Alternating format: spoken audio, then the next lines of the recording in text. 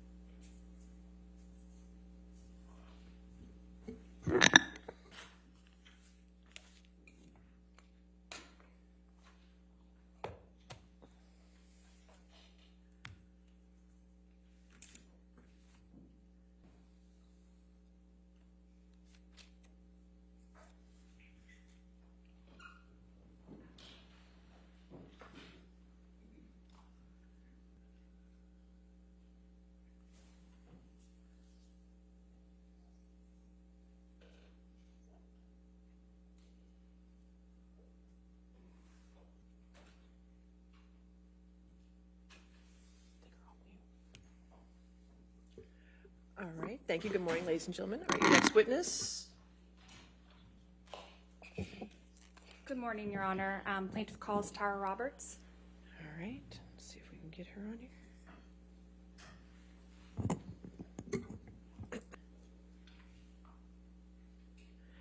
Hi, Miss Roberts, can you hear me?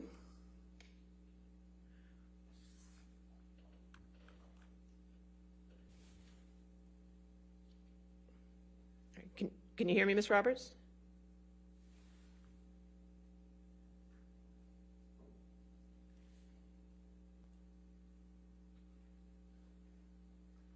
Miss Roberts? I can see her.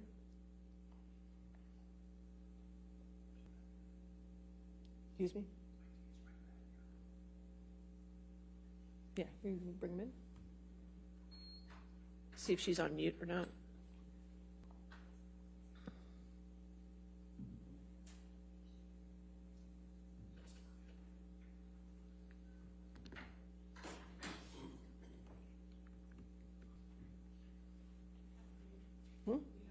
She's right there.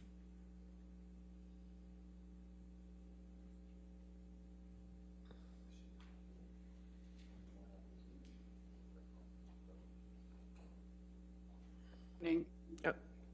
Can you hear me, Ms. Roberts? Yes, I can. Okay, great. Can you raise your right? Do you swear or affirm to tell the truth under penalty of law? Yes, I do. Okay, thank you, ma'am.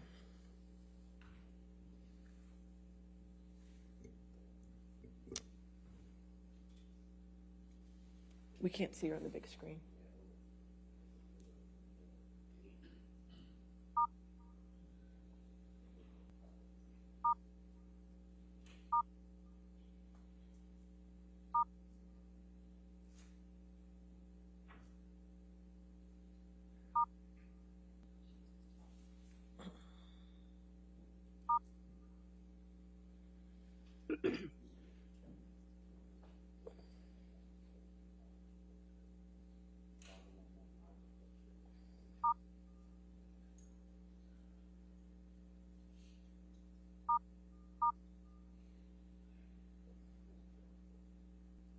Just do it split screen so we can start, please.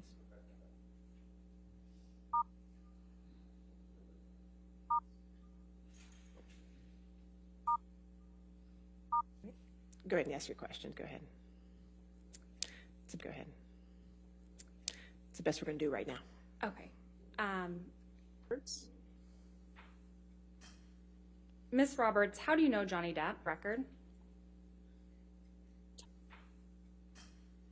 Ms. Roberts, how do you know Johnny Depp? I manage his island in the Exuma Keys in the Bahamas for the past 15 years. Ms. Roberts, where do you live? I live on the island, and I have a home in Nassau and in Long Island, Bahamas, which I try to get to as frequently as possible. Can you please describe Mr. Depp's private island generally? My duties on the private island would be to island, the buildings, the houses, logistics, not included or limited to provisioning fuel, gas, groceries, day operations, staff, and kind of like an estate just in the middle of nowhere. Okay. Your Honor, I would like to pull up plaintiffs previously been submitted into evidence. Okay.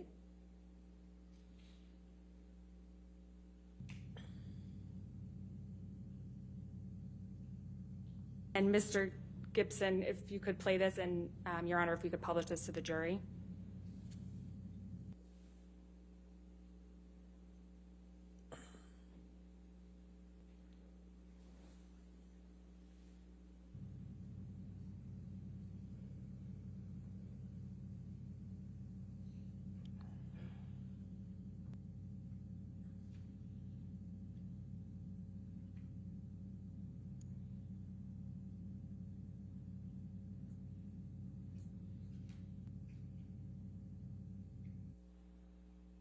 Thank you. We can take that down. Ms. Roberts, do you recognize what is shown in that video? Yes, that's Johnny's. Okay, thank you. Mr. Gibson, can you please pull up Plaintiff's Exhibit 348? And this hasn't been submitted into evidence yet, so let's first just play this. All right.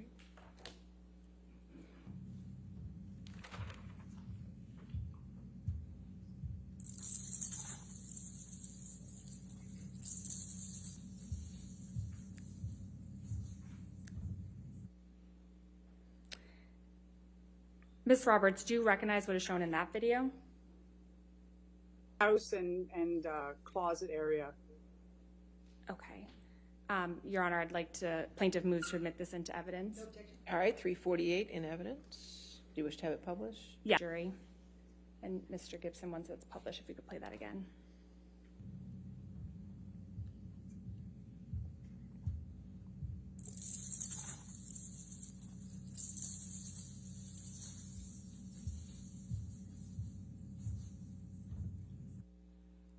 And Ms. Roberts, what is that doorway with the beads that was just shown? That's the entrance to the closet Okay, thank you. We can take that down. in his house. Thank you.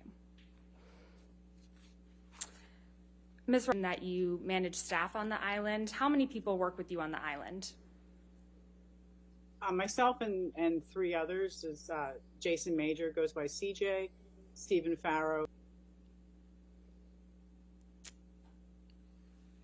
Is this, I believe the witness is not being shown to the jury right now on their screens. Thank you. No. The witness. There you go. Thank you. Ms. Roberts, how are you compensated for your work on the island? I receive a monthly salary. Other than this monthly salary, what other sources of income do you have? I get dividends and rental from businesses that we have. Since you've been working for Mr. Depp, how often have you seen him? On average, 2. Sometimes it was longer, more visits. Sometimes I didn't see him for a period of time, depending on what his schedule was or what was happening on the island. And how would you describe Mr. Depp? The island was a very family atmosphere, dinners together. He was very social, funny, humorous, very kind with all of us, outgoing. Enjoyed working with him and for him. When you first started working on Mr. Depp's island, who would come down to the island? It was Vanessa and the children. Objection. When he started Relevance. All right, hold on a minute, ma'am. Objection. Relevance. It goes to just Robert's knowledge of who came down to the island with We Mr. can Depp. move forward. Next question. Okay. Ms. Roberts, Ms. Roberts, are you aware if or how often did Mr. Depp bring guests with him to the island?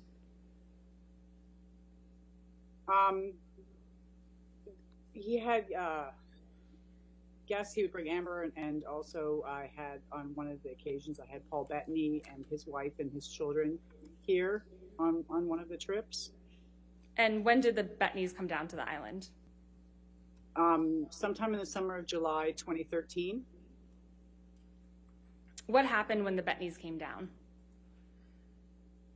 We had an incident where I was asked to have Amber leave the island. I scheduled a flight for her to leave to go to Florida that morning, and then that afternoon I was told to bring her back, and I arranged for a flight for her to come back that afternoon to the island. When did you first meet Ms. Heard? I believe it was shortly after they started dating. What was your impression of Ms. Heard when you first met her? Objection. Oh, they were very. Go ahead. I think Ms. Brockhoff withdraw. Okay, go ahead. Next. Go ahead. I think Ms. Brockhoff withdrawed her objection. Yes, go ahead. Okay, so Ms. Roberts, you can answer. What was your impression of Ms. Heard when you first met her? Oh, couple in love.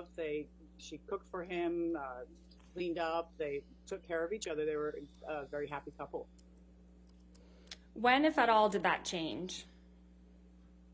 With each visit, it changed. More of it was more not like an island life anymore. It was more of wine, more requests, simple things, toiletries, to have things here in place before they came, or she came as well. So it, luggage changed. We got more and more luggage. We evolved and kind of mushroomed a bit. How often would you see Ms. Heard on the island when she was in a relationship with Mr. Depp? On average, every day. Taking meals, cleaning houses, sometimes more. And how often would Ms. Heard come down to the island?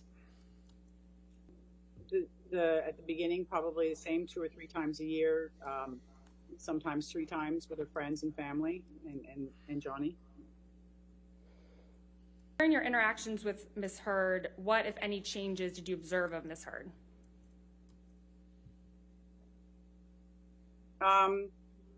The cooking the meals, we then had a chef come to cook. It was more of a formal island with chefs and housekeepers and things like that. Chain and yeah, pretty much that. Ms. Roberts, were you on the island in August 2014 for Mr. Depp's detox? Yes. Who else was on the island? I flew to Nassau and met Johnny, Amber, and Deb. I brought them, flew, and then a couple of.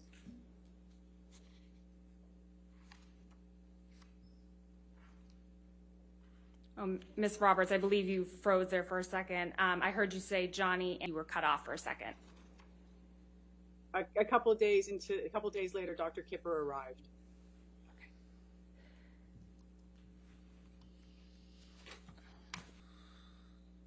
What do you recall about that time that Mr. Depp came down to the island in August 2014? That he was going to be here. We're going to be here for an extended period of time, at least a month or longer. And so we provisioned for a month for the trip. And after about a week or 2, they left. Where was Mr. Depp staying for the detox? In his house. Is that the same house that was just shown in those videos earlier? How often would you see Mr. Depp when he was on the island for the detox?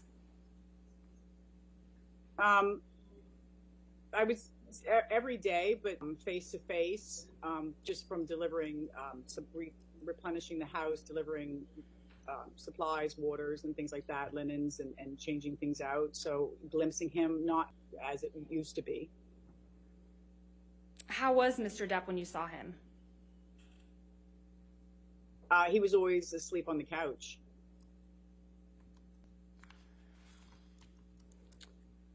While Ms. Heard was on the island for the detox, what, if any, injuries did you observe on Ms. Heard? I didn't see anything. After Mr. Depp and Ms. Heard left the island, what happened next? We would go into the house and break it down, empty out the refrigerators, change the linens, collect the laundry, straighten the house back up again. After they left, what, if any, property? There wasn't any. Ms. Roberts, to what extent were you involved in Mr. Depp and Mrs. Heard's wedding in February to Island? All aspects of it, logistics, work permits, getting things set up on provisions, building of and organizing transportation of guests to and from the island. First hear that Mr. Depp and Ms. Heard were getting married on the island. Objection. Heard were getting married on the island. Objection calls for hearsay and relevance. What communications, if any, did you have with Ms. Heard about the wedding? To better help me schedule and the provision information on to better help me schedule and the provisioning of what would be on the island, beverages and food and things like that. We were given a schedule for things were going to happen each day, what time foods were, when people were coming in, how many people would be at meals, just so I had a better idea of planning. It was detailed. It was what was happening each day and then it was the rehearsal night, and there would be, we had scheduled, like, it would be drugs, music, and then the wedding. We were very conscious about doing the wedding. The next day, we were doing the wedding, the ceremony, and we were specific. It's very important. We were very careful of people taking pictures. I think everybody was given disposable cameras and asked not to take pictures. Concerned about that also, but we were doing the ceremony at sunset, so there really wouldn't be issue with what paparazzi. And shortly when the ceremony was about to happen, it actually happened earlier than it was scheduled. The bridal party and Amber showed up still scrambling for flowers and setting up and getting beverages and snacks down there, and there was a plane circling overhead and kept on circling and circling and taking pictures, and the ceremony proceeded earlier than was scheduled. Did you observe drinking alcohol at the wedding? Objection leading. All right, I'll sustain the objection. Okay.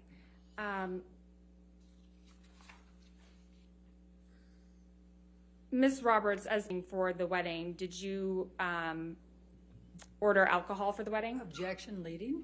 Sustained. Okay. Ms. Roberts, what did you order for the wedding? I was given a list of food. I was given a list of beverages for wines, champagnes. I was asked to have Dr. Pepper and sugar-free Red Bull here, because at that time that was what Mr. Depp or Johnny was drinking, was Dr. Pepper and sugar-free Red Bull. Okay. Did you observe Ms. Heard drinking alcohol at the wedding? Okay. Did you observe Ms. Heard drinking alcohol at the wedding? Objection leading. Pretty much everybody was drinking and doing shots and celebrating. It was Ms. Roberts, I'd like to discuss was drinking and doing shots and celebrating. It was a party. Discuss with you when Mr. Depp and Ms. Heard were on the island in December 2015. Who came down to the island with them? I flew to Nassau to meet them, which is what I normally do. I meet himself, Johnny, and whoever comes to the island. I fly to Nassau to meet them just to make sure that the transition is smooth with customs and immigration. And I met Johnny, Amber, his children, and a friend of the children, and load the luggage onto the caravan plane and came to the island. And a couple days into the trip, Alice and Greg and Alice's 3 children came to the island as well. Who are Alice and Greg? Alice is a clothes designer and Greg, the photographer. When did you first interact with Ms. Heard when she came to the island in December 2015? At the airport, went to meet everybody. Usually when they come down off the plane, you know, there's hugs and kisses and chatting for a couple minutes while the luggage is transferred. How close were you to Ms. Heard? Close, a hug, kiss, you know, how are you, talk, same with everybody. So face to face, cheek to cheek. What, if any, makeup did you observe first interacted with her?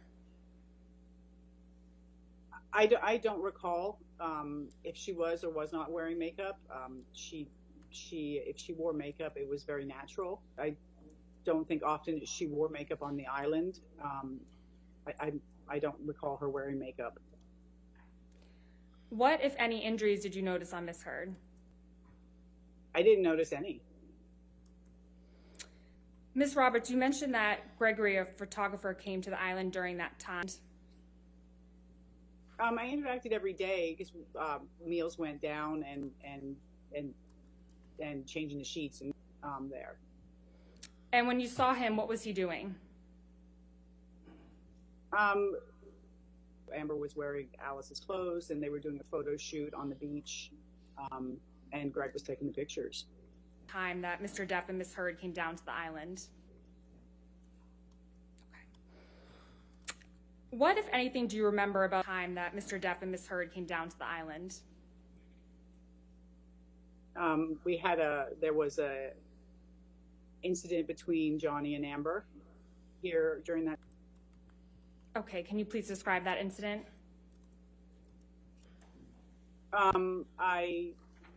On the evening, we kind of called it a night. Dinner was finished, wrapped everything up down here at the staff area in the kitchen.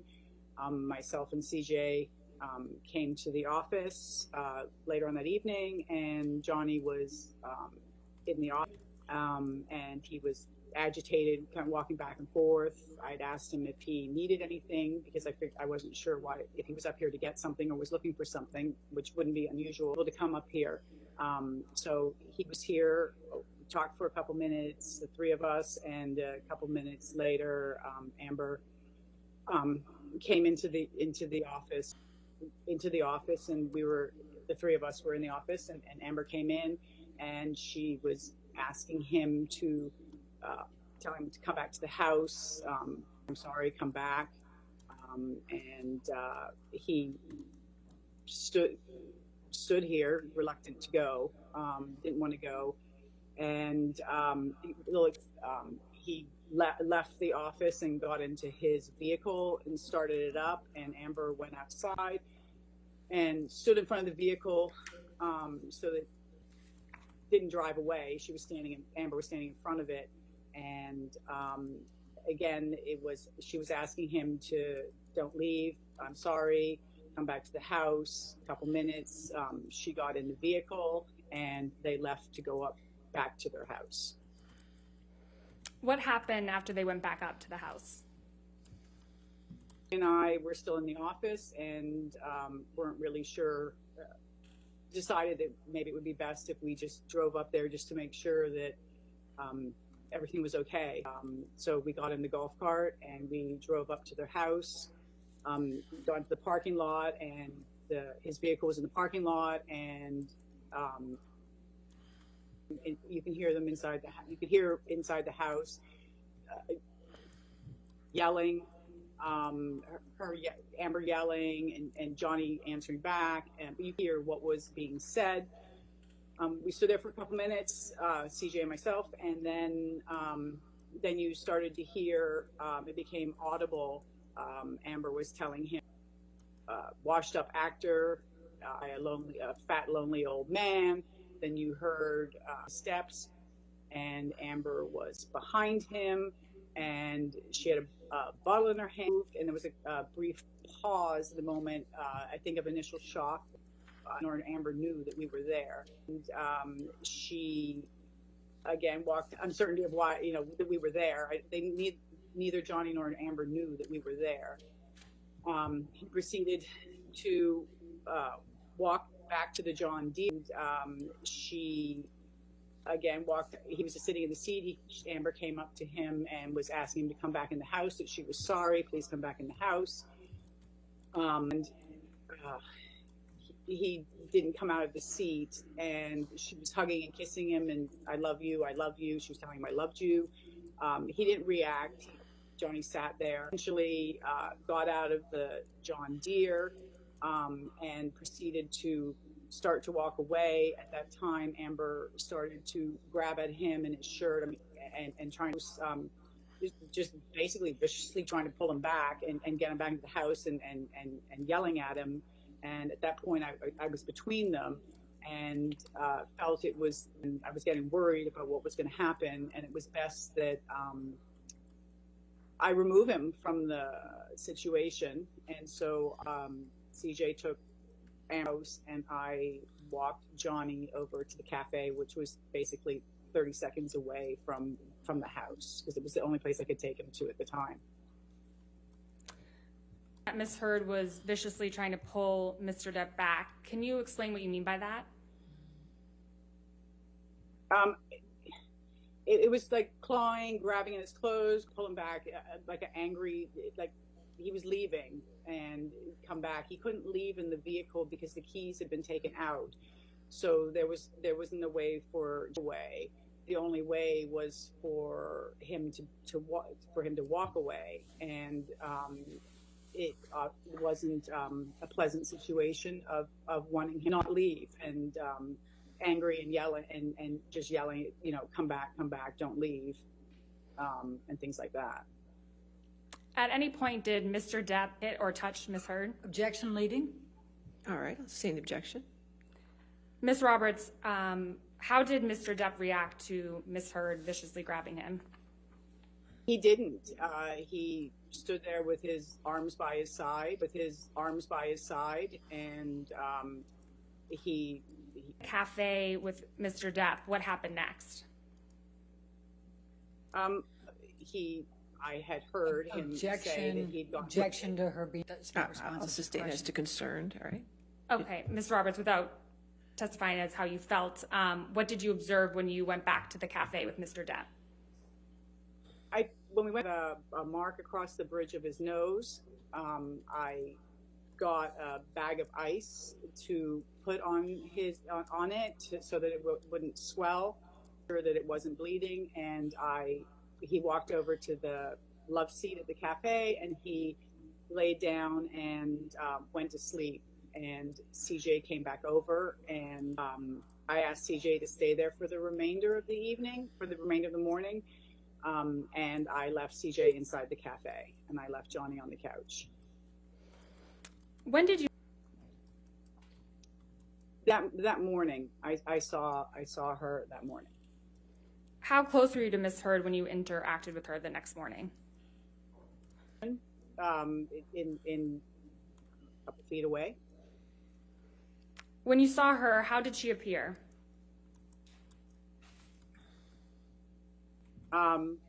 They had guests leaving, and it was kind of a normal morning, going down to the beach to see the guests leave. What, if any, makeup was Ms. Heard wearing?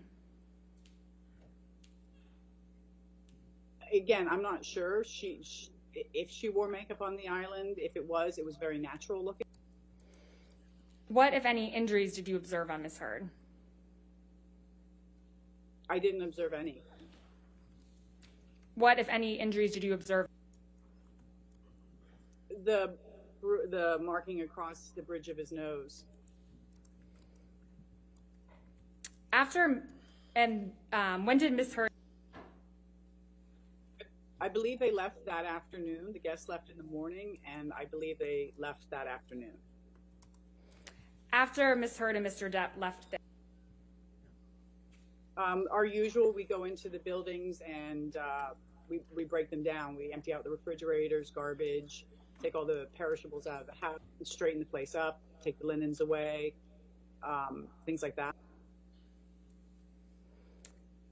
What did you observe? The island was as it was when they arrived. The only thing they put on the deck with a can, I believe, of something there next to it, which had leaked out on the deck, and then in the over the railing were big jars that the paints are in, and those were all scattered in the bush. I believe it was for another case in May 2020. Ms. Roberts, when is the first time you provided testimony about this incident in December 20? I believe it was for another case in May 2020. Ms. Roberts, how often have you seen Mr. Depp drink alcohol on the island? He goes through periods of time where he's been here and he doesn't drink, and it's non-alcoholic Beck's or something like that. It varies. He's here, sometimes he doesn't. How often have you seen Ms. Heard drink alcohol on the island?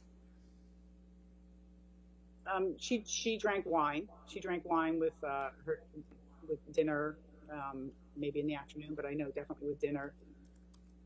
Did you observe Ms. Heard drinking alcohol when Mr. Depp was not drinking alcohol? Objection leading. No, sustained. It's leading. How often have you seen Mr. Depp drunk?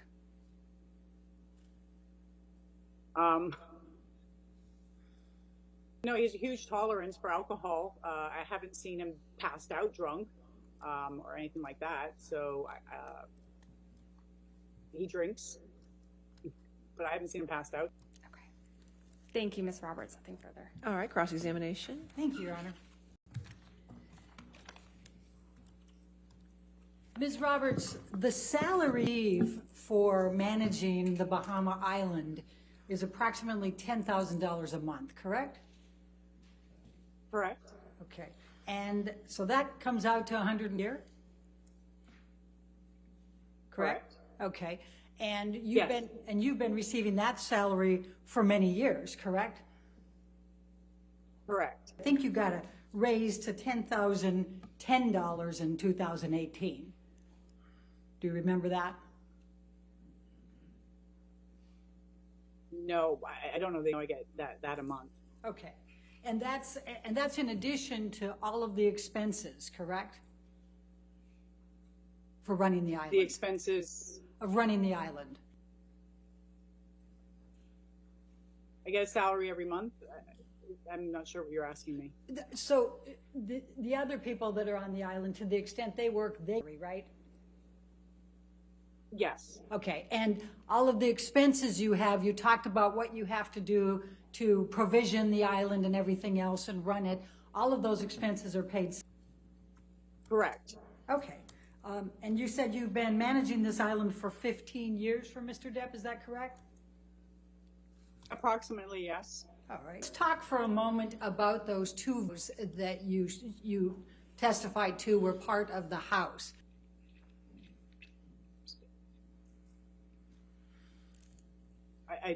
Sorry, go ahead. Go ahead, I'm sorry, you didn't come through. Go ahead. I don't remember. I'd have to look at it again. All right, and the second... There was sorry, go ahead. Go ahead, I'm sorry, you didn't come through. Go ahead. No, I'm sorry. I think in the first video, the beads were the closet, and then there was the bathroom next to the closet. Okay, that was the second video. Oh. Do you know who... Sorry. Do you know who took those videos? Oh, I did. Okay. When did you take those videos?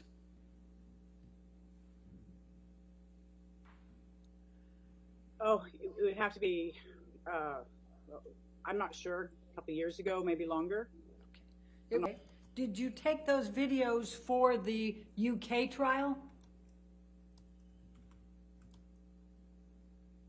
I don't recall if it was for that. Right. That the closet and the bathroom were left out of the first video. No, I did a circle around of the house. Okay. Who asked you to make that video?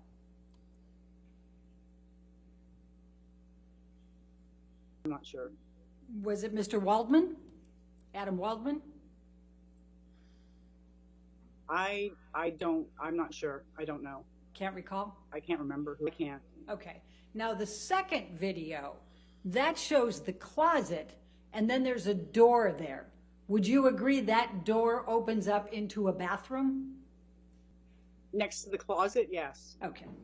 And we don't have a video of the bathroom, correct? I don't believe. And no one asked you to make a video of the bathroom, correct? Objection, relevance. I'll overrule it for now. Okay.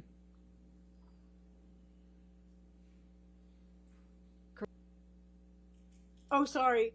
I'm not sure if anybody asked me to, I don't believe I videotaped the bathroom.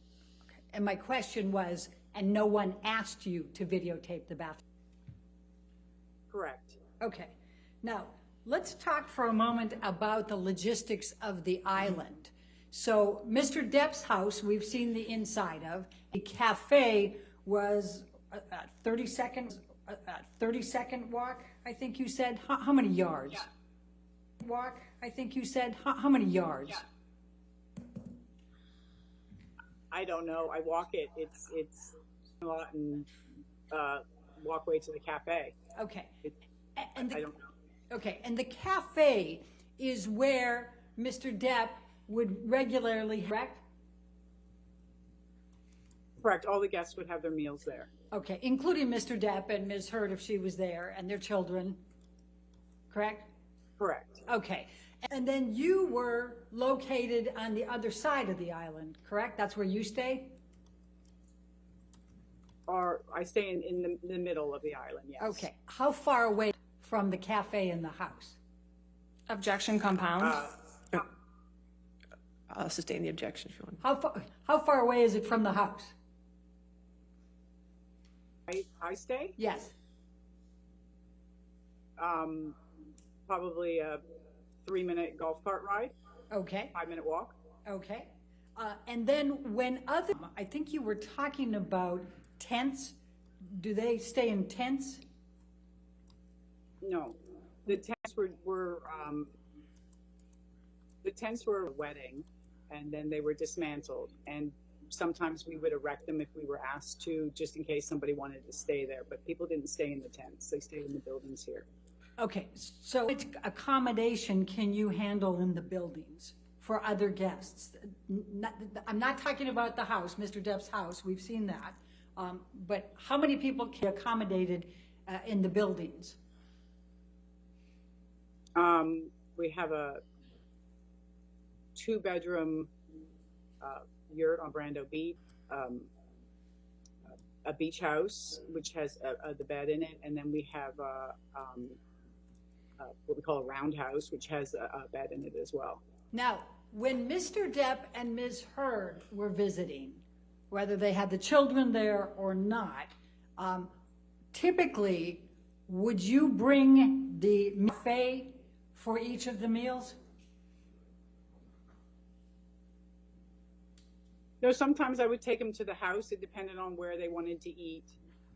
Typically, would you join them for the meal, or would you leave the meal and then come back and clean up afterwards? Objection, compound.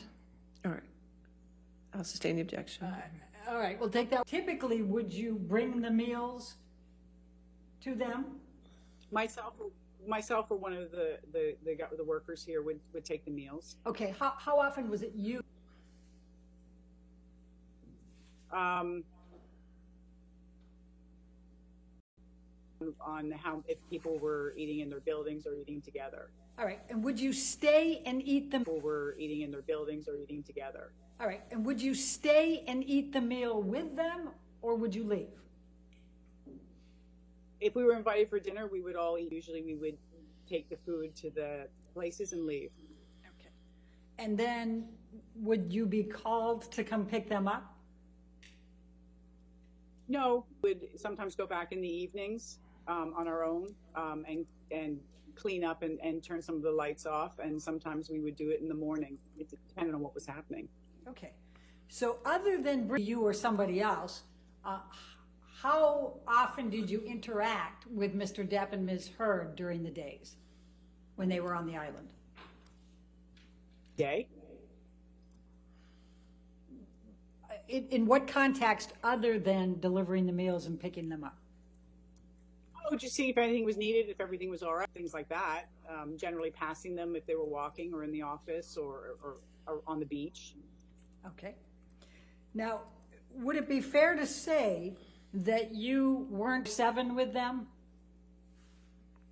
No, I didn't live with them, no. Okay. And would it be fair to say that you don't know what they were doing during the times that you weren't passing them by? Yes, unless they were on the beach. Okay. Then I would know. But So you wouldn't know what happened, what would be taken in the house, for example, when you weren't there, correct? correct. And you wouldn't know whether Mr. Depp was taking drugs, correct? Correct. And you wouldn't know whether Mr. Depp... I would only know by cleaning up. Okay. And you wouldn't know, well, you wouldn't know from cleaning up necessarily whether it was Mr. Depp hurt or somebody else, would you? Objection, compound. Or what was, Overruled, I'll allow it. Go ahead. Please continue. I would know what it was by what was in the garbage or left out of who consumed or what was consumed. I would be able to know. Okay. And you wouldn't know what arguments taking place in that house behind closed doors, right? Correct. And you wouldn't know whether there was any kind of physical abuse that was taking place behind those closed doors. No. Correct. Okay. Now, let me just time frame. How much advance notice are you how much advance notice are you typically given for when Mr. Depp and his entourage, and for how long they're going to stay? Objection, compound. All right, I'll state. Depp and his entourage are coming. It varies. 2015. It varies. Sometimes it's a couple of days. Sometimes it's a couple of weeks. So how much notice were you given in 2015 to who would be coming for Christmas on the Bahama Island? I believe sometime in November. Trip. All right. And in November, how many people were you told were coming for Christmas on the island? I don't recall how many people. It was a lot more than Amber, Johnny, Lily Rose, Jack, and Lily Rose's. Yes, it was. In fact, it was Amber's parents, correct? I believe so. And it was Rocky Pennington and Josh Drew? I believe they were on the list. And Rocky Pennington's parents?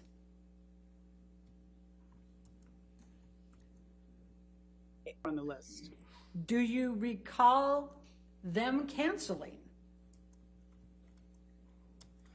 Objection, hearsay. I recall. I'll overrule the objection. Go ahead. I recall there was a change to the guest. When did you learn of that?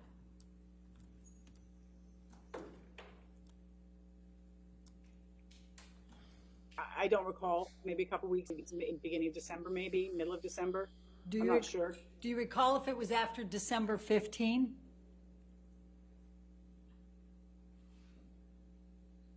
I don't. Did you think that was a little strange that here these people? Did you think that was a little strange that here these people were going to be at Objection. Christmas on the island and suddenly they cancel? Objection, relevance.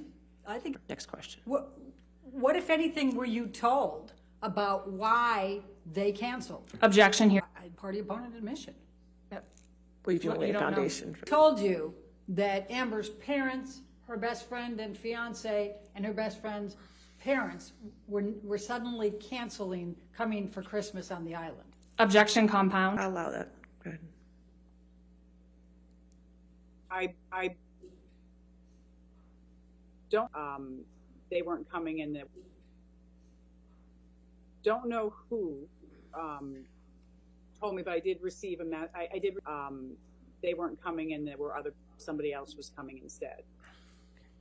And who was that somebody else coming instead? It would be Alice. It would be Alice and Greg and the children and the nanny. And they were coming later, right? They would be joining. That I think was the words. Okay. On the December trip, you testified about a few arguments between Amber and Johnny, right? Do you recall that testimony? Yes, I do. Okay. You weren't present when Johnny sustained the gash on his nose, correct? I wasn't there. No. Present when the mess was made through the paints that you've described, correct? No. And so you don't know where had been a physical altercation and that led to throwing a paint can to try to slow down Johnny, right? No, I just heard yelling in the house. Okay, but that yelling in the house wasn't necessarily the same time. You don't know, do you? No, it was all in the same. Okay, no. Okay. Now, let's talk about the summer 2013. Are you aware that Paul Bettany claims he's never met Amber? Objection, relevance, What's the and calls for The hearsay. relevance is she testified that he was. I can ask the question and see if she says. All right, I'll allow the question. Go ahead. Can you repeat it? Are you aware that Paul Bettany has said that he never met? No, I'm unaware. I don't know that. Well, let's stay on the summer of 2013 if we can. Do you have a recollection of Johnny, Lily Rose, and Jack taking one final trip on the yacht that Johnny was going to be selling to J.K. Rowling? I don't know what year that was. I don't know what year that was, but I do remember the yacht being sold. If I tell you it was July of 2013, does that help refresh your recollection? July 9? Yeah, All right. Now, it doesn't. I just know the yacht was sold. okay, and you made arrangements not for a captain to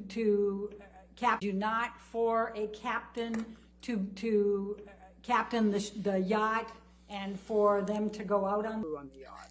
Okay. Do you have a recollection of being called? Do you have a recollection of being called because Lily Rose and Jack were upset and they wanted to leave the yacht, take them away? Objection, hearsay, and compound. I'm asking whether she has a recollection of this. I'll allow the question. Can you ask me it again? Do you have a recollection of Lily Rose and Jack being upset on the yacht and wanting to leave it immediately, so you arranged for a helicopter to come in to fly them away with Amber? Objection. I'll allow it. Okay, let's just hear. I don't know if Lily Rose and Jack were upset. I do know that I did arrange for transportation off the island at the time. And in fact, Amber went with. It was Amber and her friend and Lily Rose. Okay. And Jack decided at the last minute to stay back, correct? I don't know. Okay. Do you recall Lily Rose telling you that she was upset because her father was drinking and trying to hide it from him? Objection, hearsay. I'm asking. Sustain the objection. to Okay. that. Then I'll ask the next one. Do you recall Mr. Depp passing out in the sand face first? I recall that he was passed out on the beach. He was out on the beach. Yes. Okay. And do you recall Jack calling you because he was? Objection, hearsay. That's just asking if he called. I haven't asked what he said. No, you did. I'll sustain the objection. Okay. Do you have a recollection of Jack being present when Mr. Depp was passed out face first in the sand? Yes. And do you have a recollection of Jack being upset? I don't have a recollection of him being upset. Do you have a recollection of him being happy about it? I didn't speak with Jack about it. Okay. But you recall that Mr. Depp was passed out face first in the sand, correct? Objection asked and answered. Thank you. Let's talk about makeup for a moment. So you don't know what type of makeup regimen Amber, correct? Correct. Okay. And in fact, you don't know, you said at one point you're not sure, but it's a natural look. Do you recall that? Okay. And would you agree that there are a number of different types of makeup you can use that would still give you a natural look? Speculation. I'll allow it. I'm guessing there is, yes. Okay. Okay. And there's sun in the Bahamas. Most of the time. Do you know what Amber wears for sunscreen? I think it was had a brand Shiseido or something like that was on the island that we provided. And do you know whether Amber brought her own as well? No. Do you know whether Amber had a skin condition? I wasn't told. Okay. But I take it you didn't ask. No, I wouldn't have asked if somebody had a skin condition. Okay. The wedding. The wedding was planned at sunset, correct? Correct. And in fact, it went forward at sunset, correct? It was earlier than sunset. So your recollection is that there's no sunset pictures at the wedding?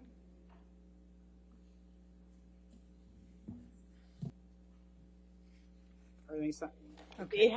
There was sunset pictures. Okay. A couple questions. The makeup or couple questions. The makeup or not makeup. You were asked whether you observed any injuries on Amber in the December 2015 timeframe. Cover up bruises to hide them from the kids? Objection calls for speculation. Understanding, based on your knowledge of Amber, whether she would try to cover up any bruises or cuts. Same Any bruises or cuts. Same To objection. keep them from the kids. I'll sustain the objection. You said that you didn't believe that Amber was makeup, but you said she participated in a photo shoot. Yes, I do. Do you know whether Amber was wearing any makeup for a photo shoot? The part that I saw, she was in and out of the water. Do you know whether Amber would want to show bruises or cuts in a photo shoot? Objection calls for speculation. I'll sustain the objection. I have no further questions. Okay. Thank you. All right, redirect.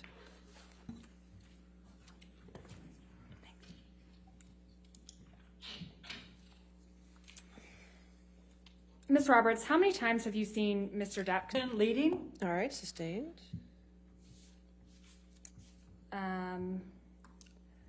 Ms. Bredehoff asked you about Mr. Depp passed out on the beach. How would you just when you saw him on the beach? He was passed out. I picked him up and brushed him off, and I left him. I believe he was in a hammock, and I believe he had fallen asleep, or he was asleep, and the hammock had overturned, and I picked him up and left him underneath the lanai with Jack. Okay, no further questions. All Thank right, you, is Ms. this witness Roberts. subject to recall?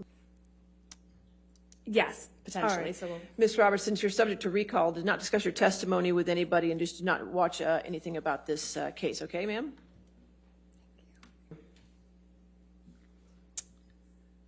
All right, your next witness.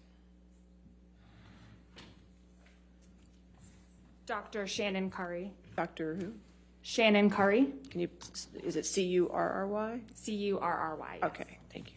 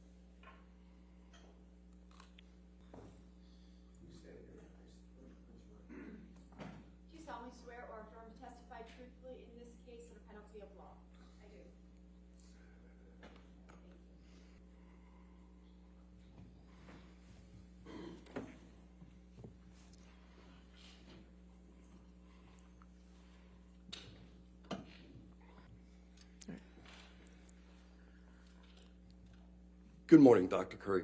Good morning. I'm Wayne Dennison. Could you state your full name for the record? Curry. What do you do for a living? I am a clinical and forensic psychologist. What's your educational? I started college at Georgetown University. I then transferred to the University of California, Irvine, where I received my bachelor's degree in psychology and social behavior. I completed my master's degree in psychology at Pepperdine University. I went on to complete my doctoral degree in clinical psychology at Pepperdine University. Several training rotations at different practicum sites. Those are essentially clinical rotations we do to learn various types of psychology. You learn how to do psychological assessment, do that in a variety of different settings. And then I completed a year-long doctoral internship at an American Psychological Association accredited doctoral internship before you get your degree. And that was at Tripler Army Medical Center. It's traditionally a military internship. They did admit 2 civilians. I was lucky enough to be one of them. I then completed doctoral training at Hawaii State Hospital, a locked forensic psychology facility, and that's where you essentially have individuals with severe mental illness who have committed crimes. You've done any additional coursework or educational work? I have. So after I completed my doctorate and my postdoctoral training, I obtained a postdoctoral Master of Science degree in clinical psychopharmacology. That is for partial fulfillment of prescription privileges, meaning that it's part of what we need to prescribe medications as a psychologist, because psychologists don't traditionally prescribe, and we can do that with certain military jurisdictions in other states. I also obtained Gottman Method of couples therapy. I completed all 3 levels of training, and then I'm also a Gottman educator for several workshops involving helping parents learn to bring their baby home and help problems improve their relationships. Method of couples therapy, it's very structured. Method? The Gottman Method is a highly researched method of couples therapy. It's very structured, so different than what many people expect when they think about couples therapy. I always tell my clients I don't want them to come in just and then have an awkward, silent drive home. In this therapy, they come in, they complete a really structured assessment in the beginning. So they complete a bunch of questions. It gives me a ton of information about even get started and really identifies the areas we're going to target with structured interventions during each session. I think of it almost like a class. Okay. In the course of your education, any specialized training? Any what? Specialized training? I did. So my internship specifically to essentially working with post-traumatic stress disorder, traumatic stress. A lot of my training has been with psychological assessment and testing during practicum, and then in my postdoctoral work was dedicated to working with trauma populations and also conducting forensic psychological assessments. Forensic psychological assessments actually refers to doing testing and an interview and a couple other things for purposes related to law. So it's the application of psychology to the court. And sometimes that also involves doing assessments for the military to determine whether somebody has sustained a mental disability after combat. You indicated that you did some work at Tripler. What's Tripler and what's the work you did? So Tripler Army Medical Center is a hospital in Honolulu, Hawaii. If anybody's ever vacationed in Hawaii, it's a giant pink building there. And it's one of the top training sites for military psychologists. I was very, very lucky to be able to train there, and a lot of new research going on, particularly for PTSD, but really for all areas of mental health. While I was there, I did rotations in family psychology, so therapy, I worked with children, but I also did a neuropsychology rotation, learning really the ins and outs of advanced sort of mental illness, but also traumatic brain injuries after trauma, and a whole host of traumatic brain injuries after trauma, and doing those PTSD evaluations, and then also working with service members who were a whole host of issues, military stressors, normal life stressors, and then also those who sustained tremendous trauma from combat. Do you work with the military? I do, actually. My practice is very focused on military service members, veterans, and their families. Okay. What work have you done in prior litigation matters? Well, most of my litigation, if we're talking about civil work, that has mostly been reports. So this is my first time testifying in a civil matter. The majority of my forensic work law or providing psychological assessments, and then I produce a really methodical report, which is typically reviewed by a judge, and a determination is made, or usually there's a settled hand. Okay. Do you work in connection with any particular courts? I do. So I am actually not anymore in Honolulu, but I am a certified forensic evaluator for the state of Hawaii, which means that I have been appointed by the court to conduct evaluations for are presented. And then I'm also on the list of forensic evaluators in several courts in Southern California. And then I'm contracted by the military, the department, now and again for evaluations of PTSD from service members. Okay, you mentioned PTSD a couple of times now. Yes. What are you referring to there? PTSD is a mental illness. It can develop after a person has been exposed to a traumatic event. And our diagnostic statistical manual, the authoritative manual of mental illnesses, it's considered our Bible of mental illness. We go there for diagnoses. And according to that, there's a specific type of trauma must experience for them to be able to qualify for a diagnosis of PTSD. And that's an event that is life-threatening. It can also involve sexual assault. Experience that either directly, but you can also be traumatized if you've seen it happen to somebody else, or if it's happened unexpectedly or violently to somebody close to you, a family member, a friend. And then there's also a provision for people who are first responders, if they're encountering really traumatic information regularly, that qualifies as a trauma. Symptoms that can develop? Sure. We'll talk about that some Okay. more. Do you hold any credentials relevant to the work that you do? Well, I am a licensed Where? in California and Hawaii. Okay, and any other certifications or other credentials? Not that I can think of off the top of my training with the Gottman Method of couples therapy. Okay. Have you worked with the Hawaii Department of Courts and Corrections? I have. In what capacity? Well, so that I guess would be a credential. So I am a certified forensic evaluator for the state of Hawaii.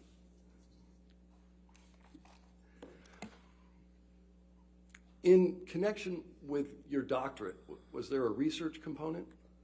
There was. So would you like me to tell you about it? Yes. So I conducted a research study while I was at Pepperdine completing my doctorate. It's called a dissertation. So when you're obtaining your doctorate, you contribute something to the scientific field that you're in. It involves doing what we call novel science. So you're doing an experiment, you're finding out new information and helping the field progress.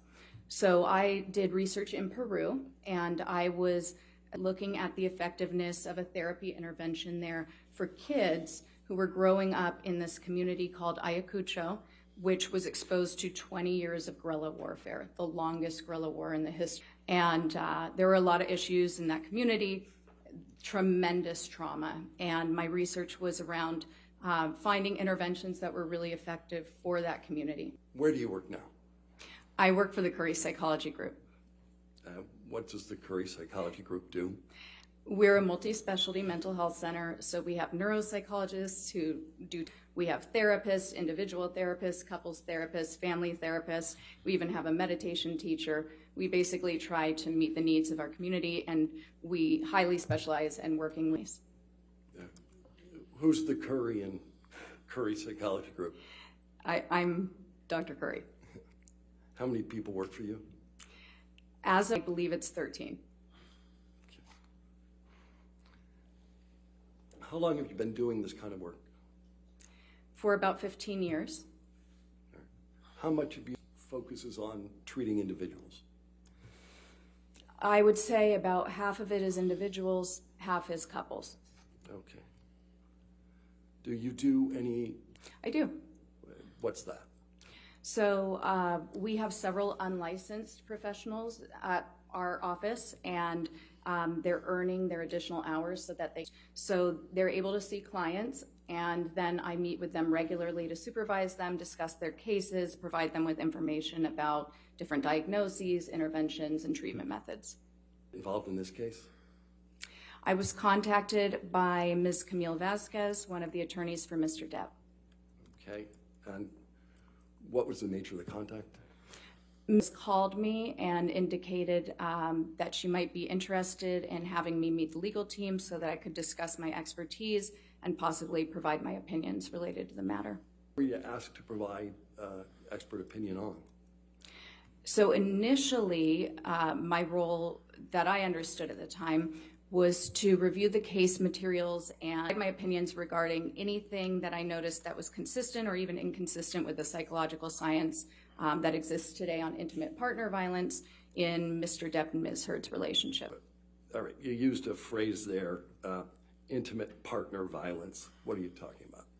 So there are a multitude of different definitions depending on the source, but essentially intimate partner violence is abuse. It could be physical, psychological, and it's from one partner to another in an intimate relationship. Did your role in this case evolve over time? Yes, it shifted. So I was retained at January 2021. And then had just barely begun to review the documents. The case was postponed, and then in October, I was asked by counsel to provide a psychological evaluation of Ms. Heard. Okay. Were you ever asked to do a psychological evaluation of Mr. Depp? No. Okay. Of documents did you consider in this analysis? So I reviewed quite a few documents as part of my evaluation. That included all of the case documents, Heard's medical records by Dr. Kipper, mental health treatment records. I believe I reviewed records from Dr. Connell Cohen, and also Connell Cohen.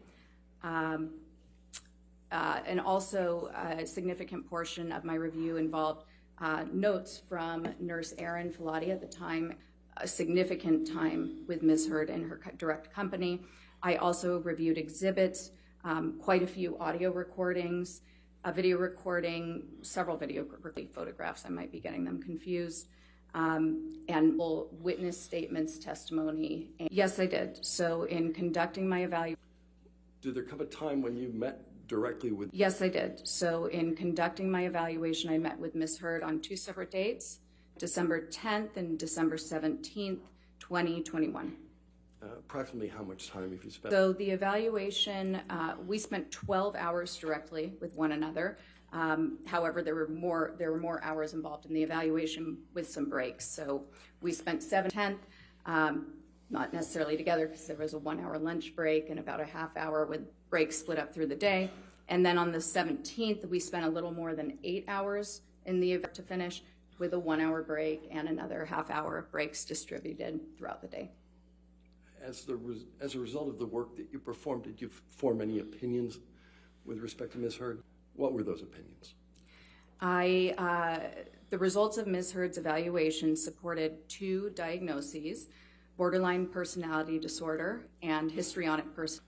What is a diagnosis? A diagnosis is a way that we essentially, that psychologists, psychiatrists, anybody in the mental health about a disorder, it helps us to communicate a set of symptoms that a person is experiencing, and along with that set of symptoms, it tells other professionals a lot about how those symptoms a person might behave, perceive the world. It also drives treatment. The real purpose is to determine what sort of interventions will be most effective for the person. Previously, you made reference to, I think you called it the DSM-5. What's Yes. that? So the DSM-5, that stands for the Diagnostics version 5, and that contains every diagnosis we use in mental health, and it's the authoritative diagnoses. Is Performing diagnoses something you typically do in your line of work? Yes. Thank you. You referenced two personality disorders. What's a personality disorder? To understand a personality disorder, I think it can be helpful first to kind of define. So personality, but these are the traits, the characteristics, the way we think, we feel stable over time and across situations. We might, be sure to mind our P's and Q's when we're getting a pretty good sense of who we are. Sometimes we're meeting somebody new, but overall, if somebody were to describe us, or if we were to describe our pretty good sense of who we are. Sometimes an easy way to think of it is imagining how you might describe a brother or sister or a child if you have children. Their personalities are pretty clear to you. Disorder is some sort of dysfunction in those enduring traits. So as opposed to other types of mental illness, when you think about something like depression, that comes and it goes, and when it's treated with medication, it can pretty much be completely mitigated or minimized in a person's life, and their personality is still there, separate from. When we have a personality disorder, there are going to be disturbances in several different areas that are visible in almost all different facets of their life. Is there a manner in which personality disorders are commonly diagnosed? Yes, so they can be diagnosed in a treating environment. Treating psychologist or a therapist or a psychiatrist simply diagnostic interview, which involves assessing multiple areas of a person's history back down through childhood. I'm going to stop you for a second. Yes. What's a treating environment? Sometimes these words, I apologize. So a treating environment in therapy, if somebody is going in for treatment, the mental health provider will ask them questions to find out what sort of symptoms they've experienced have occurred in their life that might be consistent with these disorders, or rule out these disorders, prove that there is no reason for these disorders to be considered. They might also pay attention to their observations of the information the client provides them. The most reliable way, however, to ever come about a diagnosis really is through a comprehensive psychological assessment. And I might use the word testing interchangeably. They all mean the same thing. It's combining information from multiple different sources. One main source is psychological, using validated objective measures. That means that they've been tested, they've been shown to be accurate for testing what you want to test, and in the environment you're testing. So there are measures specific where someone might respond differently. You integrate that with the same interview I was telling you that people would do for therapy. We do that as well. And then in a courtroom setting, records, all of those documents corroborating, and you sort of check your hypotheses that may be developing, whether you have enough evidence of a certain diagnosis. So what's a clinical interview? Evidence of a certain diagnosis. So what's a clinical interview? A clinical interview is a very comprehensive interview. It includes a person's, as well as very specifically looks at any symptoms they might have. This can start as far back as birth. You might find out if there were any issues with their delivery, genetic issues, any intellectual issues. How did they use any intellectual issues? How did they do? What was their home life like? What was their home life like? How was discipline handled? What's their relationship with their primary caregivers? Were they raised by parents? How many siblings do they have? How do they get along with their siblings? How many times did they have to move? Was there any abuse? Did they have any really significant life experiences? How were they as a student? Did they need special services? Did they get in trouble at school? And you do this, you continue on high school. What were their hobbies? Did they play sports? How many friends did they have? Did they have any friendships? Then you get into adulthood. Did they go to college? Did they not go to college? How come? What sort of jobs have they held? How did those jobs go? How did they end? That's always an important question. What relationships have they been involved in? How do they identify sexually, culturally? Let's see, what else? What sort of symptoms have they experienced? Some of the main symptoms you might screen for depression, any disorganized thinking, that means thinking that isn't necessarily in touch with reality, and any current distress they may be having. How did you conclude that Ms. Heard suffers from the personality disorders that you identified? So there was information that supported it from, I conducted testing, including one of the main tests that I used. She obtained scores that were consistent with those diagnoses, and then there was evidence of those diagnoses in her records and in her self-report. Okay. All right, counsel, why don't we just go ahead and pause for a second while we go ahead and take our morning recess, okay? Late morning recess, do not discuss the case and do not do any outside research, okay? Your Honor, when would you like to reconvene? Give me a moment, sir.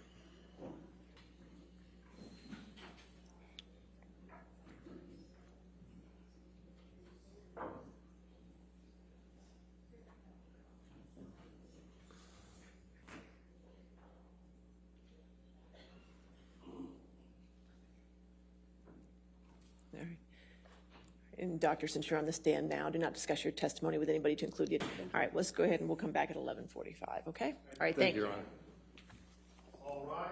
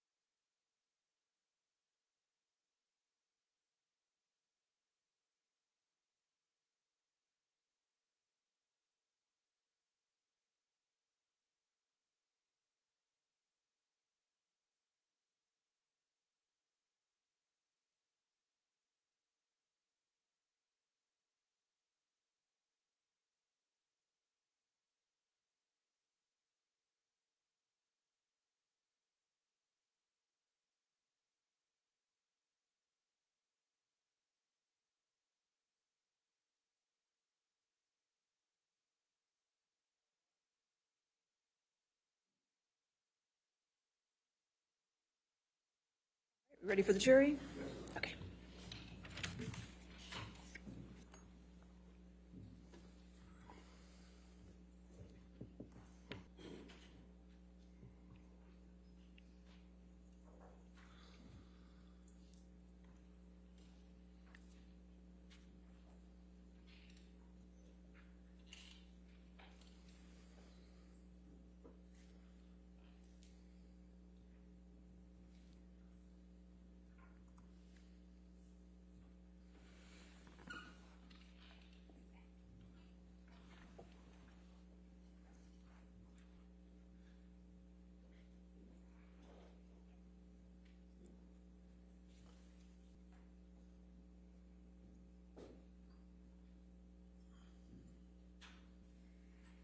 All right, you have your seat. And your next question, sir? Thank you, Your Honor. But Dr. Curry, before the break, you were talking about some of the factors that you considered in determining that Ms. Heard.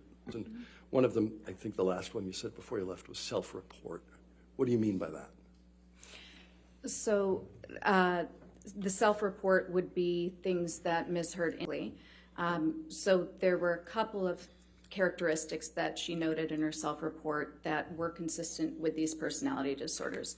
The first was actually behavioral observations of her based on her self-report. So one of the hallmark characteristics of histrionic personality disorder is sort of a overly dramatic presentation. We call this impressionistic speech. So it tends to be very flowery. It uses a lot of descriptive words like magical, wonderful, and it can go on for quite some time, lacks any substance. So at the end, you're left wondering what was just said or what the answer is to the actual question. So that occurred a number of times. It also represented the quick shifts you'll see between emotions. So she would suddenly be one way and then she would become very animated or very and when people are displaying these emotions with this personality disorder, there's a sense of shallowness to it. People who are observing them will feel like acting, and they might not be able to put their finger on it, but part of it is because of the rapidness with which the person can switch emotions and also the lack of substance. They don't really refer to, I feel this way. They describe events, but very rarely, and Ms. Heard did not say, I feel vulnerable. She never really indicated a vulnerable feeling of her own. Then I was asking her information about her history. We're going to ask more about that later. I was just trying to get a sense of what a self-report did you perform. Okay, so psychological tests, I'll just go in order. What did you perform? Okay, so psychological tests, I'll just go in order. So first of all, I asked her a couple questions from something called the mini mental status exam. That's really just a fancy. I wanted to make sure that she was alert and oriented to, we call it person, place, and time. That means she knew who she was, she knew who I was, she knew where we were, and she knew the date. That way I was able to participate in the evaluation and understand what's happening. I then administered something called the Minnesota Multiphasic Personality Inventory. The 2 means that it's the second edition. And this is something we call an objective measure. So it asks 567 questions and either agrees or disagrees with them, how much the statement represents them. And this test has been around since 1943. There are more than 10,000 studies show appropriate for determining somebody's personality traits. It measures all of those things I sort of mentioned, how a person thinks, feels, and behaves in multiple different aspects of their life. It also measures very accurately any signs of mental illness or dysfunction. And the reason I also really like this test, whenever you're using a test for an evaluation setting, people have a lot of incentive to present themselves in a way that's going to benefit their case. And they may want to look like they're sicker than they really are. They may want to really are. And some of those incentives, they may not even realize that they're intending to do that. So it can be conscious or unconscious, but that can check for that. And the MMPI-2 has a set of validity scales, we call them. These are scales that measure really the truthfulness and accuracy with which a person is approaching the test.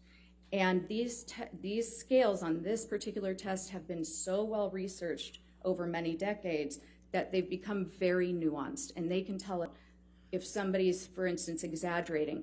Are they elevating one of the scales that shows that they're exaggerating on purpose? Are they exaggerating in a manner that's more like a cry for help? Are they exaggerating and sophisticated or more obvious? And then the same exact thing goes for trying to minimize symptoms. We have a number of scales that can show us all the different, if somebody's trying to say they're the most wonderful person, or if they're just trying to deny problems, and if they're doing that again in a very clever way or more of an obvious way. So that test was my choice for this case.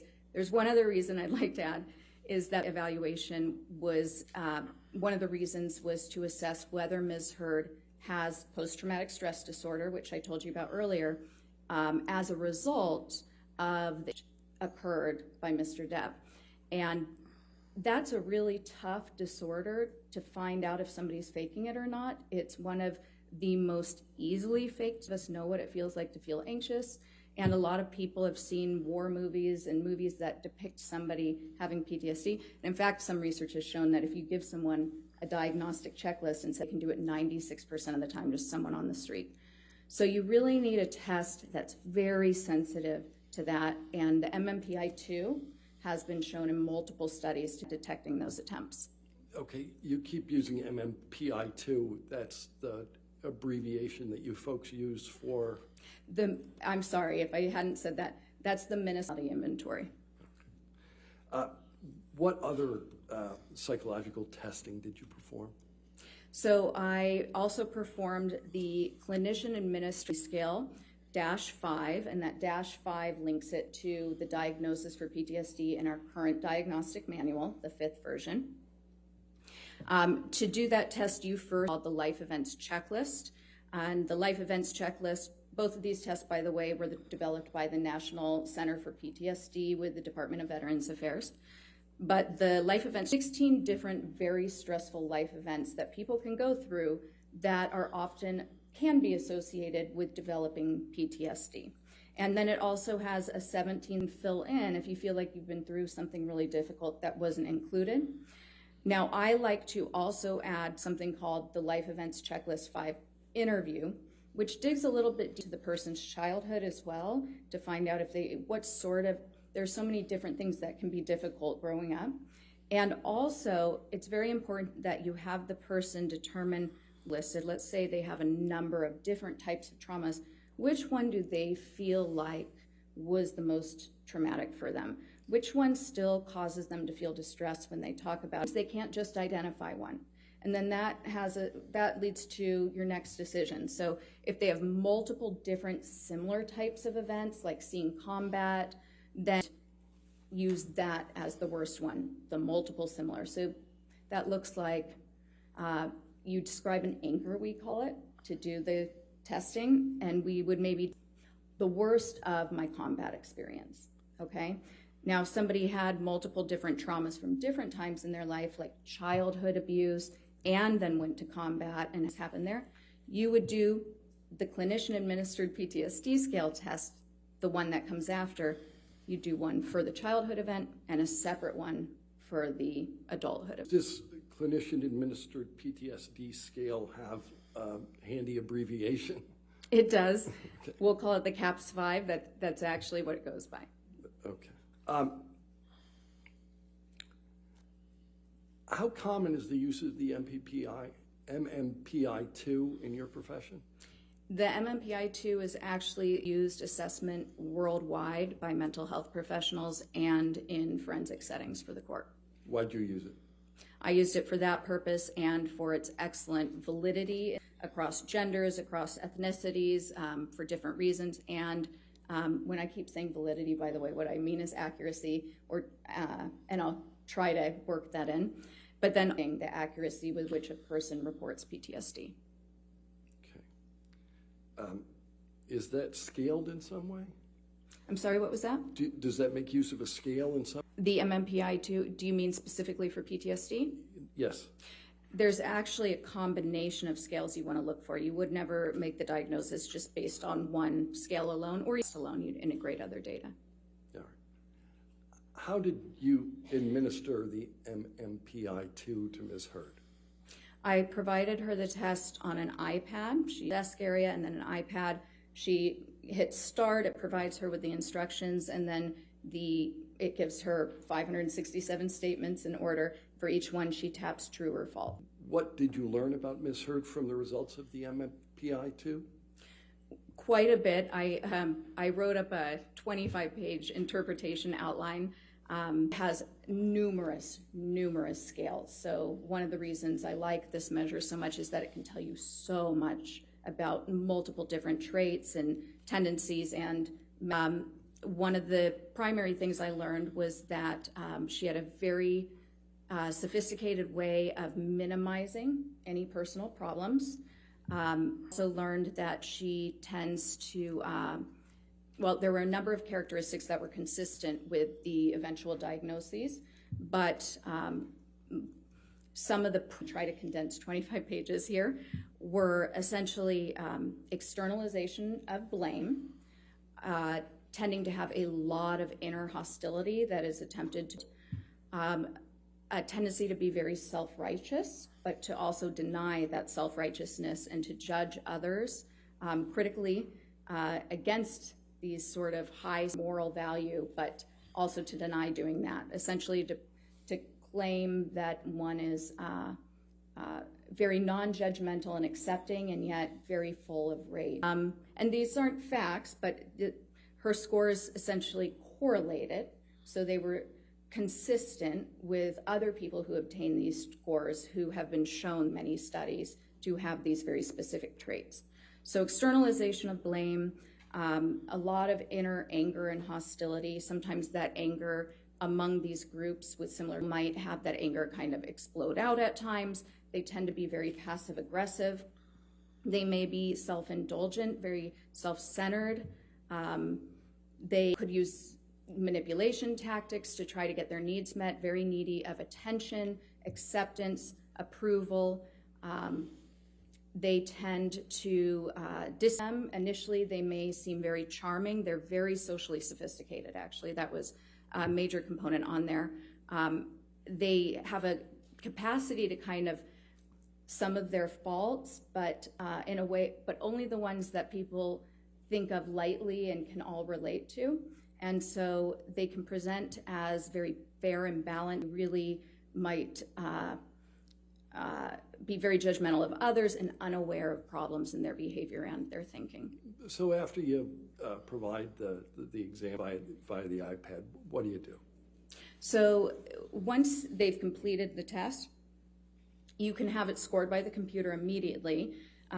It's a very to interpret, but right away you get a list of what's called critical items, and these are just some, a couple of the items, the statements that are presented that are more clearly symptom-based, and I always follow up with the examinee. Some of these might have to do with suicide, some of them might have to do with other symptoms that you just like to get a little bit more information on. An examinee might tell you they're completely fine when you're doing your interview with them and that they have no symptoms. And then when they take the test, it says that they're having trouble sleeping or they struggle with nausea all the time or they feel very angry on that. Okay. What's a code type? A code type, let me think of how to explain this very simply. The main scales, and I keep referring to scales, these are just the main scores that come up on this test. We and when I was saying that Ms. Hurd's scores could be compared to certain groups of people that had been researched before to obtain similar scores, the research has certain scores that kind of spike on this, okay? And so all of those traits that I was describing, those are traits that are found in these code types. So it means that number 2 was high and score number 6 was high. And so if we have those two scores were both high, then that's it. Hurd had the clearest code type was 3-6, but then she also had types that were less significant. What characteristics are associated with 6 code? So a 3-6 code usually with people who are less powerful. Type. So a 3-6 code type, a lot of that anger is expressed in this code type. There can be actually a lot of, usually with people who are less powerful. Actually, when you see this code type, you want to, if you can, to follow up with subordinates, co-worker behavior more closely. The 3-6 code type is very concerned with their image, very attention-seeking, externalizing blame to a point where it's unclear whether they can even admit to themselves that they do have responsibility in certain areas. A lot of suppressed and denied anger, but the anger is very present, will explode out, and a lot of issues in their close relationships. How does Ms. Hurd's code fit in with your overall opinion as to personality disorders? Well, this might be an appropriate time to describe a little bit about these personality disorders, is that there's a lot of consistency there. So borderline personality disorder is a disorder of stability. It's instability, and it's instability in personal relationships, instability in their emotions, it's instability in their behavior, and it's instability in their sense of self and their identity. And that instability is really driven terror of abandonment. So one of the key features also of this disorder, and all of it is like pistons of an engine kind of firing off another. But when somebody is afraid of being abandoned by their partner or by anybody else in their environment and they have this disorder, they'll make desperate attempts to prevent that from happening. Desperate attempts could be physical aggression, it could be threatening, it could be harming themselves. But these are behaviors that are usually very extreme and very concerning to the people. The anger is typically what, sadly, it's counteractive, right? So the thing these people fear most is time, the anger, the explosive anger that they show when somebody is needing space, or when somebody's really not doing anything wrong, because a lot of times they read into things to them, or being somebody intending to harm them that actually isn't happening. They'll exaggerate it, and they'll just exhausting for their partners. Oftentimes they're part of this problem that somehow they can make this better, and eventually it just overwhelms. Somehow they can make this better, and eventually it just overwhelms them. Histrionic personality disorder is very Before similar. we move on to that, Okay.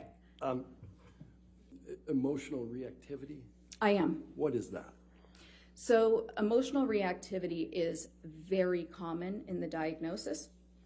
So essentially, and emotions, people with borderline personality disorder are often misdiagnosed as having bipolar disorder because they can be up and down. They can look very depressed, then they can look very elated, but within a matter of hours. Somebody with bipolar disorder, this is a clinical depression lasting days, weeks, a clinical mania where sometimes they even need to be hospitalized because they clear out their bank account and go to Vegas and spend it all. They're acting in some very bizarre ways. With borderline personality disorder, you're having these fluctuating moods constantly and a hypersensitivity to being slighted or feeling offended, really driven by the fear that if you're offended or slighted, if the therapist comes in 2 minutes late, or if somebody shows 2 minutes late, that they might be abandoning you. And it's not as if the borderline is considering themselves abandoned in that moment, but they just know that they have this overwhelming emotion to control that emotion. There are no attempts to regulate it. So if they're in the middle of the restaurant and they feel offended, they're going to start the fight. People are going to see it, or they're crying or break down, but they'll make a lot of accusations, and that reactivity is when you're going to see a lot of this escalation in the bizarre behavior. They can react violently, they can react physically, prevent their partner from trying to leave if their partner wants to get space from all of this intense emotion, and oftentimes they will be in situations. Sometimes they'll physically restrain them from leaving and become injured that way, but also people with borderline personality disorder, it seems to be a predictive factor for women, violence against their partner. And one of the most common tactics that they'll use is actually physically assaulting and then getting harmed themselves, but mostly violence. Essentially, this is saying that they'll make threats using the legal system. So they might say that they are going to file restraining orders, or they might do these things to essentially try to keep their partner from leaving. In the moment, again, they're not consciously thinking, I'm going to keep my partner from leaving right now. Can't stand this. I hate my partner. They went from idealizing to suddenly devaluing because of the hurt, and they'll do anything to express that big emotion of anger. Yes, sir.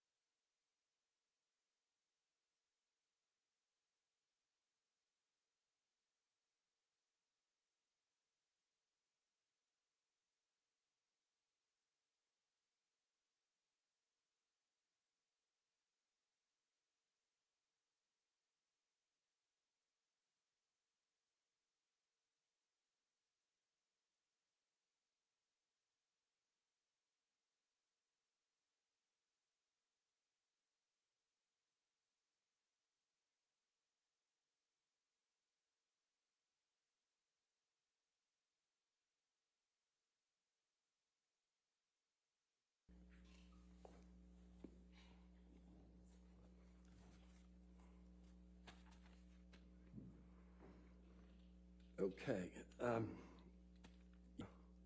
You were talking about emotional reactivity. What, if any, emotional reactivity did you observe in your, and let's do this one at a time. Okay. So there were a couple indications to me. First, I can sort of think about it with the treatment, particularly Dr. Cohen-Connell's. Am I getting the name right? I feel like for some reason in my mind I might have just reversed it. But Dr. Reverse it.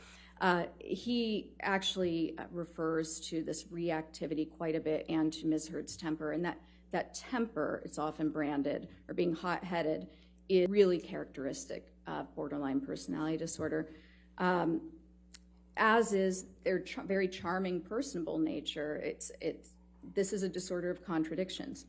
In Nurse Filati's notes, I thought there was something interesting. She references a night when they're out to dinner, I believe in London, and she provided positive reinforcement because Ms. Heard had been disappointed by a mistake made by the server, and it sort of references how previously she might have criticized the server or become upset by that this time, and so that had been some sort of a step forward.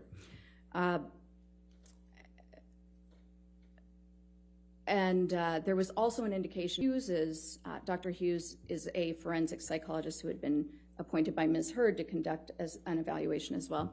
In Ms. Hughes's interview of Ms. Heard, she had cut her arm in the past, which is a typical reactive type thing somebody with this diagnosis can do. It's one of the symptoms.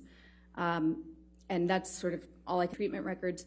Moving into some of the declarations or deposition testimony, what struck me was Ms. Raquel Pennington's. She's a former friend of Ms. Heard's, and she told a story about, I suppose, they were shopping for Thanksgiving accoutrements, something to prepare for Thanksgiving, and in the face, sort of out of the blue, which is, I thought was interesting because that is one of those signs of disorder where if a friend or a loved one isn't meeting your needs in that moment, people with borderline personality disorder can be very caring in their relationships as long as they feel that their needs should be met when they want them met at a specific level. And if they're not, then that anger, that sense of harm causes them to. The striking Ms. Pennington, per Ms. Pennington's report in the declaration or the testimony, I thought was pretty consistent. And then Ms. Heard's own self-descriptions. Okay, we're going to ask you a question about. Sure. You indicated Ms. Pennington was a former friend of, yes. of Ms. Heard. is there a relation borderline personality disorder and intimate relationships? Yes, so the instability definitely translates to their relationships, start very intensely. People will, somebody with borderline personality disorder perceives the relationship as extremely close. This pattern of idealizing and devaluing is definitely with their lovers and also with their friends. And so this might be the perfect person, their perfect soulmate friend, perfect soulmate partner, and their engagement in the relationship is very charming to the other person. And so initially everything seems great. But what occurs is that reality sets in. People are not perfect, even when we have a lot of whereas most of us can accept somebody as a whole, somebody who has a little bit of flaws and still think this is my great friend. Personality disorder, things are in these extremes, this black and white, we call it splitting. And so that person goes from being idealized, they are the worst friend, they don't care any to dumpster. They are the worst friend, they don't care anything about me, I have better people around. And then there will be a repair because the person with this disorder does feel remorseful after they have these reactions, friend off. But over time, it wears away at these relationships. And so what you'll usually see is many, many transitions in their friendships over the years, fallen by the wayside, who were really very close-knit at one time, and then, but there's not a lot of consistency in the long term. You'll also see that with their intimate relationship, many relationships, but none that are particularly long-term. How does borderline personality disorder relate to identity issues? That instability also travels toward identity. And when I was describing personality earlier, I was talking a little bit about those traits we have that help us know who we are. When you have disorder, that actually is not something you understand. So people with this disorder actually take on the identity of the people they're spending time with. It's comfortable to not know who you are. Some people with this disorder will describe a feeling of emptiness when they feel like they've been abandoned because now they don't world. And so when somebody with this disorder is going through that initial enmeshment phase with new people and they're idealizing them, they often will take on the identities of those people. So they may mimic the way they dress, their interests, the way they talk. And for this reason, the people around somebody with this disorder kind of from the outside, wait, I thought you were this way, now you're advocating for this, and this is your new main interest in life, or the thing you're throwing yourself into all completely. Music tastes might change, hobbies. Okay.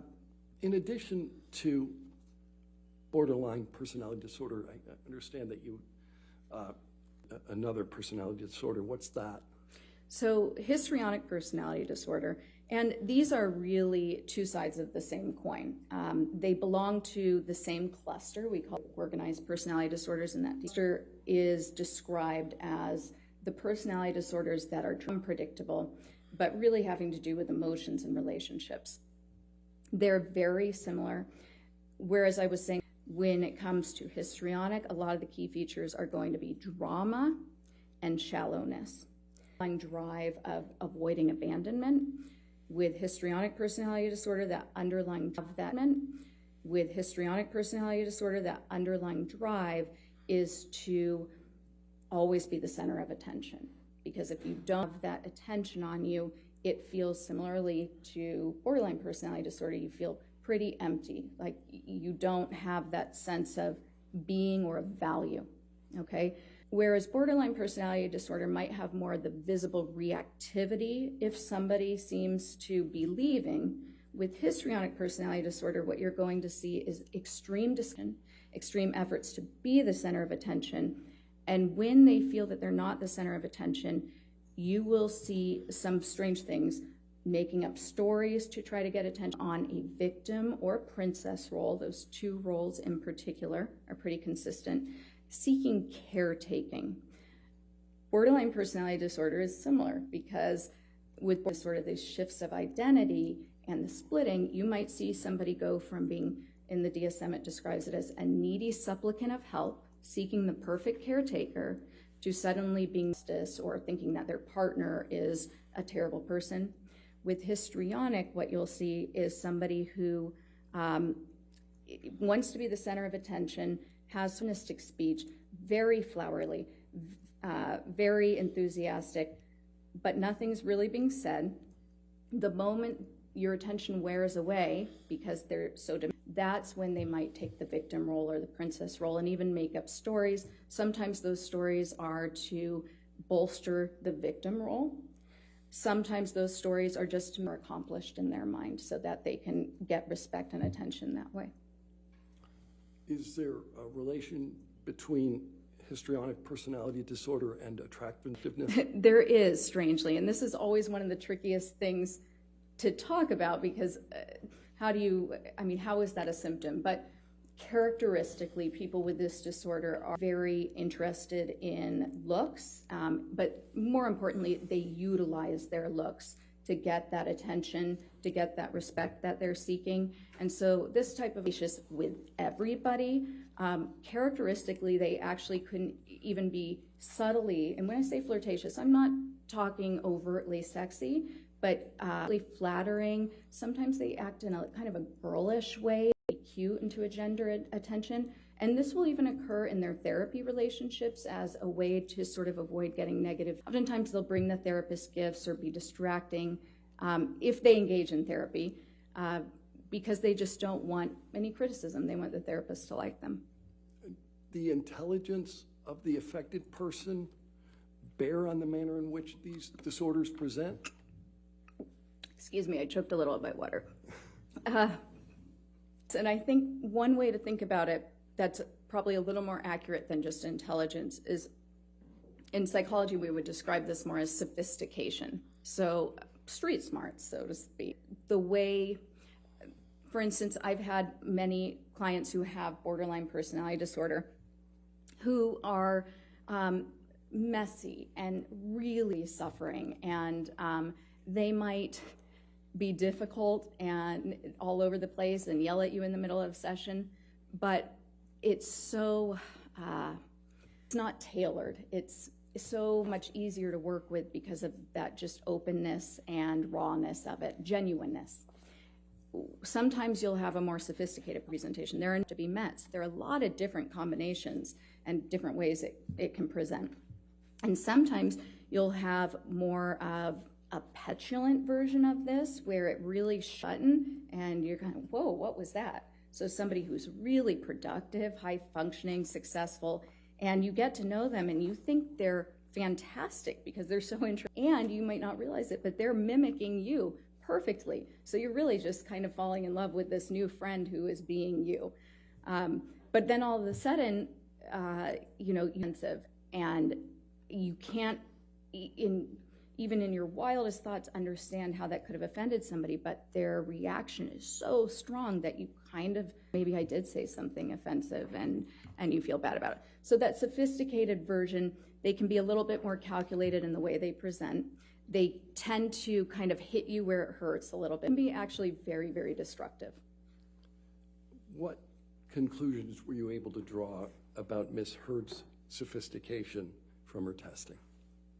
And from her presentation, she was very likable, but her testing in particular showed that those scales that are pretty neat.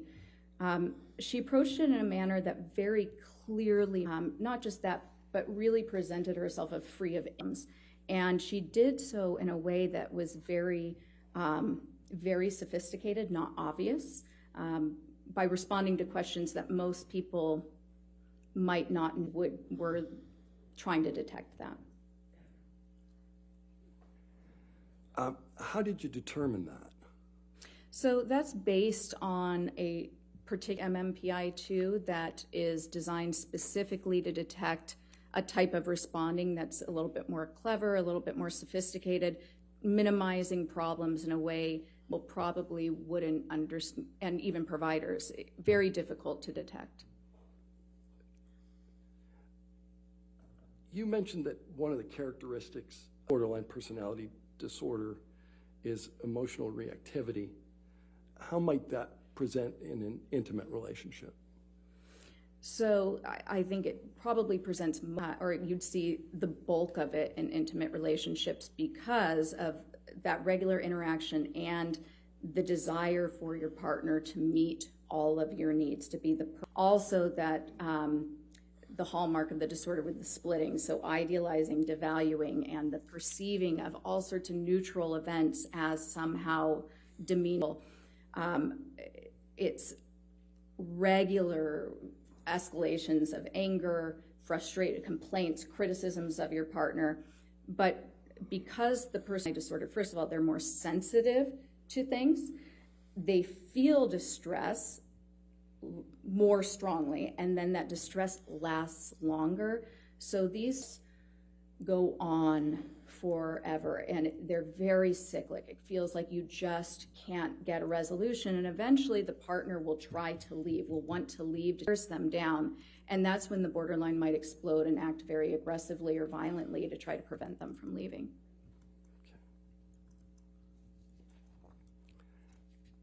Okay. In addition to diagnosing Ms. Heard with these two personality disorders, did you form another opinion about? Yes, so go ahead. If the answer to that is yes, I'm going to now ask. Okay, what yes, was that? I did.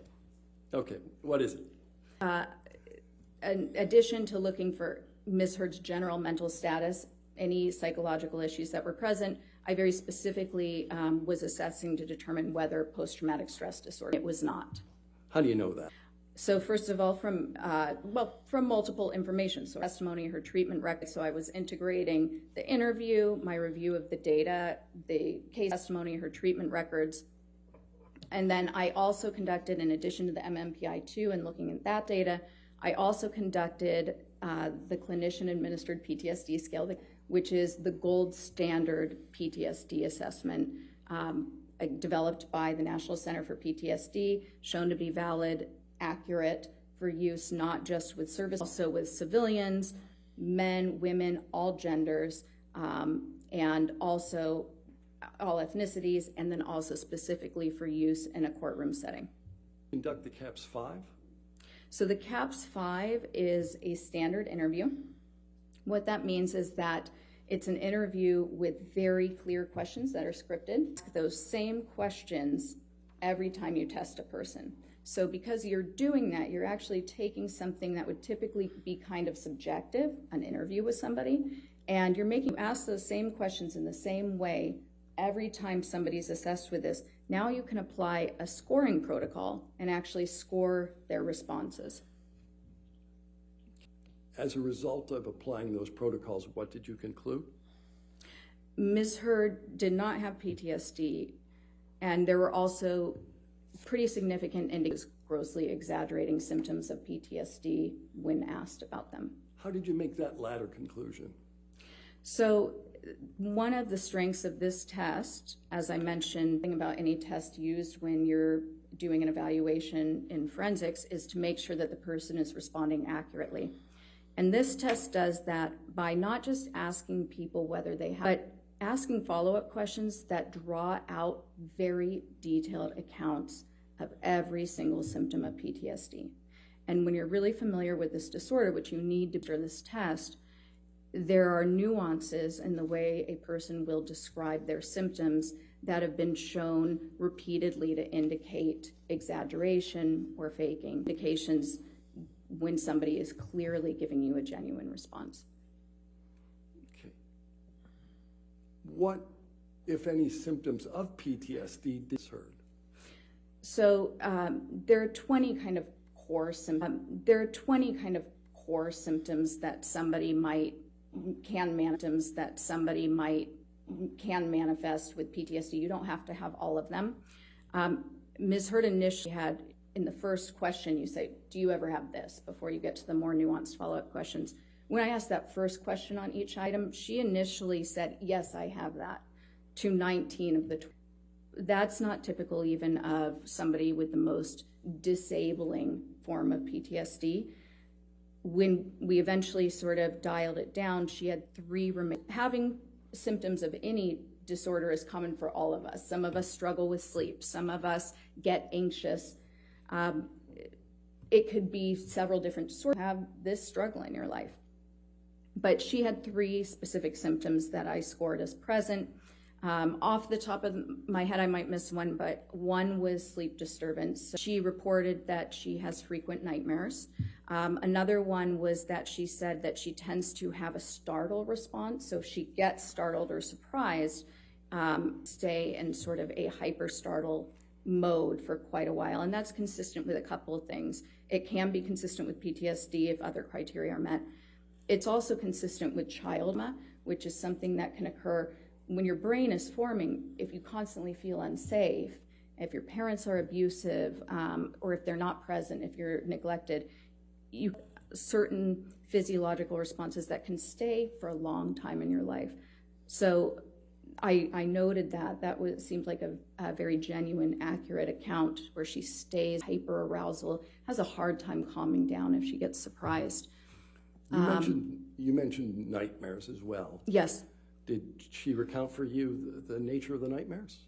So she indicated that she has recurrent nightmares and that she feels as though she's being held down. They're looked in that account because even though that could be a PTSD symptom, it is fairly vague, but I still scored it as present. And in her initial treatment with Dr. Bonnie Jacobs, which I believe started before she began dating Mr. Depp, she had indicated to Dr. Jacobs, according to Dr. Jacobs's notes, that she had nightmares back then and that they were related to her childhood trauma. And so that came up several times in the notes. Dr. Jacobs kept mentioning that. Thank you. What is feigning? Feigning is essentially faking. Does the CAPS 5 control for that? That aren't present. Does the CAPS 5 control for that? It doesn't necessarily control for it. It can expose it by drawing out how does that work? Because you're not just simply in a checklist that says, here are all the symptoms of PTSD. Why don't just check off the ones you have, which clearly if you're trying to look like you have PTSD, you would just check them all.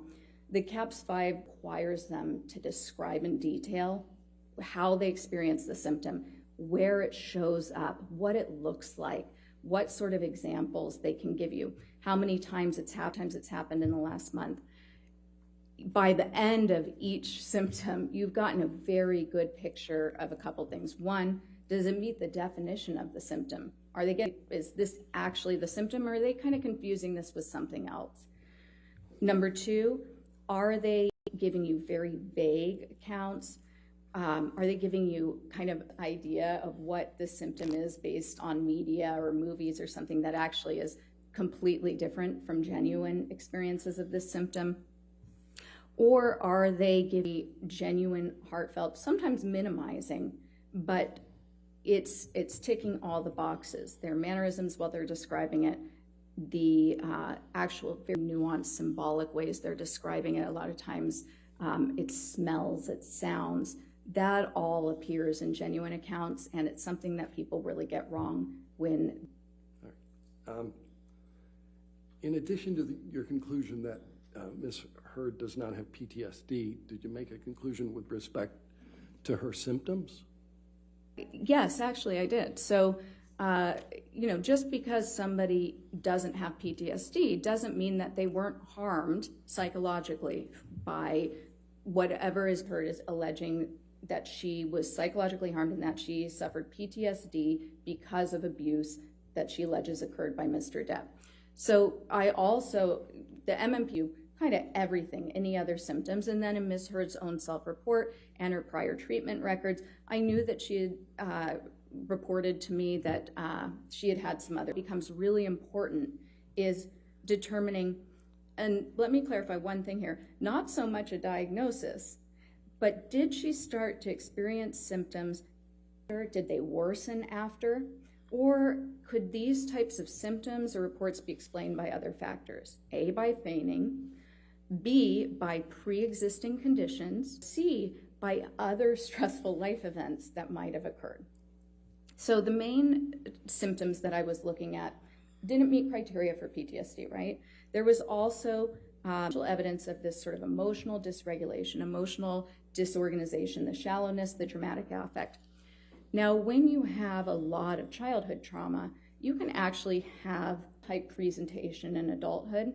There are some differences though, but also that's not something that would have occurred after this relationship. So now I was looking at, are there index types of things that she's described? This transient anxiety, the issues with sleep, were these there prior?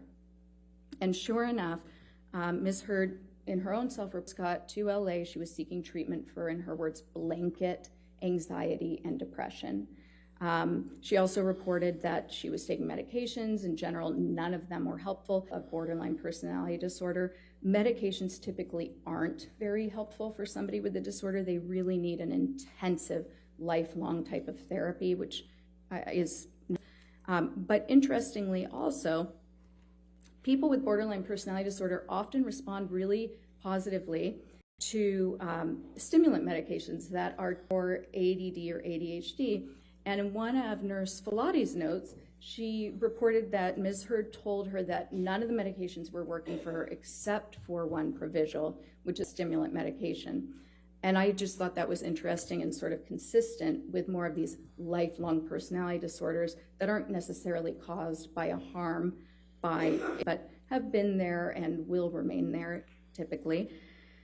The other issue, so the anxiety, she had already indicated that had been there prior, but the form at Dr. Hughes's testing and then also looking at the scores on the MMPI, when you look at all these little combinations of the scores, you can actually learn a lot about, is the anxiety related to an event? Is more a person who tends to be an anxious person regardless of what's going on in their life? And somebody might describe them as a worrywart. And the scores, the little combination, actually indicated that it was the latter, that her anxiety tends to be separate from events and more just kind of a constant, and it comes and goes, more of a trait. I have no further questions for this witness. All right. Maybe why don't we go ahead and, Ms. Breda, go ahead and have our lunch break. It might be a good idea to break it up there. I can see you jumping up. All right. Ladies and gentlemen, let's go ahead and take our lunch recess. Just again, do not do any outside research and don't discuss the case with anybody, okay? And we'll have you back here.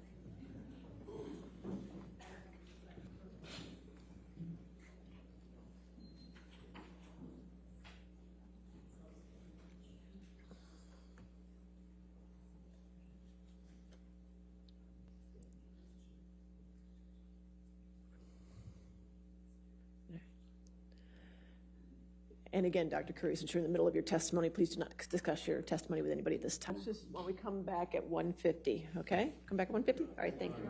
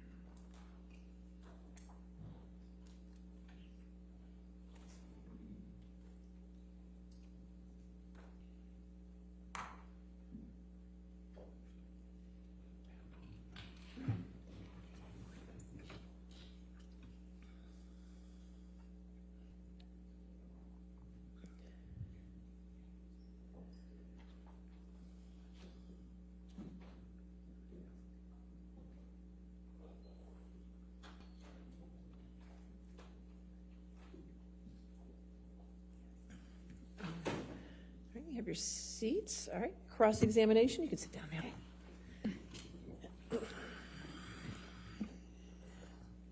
Dr. Curry, you're not board certified, correct? No, I'm not. Not in clinical psychology or, correct? No, I'm a licensed clinical psychologist. But you're not board certified? No, Okay. And you also have only been practicing approximately 8 years, is that correct? that's not correct. Years? I've been licensed for 10 years, Okay. and I've been practicing for about 15 years. Okay. And that includes what you went through with your different trials in Hawaii and everything else that you testified to, correct? Now, you went to Mr. Depp's home for dinner and drinks before you were hired as an expert in this case, correct? That's not quite right. At Mr. Depp's home by his legal team, dinner was served. You, in attendance with Mr. Depp was Adam Waldman, correct? Yes, Ben Chu, correct? Yes. Yes, Okay. And the dinner lasted approximately 3 to 4 hours, correct? yes, And it included interview. drinks, correct?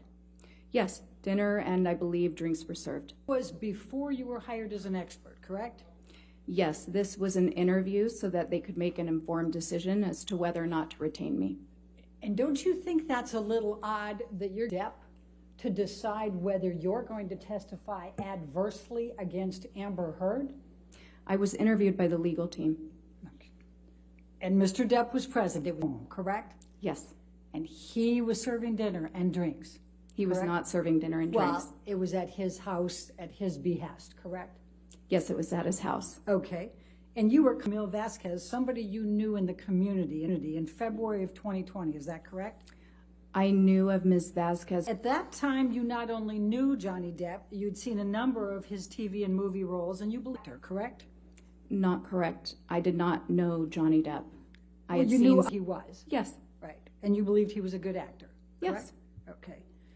And then you provided an expert designation in this case before ever seeing Amber to review any documents or records. Isn't that correct? I did not provide an expert designation. That's an attorney thing. My opinions are contained in my report. Exhibit 884, please.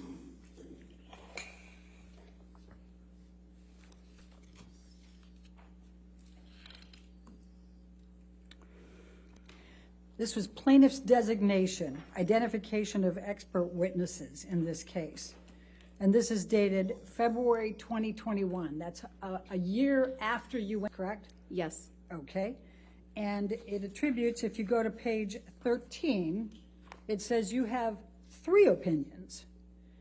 The first of those is that, quote, exhibits patterns of behavior that are consistent with co-occurring cluster B personality disorder traits, especially borderline person. Did I get that right?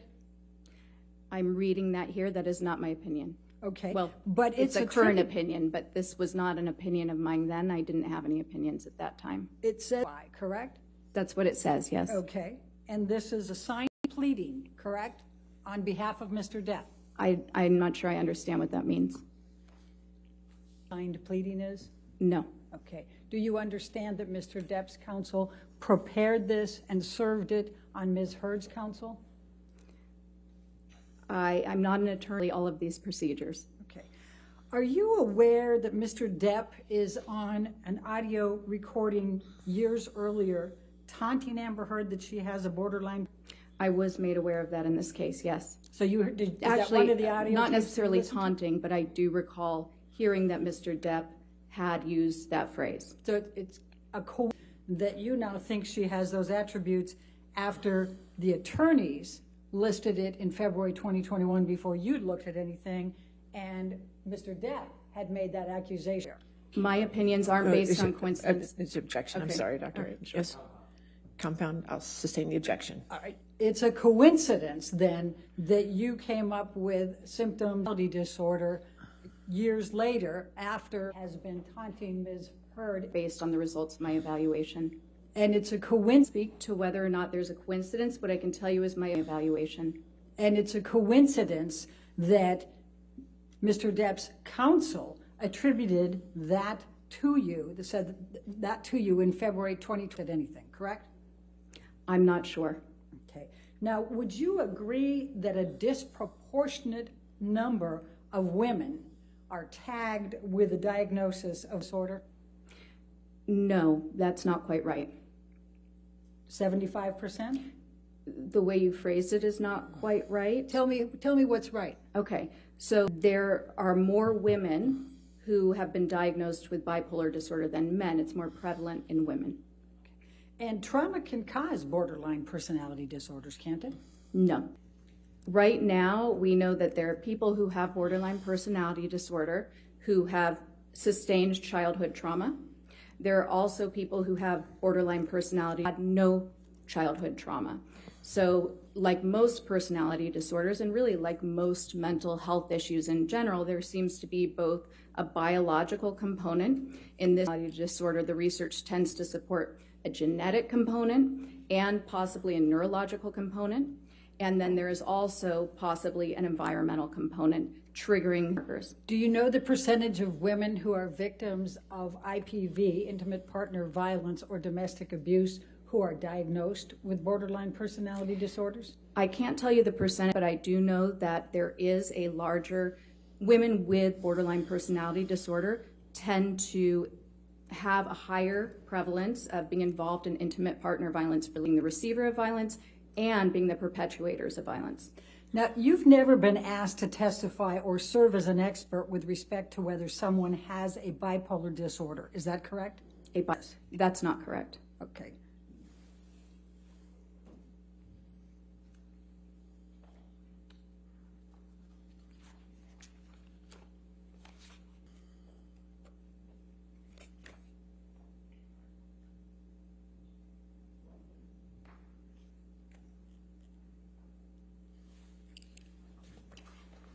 Bear with me.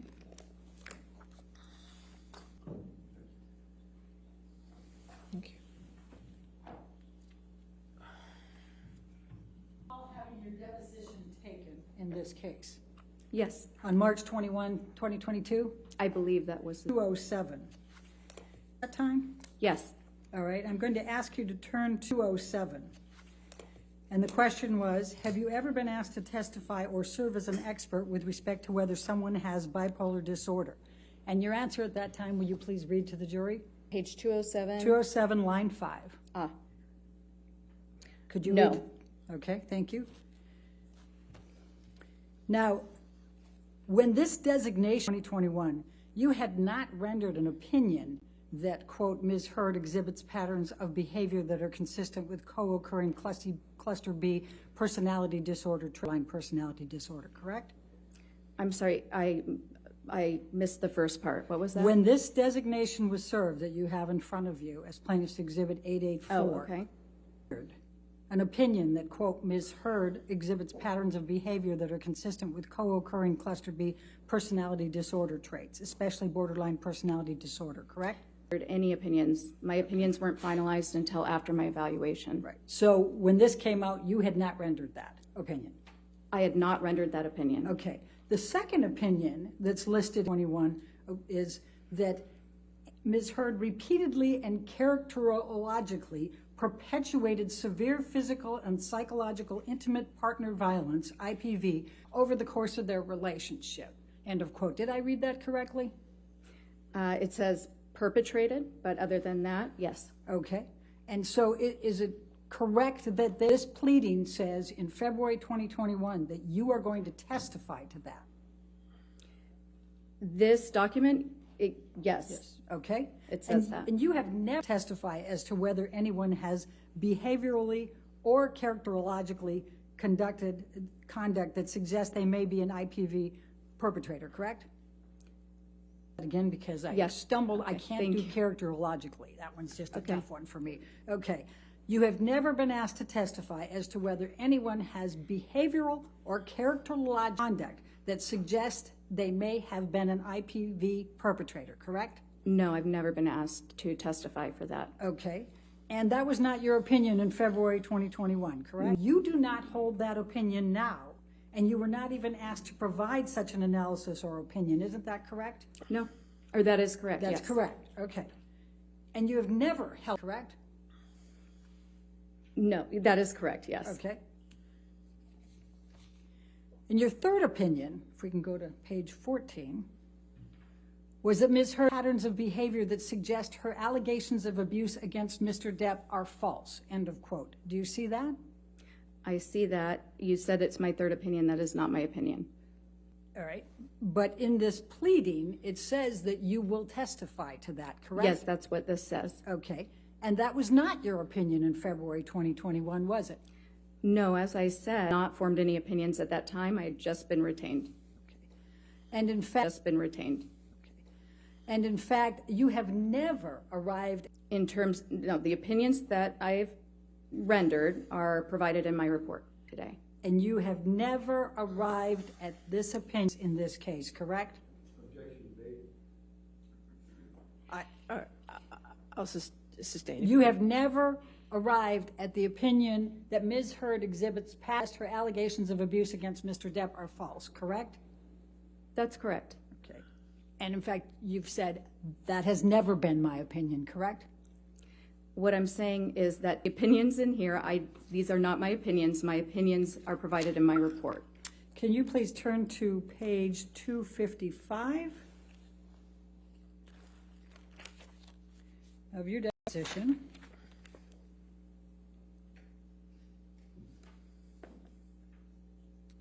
And if we could start on 254 to give the I don't context. have that page, I'm sorry. Line 11. Oh, okay. And the question is now, the next one is, quote, Ms. Heard exhibits patterns of behavior that suggest her allegations of abuse against Mr. Depp are, quote, was that your opinion in February 2021? And you answered at that time, no, correct? That is correct. And then I asked, have you ever arrived at that opinion in the time that you have served in this case? And your answer was, could you read that to the jury, please? Yes. So no, it's not the task. I was cut off, or essentially what I read was, no, Dr. that's Curry, not the okay. task of Dash. That was never my task to determine. Can I say what that means? No. And then the Okay. question is, so is it fair to say that you have never arrived at an opinion Heard exhibits patterns of behavior that suggest allegations of abuse against Mr. Depp are false, end of quote. And what was your answer? Well, there is. All right, I'll read it for you if you're having difficulty. no, Your answer was under oath, correct. That is not my opinion. That has never been my opinion. Isn't that what Correct. you said? Yes. Okay. And then I wrote, then I'm going to ask you, do you know who wrote this portion of the designation suggesting that these were your opinions in February of 2021? And what was your answer? I said no. Okay. Now, as of the time of this initial expert designation, you had not reached any opinions, correct? I believe I had just started to review materials. I believe that I indicated that in my deposition. I had not yet rendered any opinions. I hadn't completed my review, and I hadn't conducted an evaluation. Okay. And in fact, you've never testified as an expert on IPV, intimate partner violence. Isn't that correct? But I may not be remembering all of my cases. Well, let's go to page 200, Okay. line 17.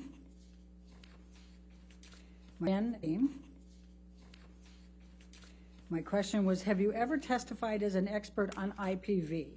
And then at line 22 was what? Oh, gosh, let me catch up. Line 22. No. And you've never testified as an expert on emotional dissociated with IPV, is that correct? That's correct. Okay. And you've never been asked to testify with respect to emotional damages associated with domestic violence or abuse, isn't that correct? Again, I'm reluctant to say that's correct because with 15 years of experience, a lot of my cases have been a component, but I don't remember explicitly a case being just about that. Let's go Correct. to page 199, line 20. My question to you, have you ever been asked to testify with respect to emotional damages associated with domestic violence or abuse? And your answer under oath at that time was? No. Right? Sorry, I hadn't found the page in time. Okay. You said, no, I've not. But I have correct? not. Okay. Now, you also have never been asked to testify on whether truthful in saying that they are a survivor of IPV. Is that correct? That's correct. Okay. And you have never qualified as an expert to speak to whether a person suffered from IPV, was a victim or survivor of IPV. Is that correct? That's outside of the task of a psychologist to determine whether an event occurred. We assess behavior, we assess mental status, we don't detect crimes. So you have not been asked to testify to that, correct? It's not something that occurs, so no, I have not. And you were not ultimately asked to provide that, correct? No, I was not. Okay. Now, you did not disclose in any of the designations or your report that you had met with and had dinner and drinks. I'm sorry, can you repeat that one more time? Yes, That you did confused not me. disclose in any of the designations or in your report that you had dinner and Mr. Depp, correct? I did not disclose that I was interviewed by the legal team, no. I asked a different question. Are you trying to resist that you didn't have dinner with Mr. Depp? I'm not trying to resist that, but it's not quite right. You What did you're have dinner stating. with Mr. Depp, did you not? I did, with And his you had legal drinks team with and Mr. Depp, did you not? And what? You had drinks with Mr. Depp. Were served, this was over 2 years ago. Were served, this was over 2 years ago. I may have had a drink with dinner, yes. In fact, you thought you had that you had met with Mr. Depp, Mr. Waldman, Mr. Chu, and Ms. Vasquez at Mr. Depp's house for 3 to 4. You don't think that's significant, correct? I don't. Okay. But you've never been asked, have you? No. And you justified that it was. You don't think that's significant, correct? I don't. Okay. But you've never been asked to meet with a client in his counsel before being retained as an expert, either before or after you. No. And you justified that it was okay in this case because it was a high-profile case. That's not quite right. I justified it in this case. Actually, I saw it. First of all, the person who had retained his attorneys was unable to come to my office with his attorneys. And yes, this is a very visible case. It's been going time, and I understood that there would be a need to interview me and make an informed decision about my qualifications.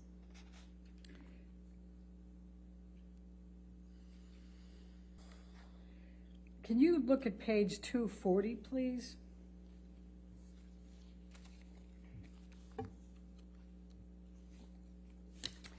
Three is my question. Would you agree it's highly irregular to meet with the subject in a litigation? And your answer on that occasion was, I would not say it's highly irregular. I would say that I would typically do.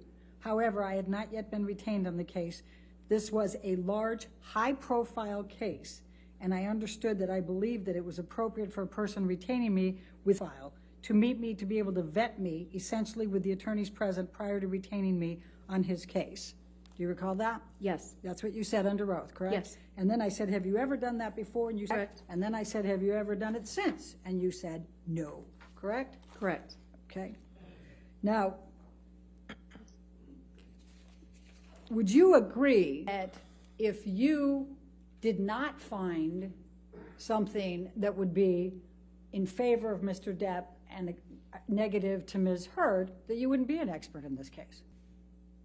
They're not going to bring you into court if you're going to say that Ms. Heard is right and Mr. Depp is wrong, correct? So as a forensic psychologist, my obligation is to the court, is to the fact finder, present science regardless of what that science may be. Now, when I take a case, my retainer agreement is explicit about that, and I discuss Dr. that Crew, with the I'm just attorneys. asking you, I'm asking to try to answer my Okay. question. You understand that if you found favorably to Ms. Heard and negatively to Mr. Depp, you wouldn't be here, right? You wouldn't be testifying. Okay, sorry. That's not speculation. No, I'll sustain the objection if you want to ask. Okay.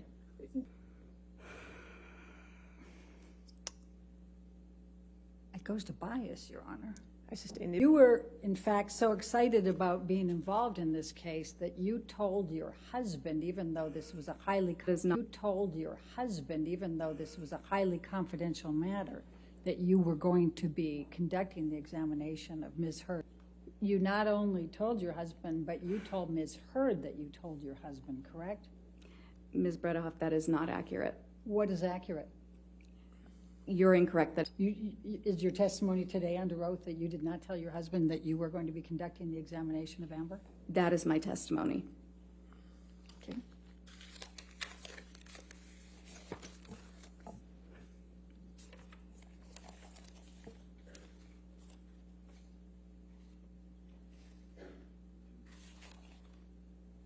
.306.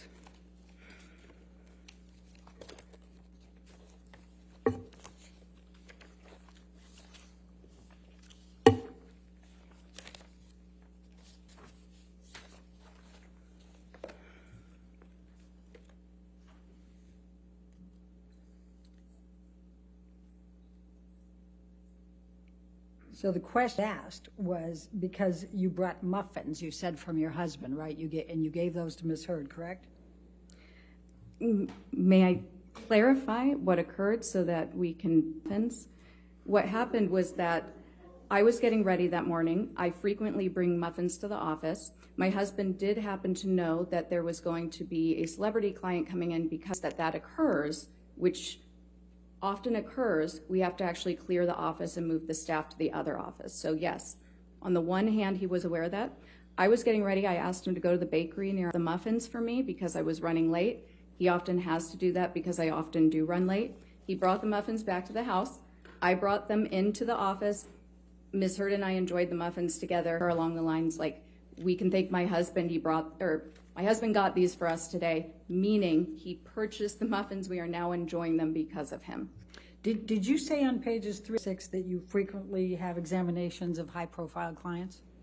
You want to just take a quick look and tell us? What, 305, 306? Yeah, that's where we're talking about it. Is there a line? With 15, line 15, 305. Just read through that and tell me whether you said anywhere in there that you have a lot of high-profile examinations. You do this frequently. I don't agree. Won't you approach, please?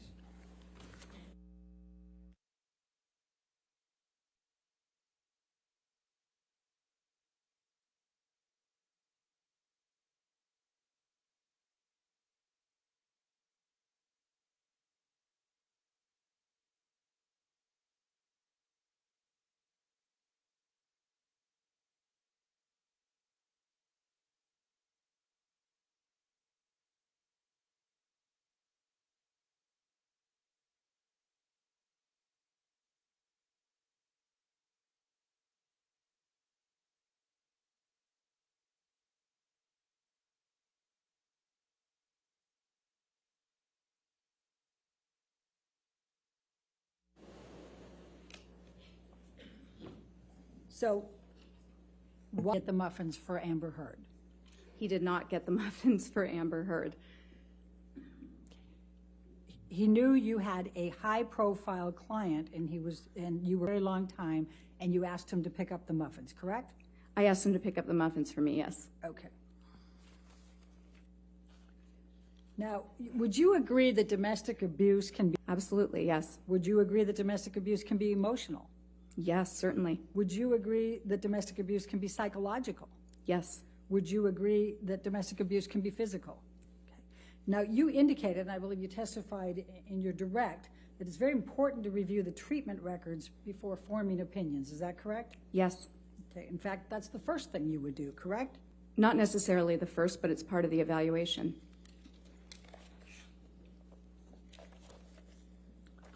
Let's go to page 261.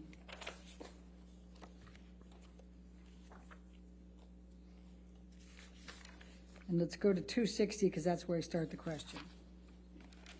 The question I asked was, and do you recall whether you designation on February 19, 2021, and you said, okay, I can't say for certain. What I can tell you is that knowing my normal procedure, I would have reviewed the treatment records first. Did you do that under oath then? Yes. Okay.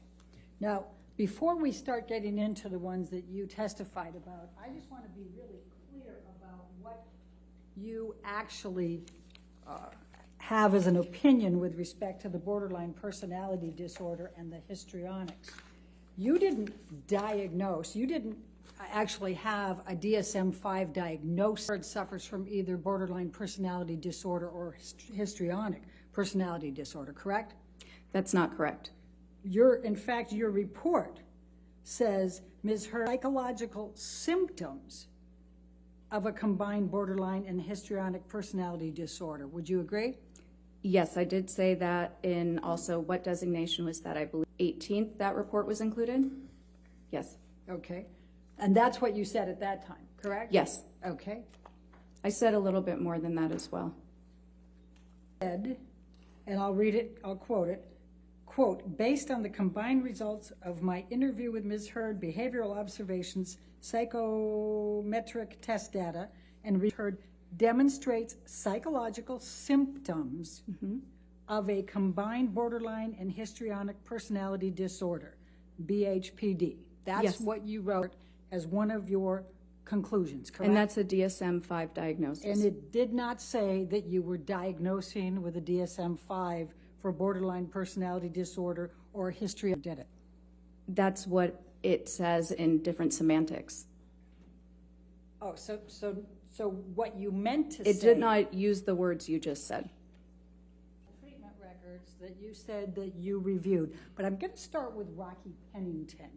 Your testimony was that out of the blue, Amber hit, correct?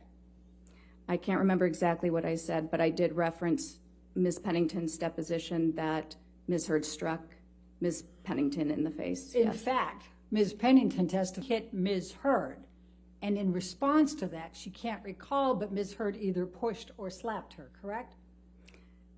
I don't recall. That's a pretty important. My recollection is that there was some sort of violence both ways in the relationship. Either way, it seemed that both of them might have been unstable. I'm only evaluating Ms. Heard. So now Rocky Pennington No, from, I just said, but that was not relevant to my opinion because I'm only evaluating Ms. Heard. but you testified to that on direct that that was a factor, right? Yes. Okay. Well, wouldn't it make if Amber struck first or just responded back? Given the dynamic, not necessarily. No, it would not have. So now you're an expert on Rocky Pennington and her dynamic, Amber Heard. I'll withdraw. This is sustained. Okay, so now let's talk about Dr. Cowan. You not only reviewed his treatment records and his documents, but you also attended his deposition, did you not? Yes. Okay, and do you recall Dr. Cowan testifying that Amber told him about her contemporaneous with the events? I don't recall specifically his words, but I remember him recalling that she had disclosed abuse in their treatment. Recall Dr. Cowan testifying that he received a text message contemporaneous that Johnny did a number on me tonight. I'm safe in my support tonight. Do you remember him testifying to that? I don't remember the testimony, but I do remember seeing that text message as one of the exhibits. And do you remember Dr. Cowan testifying that on another occasion, text, Johnny beat me up pretty good last night, end of quote. Again, Not in this Constance, she can rely on it, she testified. Overruled. Thank you. Thank you, Your Honor. You're that hard, I guess. Do you recall that? Again, I don't recall the testimony, but I do remember that being an exhibit. I've seen it. Do you recall Dr. Cowan testifying that not only did he believe Amber of the abuse by Depp, but that she had no ulterior motive? I actually don't recall that. I'm not saying that it didn't occur. Okay. Do you recall Dr. Cowan testifying the relationship was toxic and he was concerned for Amber's physical well-being? I do recall him saying that he believed the relationship was toxic. Cowan saying that he was concerned for Amber's physical well-being? I don't remember those exact words. Do you recall Dr. Cowan petition that you were present for, referring to Mr. Depp, quote, his controlling nature, jealousy and suspiciousness, addiction to drugs and alcohol, and violent and indulgent? All him using those terms to describe Mr. Depp. I remember thinking that would be an inappropriate impression for a treating provider of a different person to give, but I do recall. Do you recall Dr. Cowan testifying that if he pushed her, she was going to push him back? And I never had the impression that she was the provocateur, but that she was indicating to me she had a hard time in these types of situations. Yes. Okay. And do you also recall him saying that she didn't say she pushed him, she just said, I got right back up. He told me that, and she got right back up. I remember him saying that Ms. Heard told him that, yes. And do you recall him testifying you could interpret it that way? I kind of interpret it back at them, in a similar way, whether it's verbally or she protects herself. 7-hour deposition, so the specifics are not fresh in my mind. Do you recall Dr. Cowan specifically testifying that he believed Amber Heard when she reported the physical abuse by Mr. Depp? Saying that and following it up with a statement that you have to take the patient at their word when you're the therapist. You recall that? Yes. Do you recall him saying he took her, that he found her believable? Yes, that he found her believable. Okay. Now, you also testified about Amy Banks. Do you recall that? Yes. And before we go there, Dr. Cowan has been for 40 years, correct? I'm not sure. Okay. Well, he testified to that, didn't he, in the deposition? I don't recall. And he also saw Amber Heard for over 2 years, correct? Approximately August 2014 to 2016, correct? Yes, he did. For a period of time. Would you agree? Okay. And he also not diagnosed Amber with borderline personality disorder. Do you recall that testimony? He also testified that he doesn't use diagnoses, but yes, I do recall that. And do you recall that those words were in his notes, but he said he had written that down, but then he discounted it and determined that that was not correct for her? All right, you want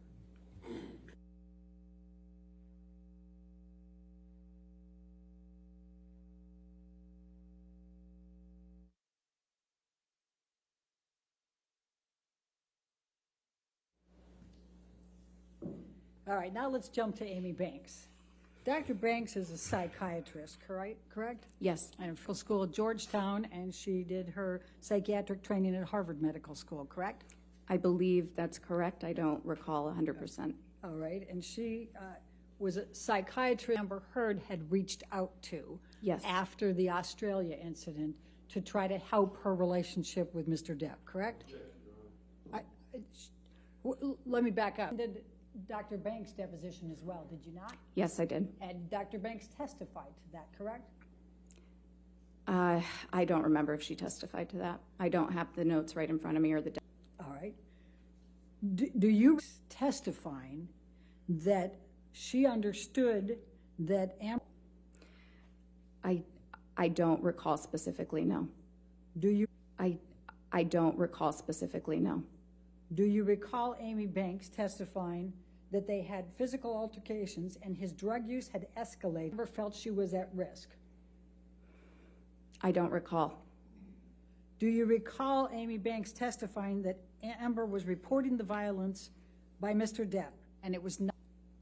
I recall Dr. Banks stating that Ms. Heard was reporting violence to her, yes. I do not recall a statement about consent.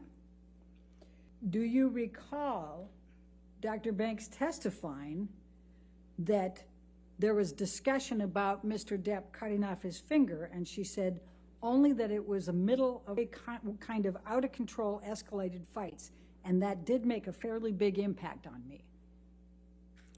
I remember something like that. All right. And do you recall a whole other level? As I remember, it told to me he actually cut off a part of his finger during one of these altercations, meaning, to me, the way I digested that, if you will, was that things particularly out of control. I do not recall that exact statement. I'm not saying it didn't occur. I just can't recall it. All right. And you recall that Mr. Depp was in Ms. Heard with Dr. Banks, correct?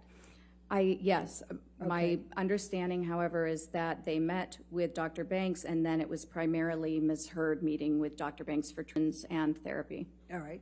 And do you recall Dr. Banks saying that she was not surprised that Amber was seeking a restraining order because of the violence that she knew?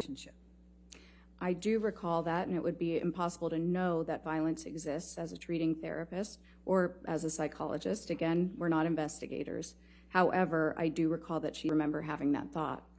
And do you recall Amy, and she's a psychiatrist, right? Psychiatrist. Okay. And do you recall Amy Banks saying that it was clear to her that Mr. Depp was violence? I don't recall that. All right. do you recall that Dr. Banks said she knew for certain that Mr. Depp was the one who had committed the violence because Ms. Heard reported it in the presence of Mr. Depp and he did not contract? Okay. And do you recall that Dr. Banks ultimately concluded that it was her belief that Amber was a victim of domestic violence at the hands of Mr. Depp? Here, you want to approach this?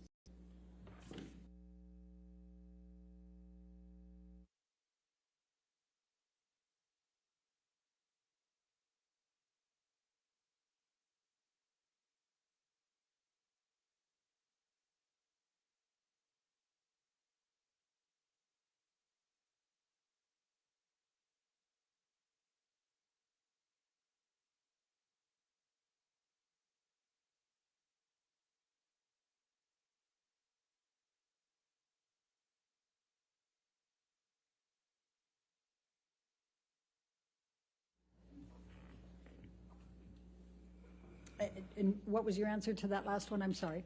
I think I can't recall, but I also can't recall that last question. Do you recall that Dr. Banks concluded that Amber was a victim of domestic violence at the hands of Mr. Depp? I don't recall that.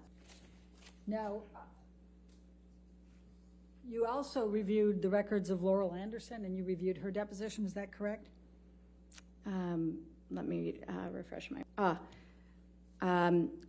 I reviewed Dr. Anderson's deposition, yes. Okay, and do you recall that she reported that Amber Heard had reported to her? I recall that she said that Ms. Heard had reported that, yes. Okay, and do you recall that she said that it changed over time? I don't recall that specific. Okay. And do you recall Dr. Anderson saying that she had witnessed her face being bruised after the December 15, 2015 incident? I don't recall that. You don't recall that, okay. And do you recall that Dr. Anderson said that Amber had reported that he had pulled out her hair, kicked her leg, and hit her in the head? Yes, Ms. Heard did report that to her according to her testimony. Okay. And do you recall that Amber Heard said that Mr. Depp was scaring her? Call that specifically. Okay. And do you recall that Dr. Anderson said she believed that Amber Heard was a victim of domestic abuse at the hands of Mr. Depp? I don't recall that statement. All right, let's go to Bonnie Jacobs. You said that you reviewed the notes from Bonnie Jacobs, correct? Yes. And what you testified to was that you discounted these because the first notes from Bonnie indicated that she all these symptoms, correct? I'm sorry, I don't understand what you're saying. I discounted. Tell me why you discounted Bonnie Jacobs' notes. I did not discount Bonnie Jacobs' notes. You said that Bonnie Jacobs, in her notes, had already determined that these symptoms were present for Amber Heard before the relationship with Mr. Depp. What I recall saying was that within Dr. Jacobs's notes, she's documented instances in which Ms. Heard reported to her over the course that she was experiencing nightmares, recurrent nightmares, in fact, about childhood abuse. Okay. Now, the very first entry on Bonnie Jacobs' notes, right, do you recognize these? I do, and we Okay. received more sort of at the tail end just a couple months ago. All right, so the first of Bonnie Jacobs' notes is on 10/17/2000. Do you recall that? I don't recall the exact date. I don't have anything in front of me. And Amber Heard was already in the relationship with Johnny Depp at this point, was she not? Okay.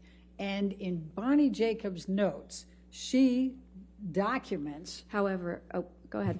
She documents multiple occasions that Amber physical violence upon her by Mr. Depp, does she not?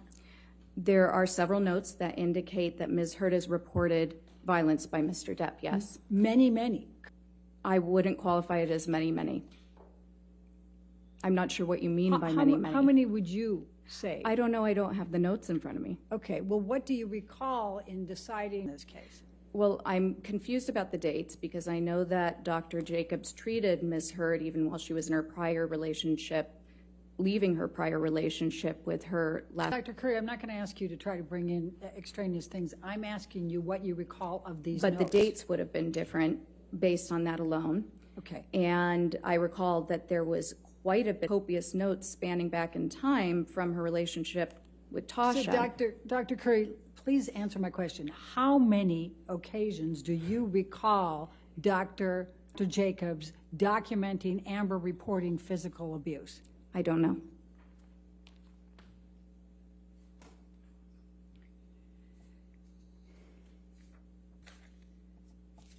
Now, you also said that you listened to audio tapes in this case, correct?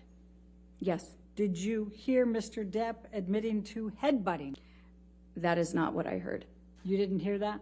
I heard a conversation about headbutting. I did not hear him, as you said, admit to headbutting Ms. Heard. Okay, that's your characterization of it, correct? Of Mr. Depp in the kitchen? Yes. Okay, did Ms., I'll sustain the objection. Next question. okay.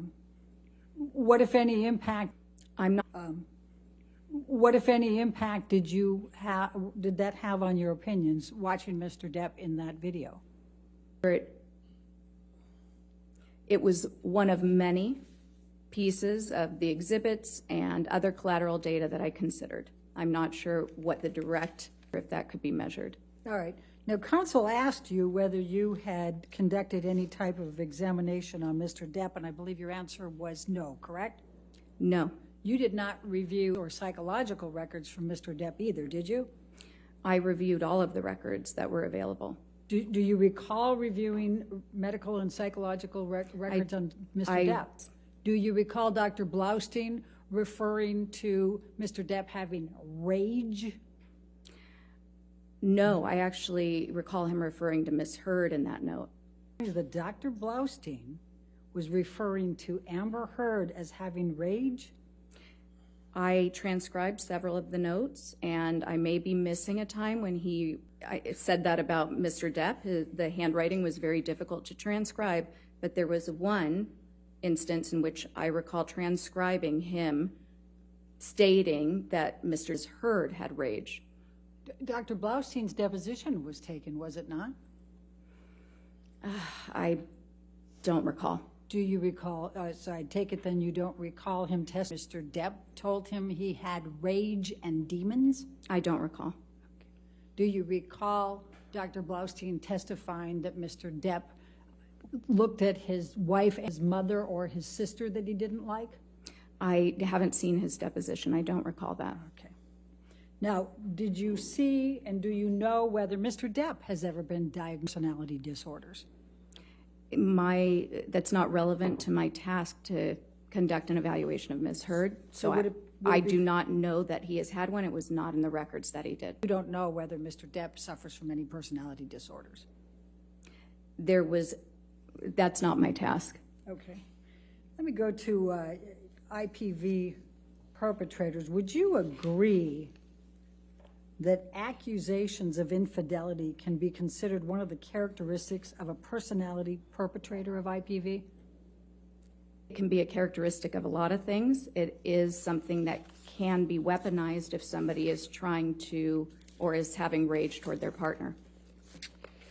Let's go to page 2.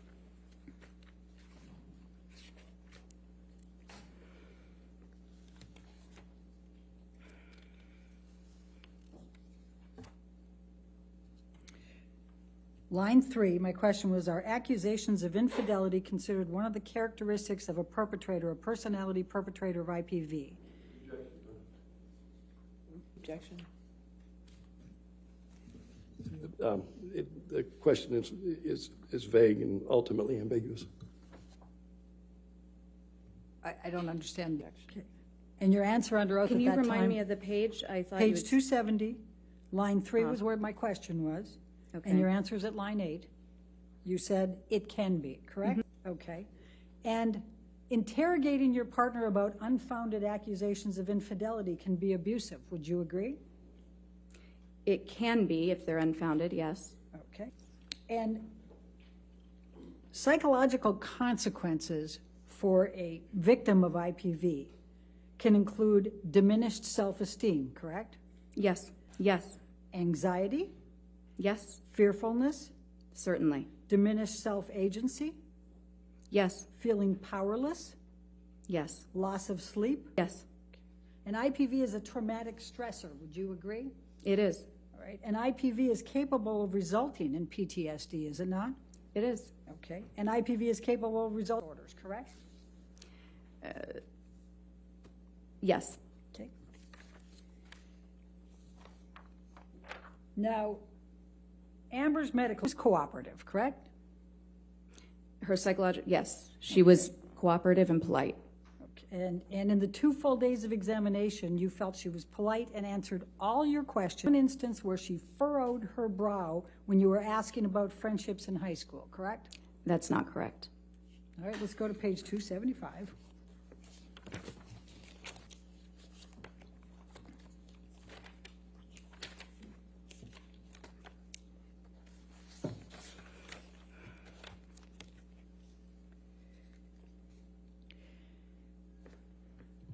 So we start on 274 with the, was she polite? You said yes. Was she cooperative? Yes. Did she answer your questions? For the most part, yes. 275, lines 4 and 5.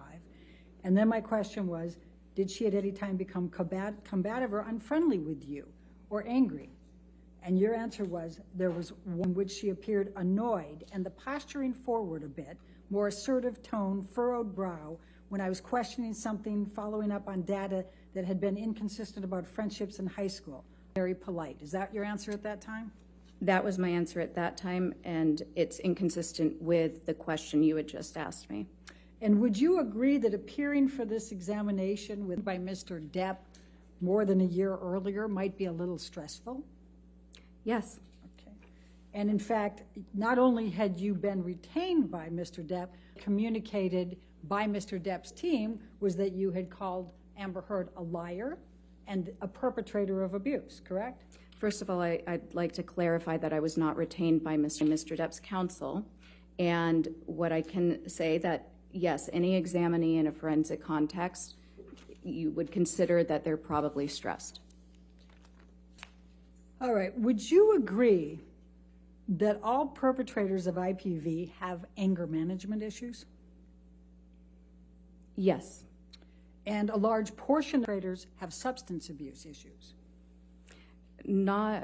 It's one of many factors that correlates with intimate partner violence, but there are certainly many intimate partner violence who do not have substance abuse issues. All right, let's go to 131, line 17.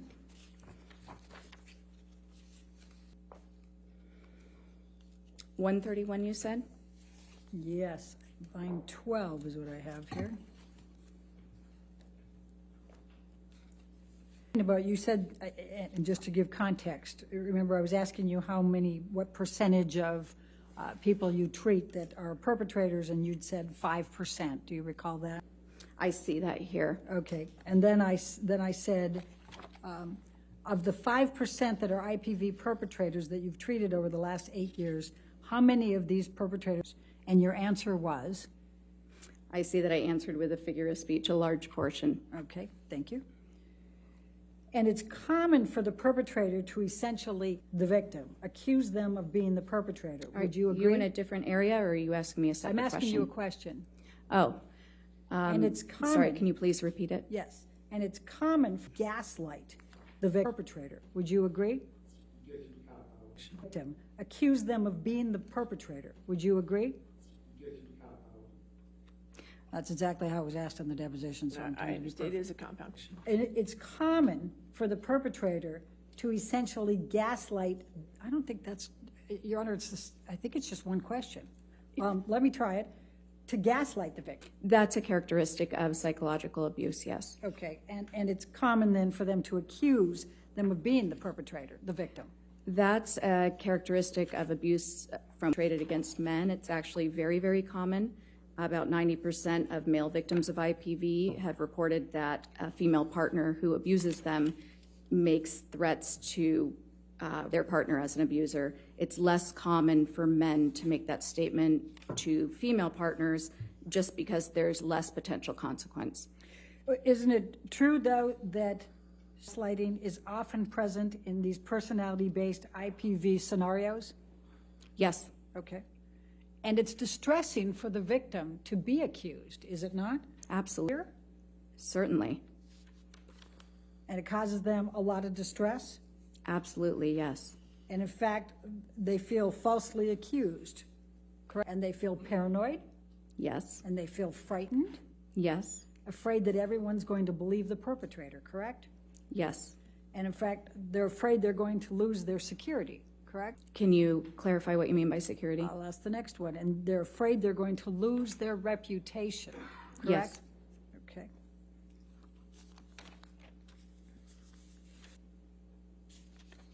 Now let's talk about the testing for a moment. You talked about the MMPI-2. It's not the most recent MMPI, is it? No, it's the most researched. Okay. Now, you need to have an elevated, on the MMPI, there was only one section that had elevated scores, correct? No, that's not correct. It was the K section, correct? That's not correct. Okay. And was there any elevated score over 65? I would need to take a look at it. If, you know, I provided a 25-page interpretation outline. If you're able to pull that up, I'd be happy to go over any of the individual scores. Any clinical scales for the MMPI-2 for Amber Heard? On this test, 25 pages worth listed. So if you can pull it up, then I can review and give you. What can you recall as you sit there? I'm hesitant because I don't want to make an error by ignoring hundreds of scale scores. And would you agree that you can't make a pathological determination or diagnosis if the scales are not elevated on the MMPI-2? With that. Okay. Now, one of the answers that Amber gave is that it's hard for her to feel safe, correct? MMPI-2? Yes. Again, I don't recall. There are 567 items on that. I would need to see her results. Well, it's a common trauma symptom, isn't it, to not feel safe? Sure. Safety concerns are common among women who have been victimized, correct? Women and men, yes. Okay, and common especially for sexually victimized people. Would you agree? Victimization, yes. Okay, and hard to trust. That's a common after effect of interpersonal violence-related trauma, correct? Sure. And memory difficulty, she felt she had holes. Do you recall that? I do. And her account was different than typical memory difficulties with trauma. It is common for trauma. And it's actually not common. No, it's a symptom, but it's the least common. In fact, a DSM-5 diagnosis for PTSD, inability to remember an important aspect of the traumatic event, end of quote. Am I correct? Yes. Okay. And memory difficulties are a symptom of PTSD, correct? Certain types of memory difficulties, yes. Okay. Now, do you recall when Amber says the first incident of abuse took place? I believe, the first incident in which she, yes. So she stated that it was early on in their relationship. Okay. Do you recall it? I don't recall the exact date off the top of my head. Do you recall something related to a tattoo? I do. Okay. Now, if someone had been subjected to a 4-year relationship characterized by repeated IPV, they can have Yes. intense anxiety, Yes, certainly. depressed or irritable states, Actually, it's not so much states. When you're looking at action, it's pretty persistent. It's less of these transient states. intimate problems, Yes. relationship difficulties, Yes. and these are attributing to the personality disorder, correct? Yes, there are some key differences. Okay. Now let's talk for a moment specifically about a couple of the profiles on the MMPI. An exaggerated profile for her, is it? No, actually, that was something unique. When she completed objective broadband measures, where the questions, you don't know what the questions seem completely random, she raised scores that indicated that she was trying to minimize any mental issues and appear completely free of pathology. When she took tests that were specific to trauma, that's when you'd see these extreme exaggerations. All right, let's go to page 337.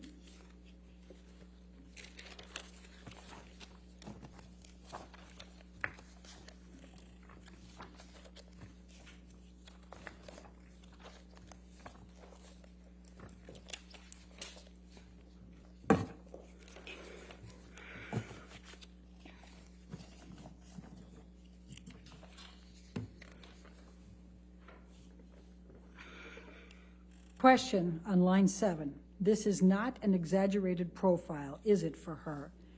And your answer under oath at that time was no, it is not an exaggerated profile. Do you see? We're talking about the MMPI here? You Yes. testified under oath at that time, correct? Yes, that's Okay. correct. Now, the profile is also not consistent with malingering, correct? PI2 profile, it's specific to how she approached this test, and you're correct. For this test, it was a defensive profile, not an exaggerated profile. So my question, not a profile consistent with malingering, correct? And your answer under oath at that time was correct. On this test, it is not consistent with malingering, period, right? Yes. Okay. Okay. Now, is it your testimony under oath today that you have not been out? Is it your testimony under oath today that you have not been asked to testify concerning Ms. Heard's behavior in relationship with Mr. Depp, including any abuse? That's correct. Okay. And you have not including any of opinions that Ms. Heard abused Mr. Depp or Mr. Depp abused Ms. Heard, correct? Correct. That's outside of the scope of psychology. Suffered any emotional distress as a result of any of the defamatory comments that she has alleged Mr. Waldman made through Mr. Depp made. There was no indication of a decline in psychological functioning, showing any injury since she's been with Mr. Depp. Any injury since she's been with Mr. Depp. You cannot testify one way or the other on that, correct? Okay.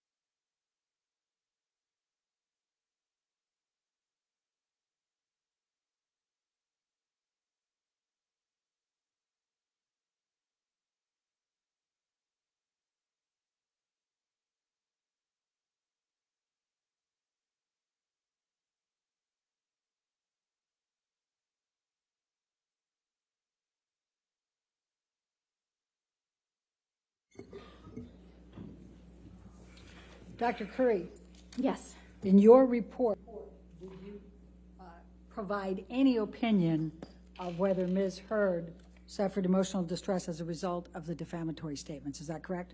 That's correct. Okay, thank you. No further questions. All right, redirect.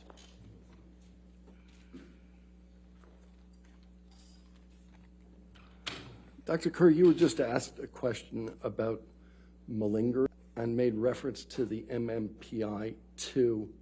Is there another test that you did to make a determination with respect to malingering? Yes. So I also, well, malingering is, most psychologists, we try to be careful of it because it indicates an intent for secondary gain. I prefer feigning, which you had brought up earlier, because it indicates that somebody is intentionally exaggerating necessarily why. So I think that's a more accurate term in general. On the MMPI-2, yes, there was no exaggerated profile. I also gave her the CAPS, remember, but that is the clinician-administered PTSD scale consistent with the DSM-5, and on that, there were signs of gross exaggeration. I looked at the test results that were provided by Dr. Hughes, and on an objective test of trauma, there is a scale specific to intentional exaggeration. Ms. Heard was in the 98th percentile, meaning that she is, she had engaged in extreme. Thank you.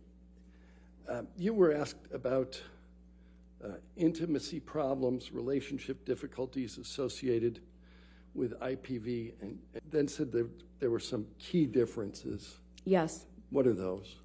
So what you see when we're talking about the personality disorders is there is a very consistent pattern. The aggression, the violence, the irritability, first of all, it's escalated.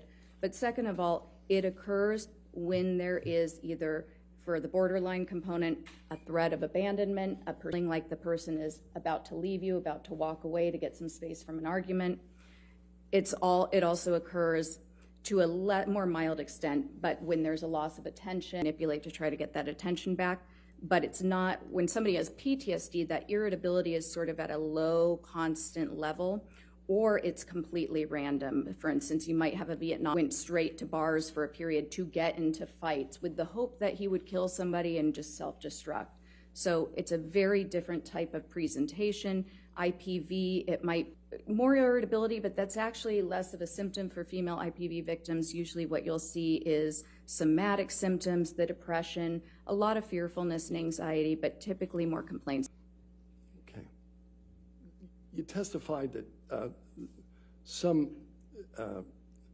of the professionals involved in this case had to take their patient at her. What do you mean by that? So when you're providing therapy, you're in a very different role than an examiner. When you're the forensic examiner, you're just really looking at data to make a decision. You're an advocate for your client's well-being. And in fact, it's considered extremely unethical for a treating provider to ever provide opinion testimony like I'm providing. It's so well known in our field that you're going to have an automatic bias for your client. It's almost a sense of protection, advocacy, wanting their best, which is why we also know that it's very to convey any sort of opinion about whether a crime occurred, whether abuse occurred. We can certainly believe our clients. We can support them in their therapy. But when giving opinions and consultations, we have to be very, very cautious and really only provide the facts. We would state things in terms of, my client did report, saw this, here was our treatment plan, here was the diagnosis. It's, we're taught, we're trained to stay away from making any sort of opinions, understanding that at the time, and most of Ms. Heard's providers were just treating Ms. Heard. They had never so much as done an initial interview with many of it. And they're gonna be advocating, and the treatment relationship is about helping your formal psychological or psychiatric opinions. Question about a series of doctors. Dr. Cohen, treating physician? Yes, he was a psychologist. Yeah. Dr. Banks, treating physician? Dr. Banks, yes, treating psychiatrist. Yes, treating psychologist. Every one of them had to take Andrew Heard at his word, right? Yes. Excuse me.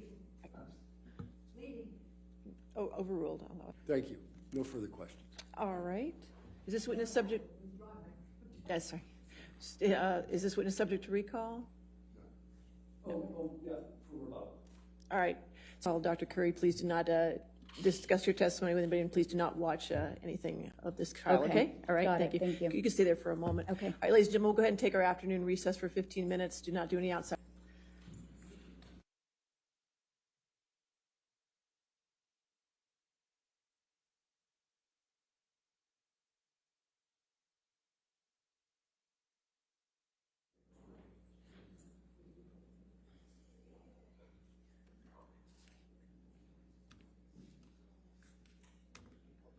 All right. Let's go ahead and take our recess till 3:20. Your next witness is by deposition, is that correct? We will get you all set up then. All right, thank you. Okay. We'll come back at 3:20 before the jury comes back out. We'll discuss your exhibits, okay? All right, thank you. All right.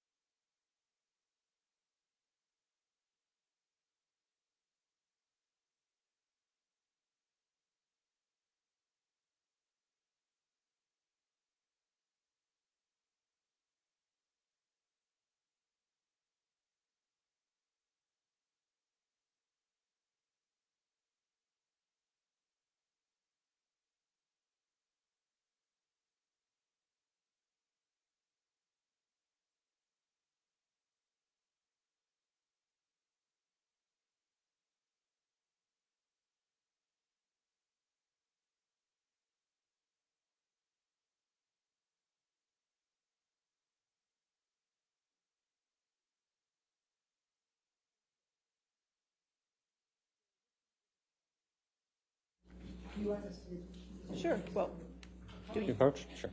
um,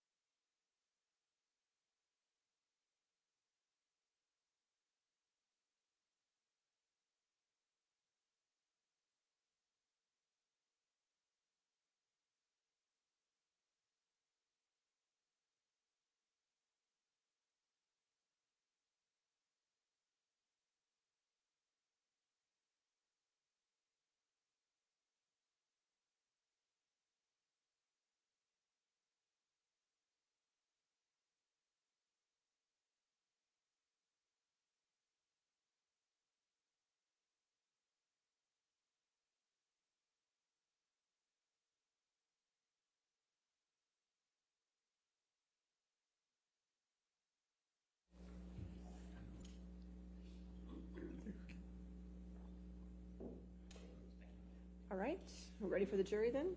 Yes, sir. Okay. All right, thank you.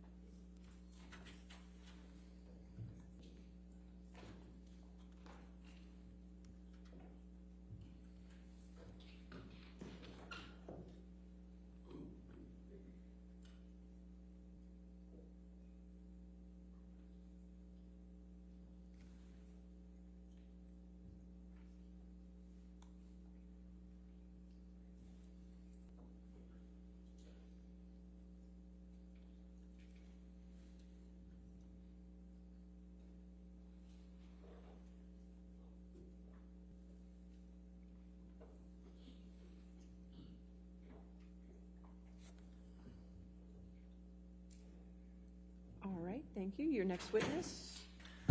We call Officer Melissa Sines by deposition designation. All right. Like And deposition. just so the jury is aware, for the first hour or so, what you'll hear is questioning by Ms. Hurd's counsel.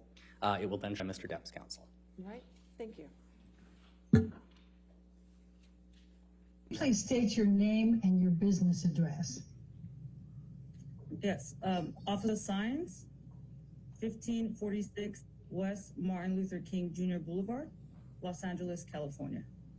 And what is your occupation? I am a police officer. Okay. And how long have you been a police officer? Going on 12 years. What year did you begin as a police? 2009. And was that with the LAPD? Yes, it was. Did you have any law enforcement experience prior to coming to 2009? No, I did not. As of May 21, 2016, what was your rank? Can you repeat the date? 21st, 2016. I was a training officer. 21st, 2016. I was a training officer. And was that a P3? Correct. And as a training officer, were you considered a field training officer? Correct. Field training officer? Correct. And for how long a period of time had you been a training officer as of May 21, 2016? Approximately, I believe, 4 months. And who was the first officer you trained once you became a training officer at the LAPD?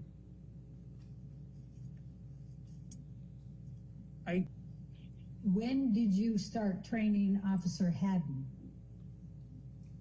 I don't recall the exact month. Do you have an approximate?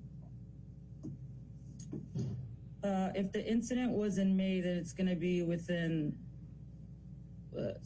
2 months of May, before or after. So are you suggesting that you may not have started training Officer Haddon until 2 months after the May 21, 2016 incident, so he wasn't there? No, I'm not.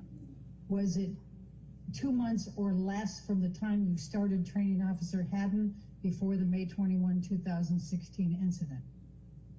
Yes, so a probationer for 2 months. So May could have been the second month I had him or the first month I had him. But you don't recall, as you sit here today, how long you had been training Officer 21st, 2016 incident? Correct. What does Central Division include? It encompassed downtown Los Angeles. In May 2016, what shift were you on? I was working nights. And what would the night shift, what was the time from when to when? It is approximately 6:45 p.m. to 6:45 a.m. Days a week would you work the shift? Usually 3 days a week. Typically, what was the range of the number of units that were working May 2016 in Central Division? I don't recall. I mean, are we talking less than 5, more than 10, more than 25? There would be at least 5 units. How high over that, I wouldn't know that. Every night is different. The city pulls from different divisions so it's constantly changing. Okay. But it's usually at least 5 and maybe somewhere between, if there's not a special event. Would that be a fair estimate? Correct. What was the putting out equipment in May 2016 after roll call? Window and give them our name and serial number, and they would present us with equipment. 16 after roll call. I don't recall. Checked out in May of 2016 after roll call? I don't remember that specific day that I checked out equipment. I can tell you what I typically check out, if that's what you'd like. All right, let's start there. I usually check out a police vehicle, a taser, a less lethal beanbag shotgun, and anything else? No, nothing else. Do you check out body-worn video equipment? Yes, if you were trained in body-worn video, then yes, you would check that out. All right. Were you trained in body-worn video equipment? I was not. Have you ever been assigned body-worn video equipment? Yes, I have. When? Specific date. What is your best estimate?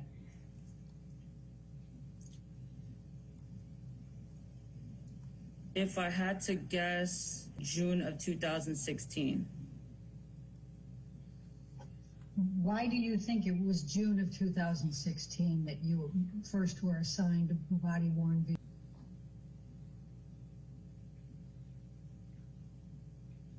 Because that's the time frame that I remember having to use it. It was new to me. I never. When did the LAPD start issuing body-worn equipment for Central Division? I don't know that date. When approximately? I don't know. I couldn't give you a date. Can you name any other officer that did not have body-worn equipment that was on your shift at any between November 2015 and June 2016, other than you? I cannot. Have you had more than one body-worn? Body-worn camera, is that what you're asking? Yes. I have had 2. One in Central Division, and now a new one at South where I currently am. The camera stays at their respective divisions. While you were at Central Division, did you ever get assigned more than one body-worn video? Not to my knowledge. So to the best of your knowledge, you had the same body-worn video camera throughout the time the Central Division, is that correct? Correct. Do you have a recollection of at any time while you were at Central Division, your body-worn video camera working so you couldn't turn it on during an incident? I do not recall that. What tools were available to you in May of 2016 calls, answering and investigating calls? Can you specify what you mean by tools? Well, did you have a notebook, for example? There's notebooks. Okay. And did you have your own field officer notebook? Yes. Can you describe what your field officer notebook May of 2016? It's a small, just paper pad that we keep in our pockets to write on. Carry a pencil or a pen with it so that you can take them out during a call and take notes? I do. What do you do with your notebooks once you have filled? You can turn them into the kit room and they can store them. Is that what you have done? I have field officer's notebook in my locker. Since you started? No, I've had several different. So for the field officer's notebook that you had in May of 2016, that would be in your... It should be, yes. How many field officer notebooks have you filled since you've been a police officer? Not many. Less than 5. And do you recall roughly how many pages are in each? No, I don't recall. Did you have access to DART? I don't recall what hours they worked at said. And what did DART stand for? I don't know the specific acronym, but I know it's the domestic violence card. Did you have access to types of reports, incident reports, various forms, diagrams, things of that nature in case you needed them? Yes, I did. And where were those kept while you were on a shift? I'm talking about May 2016. I usually keep extra bag, and I also keep them in my vest. So when you answered calls in May of 2016, you had reports material in your vest. You answered calls. Is that correct? Yes. It's deposition exhibit number 14. It's a multiple page document. I'm just asking her if she recognizes this document. Yes, I do. Okay. When is the last time you reviewed this document? About a week ago. All right. And circumstances under which you reviewed this document a week ago. For this testimony. Now, I asked you some questions about the video. Are you aware of any other officer being assigned your body-worn? No, there's not. And why do you say that? Because everything is recorded on evidence.com under my serial number. So if a supervisor wanted to enter the database under my serial, they could watch my videos and see the specific date and time my videos started to record and when the date of my last video was to this. All right. And did you go back and look to see what date you started? I did. What was the date that you were assigned video equipment in Central Division? So the first day that I took out body-worn video was June 6th. Second page of what has been marked as deposition exhibit number 1. It has 2016. Second page of what has been marked as deposition exhibit number 1. It has you summoned to attend and give testimony at a deposition and also to produce certain documents. Do you issued? Yes, I do. And here we go. The documents to be produced. The first of those was all video footage recorded relating to any incident at 849 South Broadway, Los Angeles, California, 90014 on May 21, 2016, including all video footage relating to it has the number on May 21, 2016. Did you conduct any type of search or any kind of effort to see if you have footage on May 21, 2016 relating to this incident? The answer is no. I'm going to ask you, did anyone at the LAPD at any point, commanders, anyone connected with the LAPD, ever ask you whether you had any video footage from the incident of May 21, 2016? I'm going to ask you to take a look at number 2 here. It says all documents and or communications, including without limitation any notes, memoranda, reports, filings, relating to any incident at 849 South Broadway, Los Angeles, California, 90014 on May 21, 2016. Are you aware of documents or communications that would fit this description? No. Now, Officer Sines, you've had on domestic violence, correct? Correct. Could you tell me what that consists of? We received training in the police academy. Anywhere else? Did you have any other type of domestic violence training other than when you were in the police academy? Other than my experience in the field, no, not that I can recall. And as of May of 2016, would you agree that you had answered over violence calls?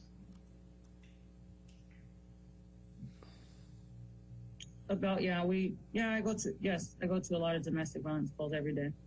Okay. And specialist in domestic violence, is that accurate? I don't understand the title specialist. I don't consider myself specialist.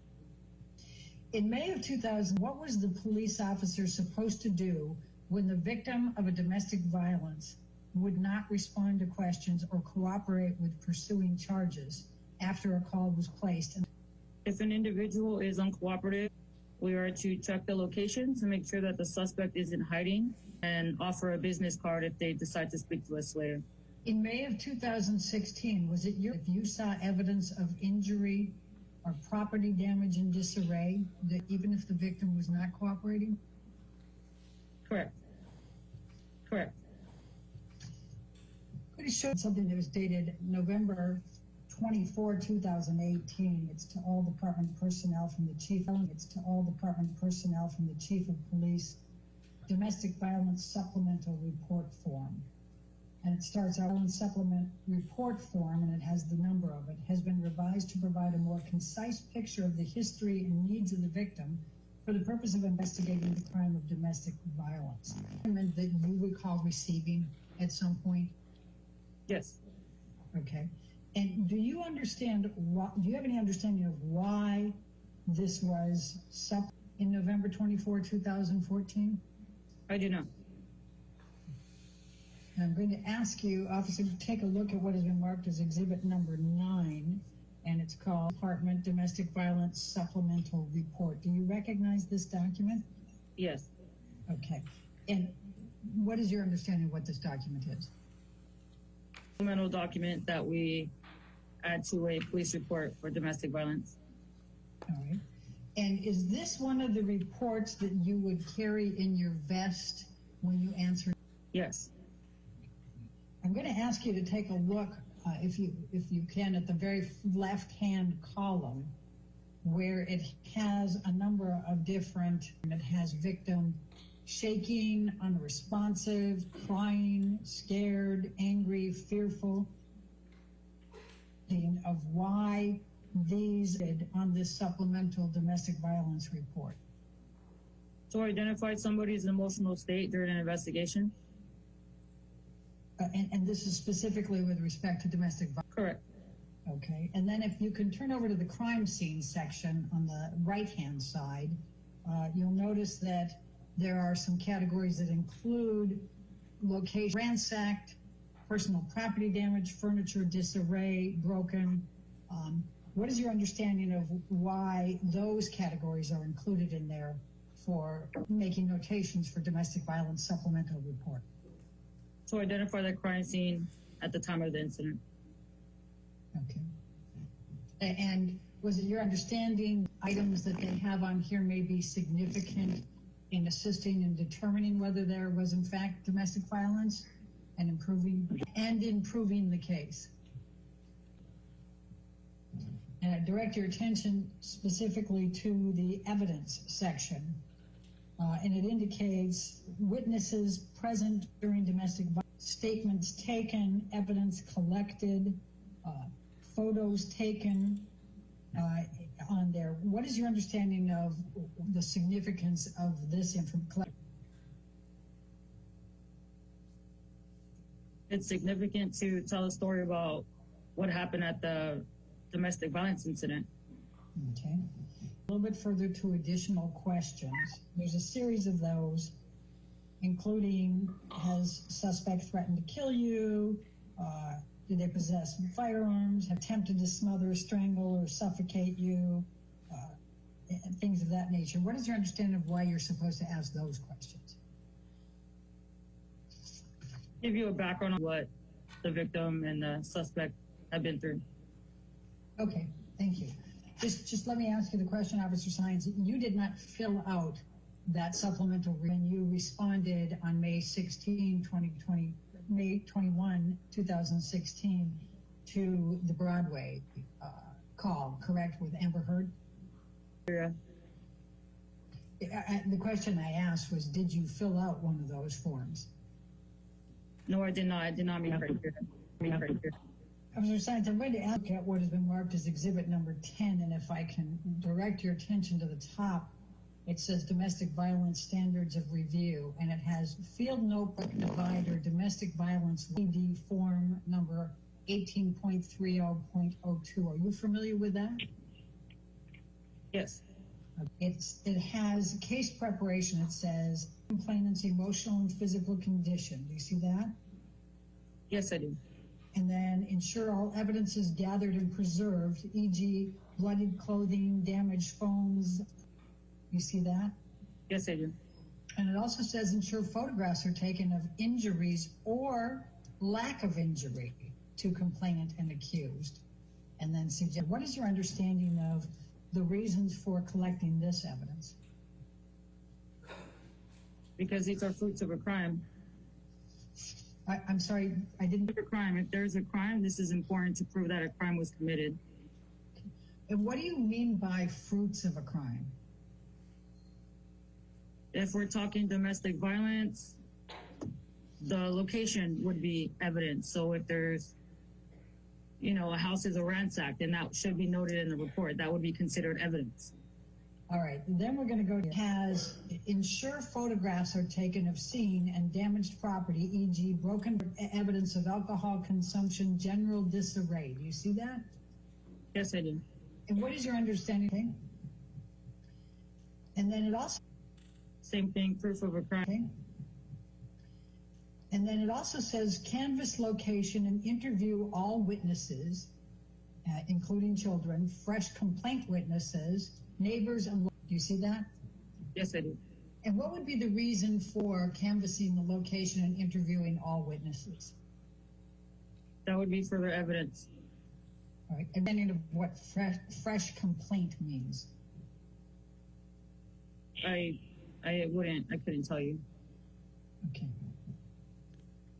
And then if we go to also has complainant questions, and it has questions such as length and nature of relationship, but also prior incidents of domestic violence reported and what form of violence or abuse has taken. Do you see that?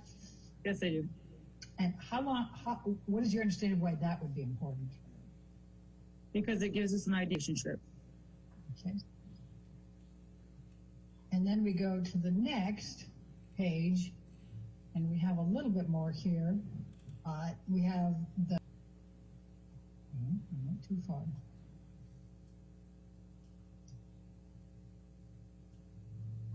And that says how long the abuse has been occurring. Is there a pattern of alcohol or substance abuse? What is your understanding of why those would be relevant? Again, because it gives us background on what we're dealing with, what type of... And may help with the proof of the crime? Correct. Okay. And then we have identify the person who first saw the incident, and it says in parentheses, fresh complaint witness. So I'm kind of guessing that must be the definition. But why would it be important to interview or identify the person who first saw the incident? They probably have the best recollection. Okay. And also has identify the person with whom the complainant first spoke about the incident. Fresh complaint witness would be important. Same thing, the best recollection. Okay. And then we have what have neighbors seen or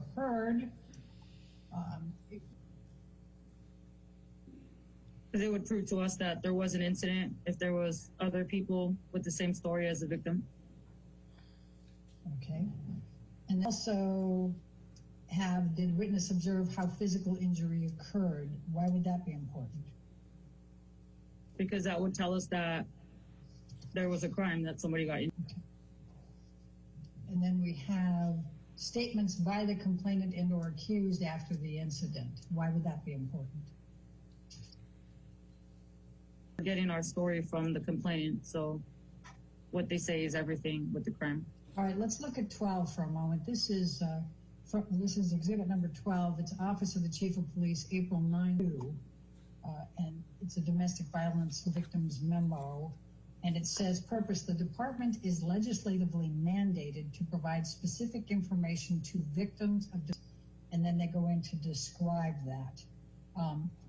What is your understanding of, well, let me go a little bit further because I'm going to try to move through this a little bit quicker. It says, to mitigate this issue, the department has begun to use the Victim Information Notification Every Day, VINE, pamphlet to accomplish not only the domestic requirements under Section 13701 of the California Penal Code, but also to provide information regarding the VINE program. Did you have something that was given to you? Yes. Okay. And was that something that you typically provided then, as it says, victims of domestic violence? Yes. What is your understanding of why you were to provide the pamphlet?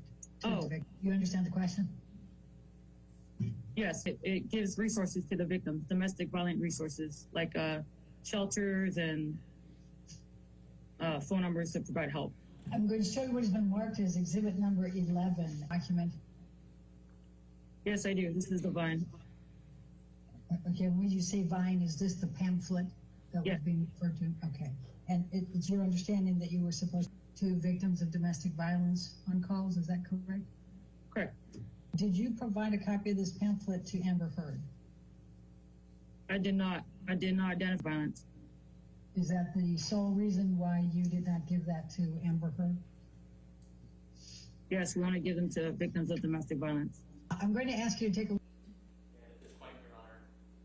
At this point, Your Honor, Ms. Heard's counsel is asking to move into evidence and publish to the jury Defendant's Exhibit 730, and Mr. Depp has no objection. All right, 730 and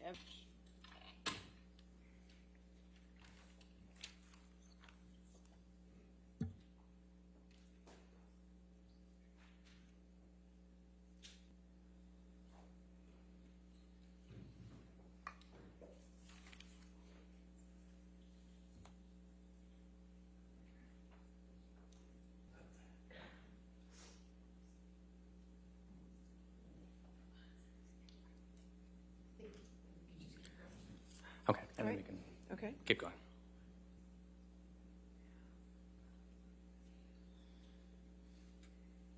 First page of exhibit number 3.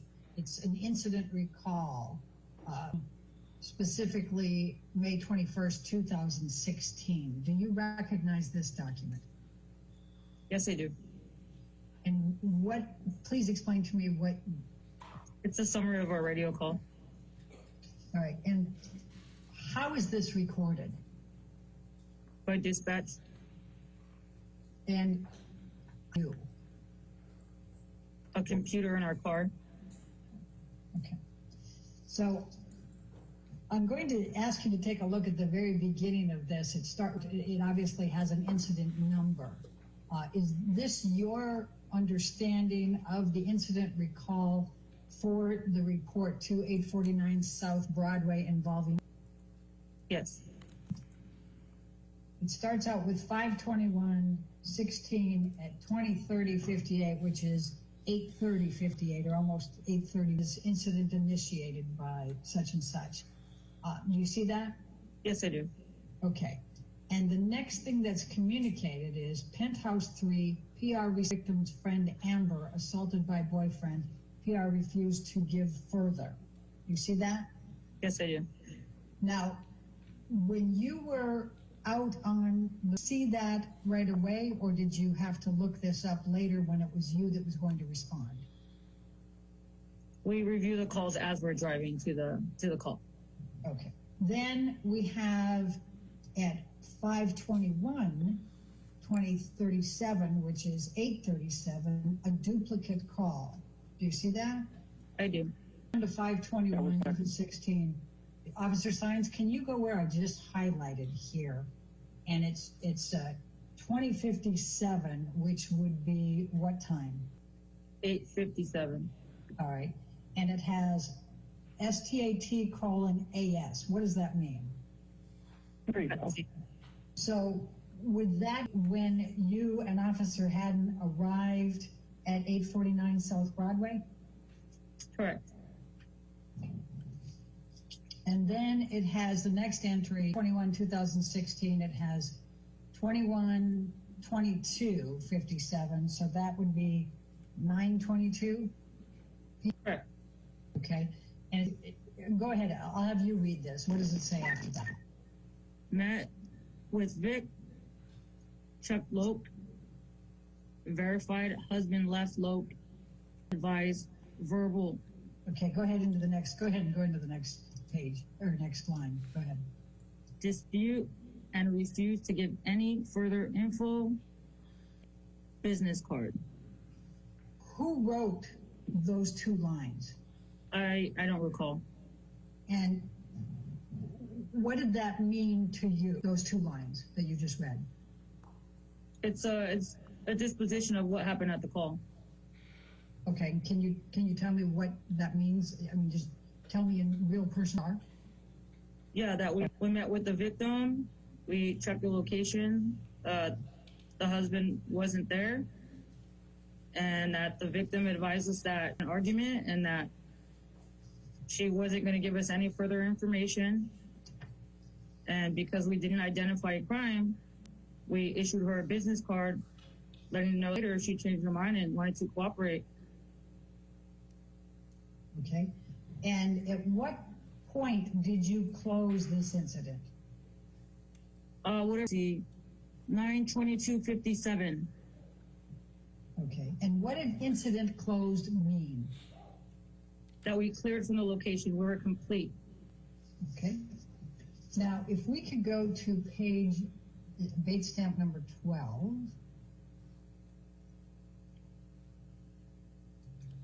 Do you recognize this document? I do. It's a summary of all of our calls from that day. All right, and I believe you testified earlier that you document in preparation for this deposition, is that correct? Yes, I did. Correct. Okay, and if we can go down to here,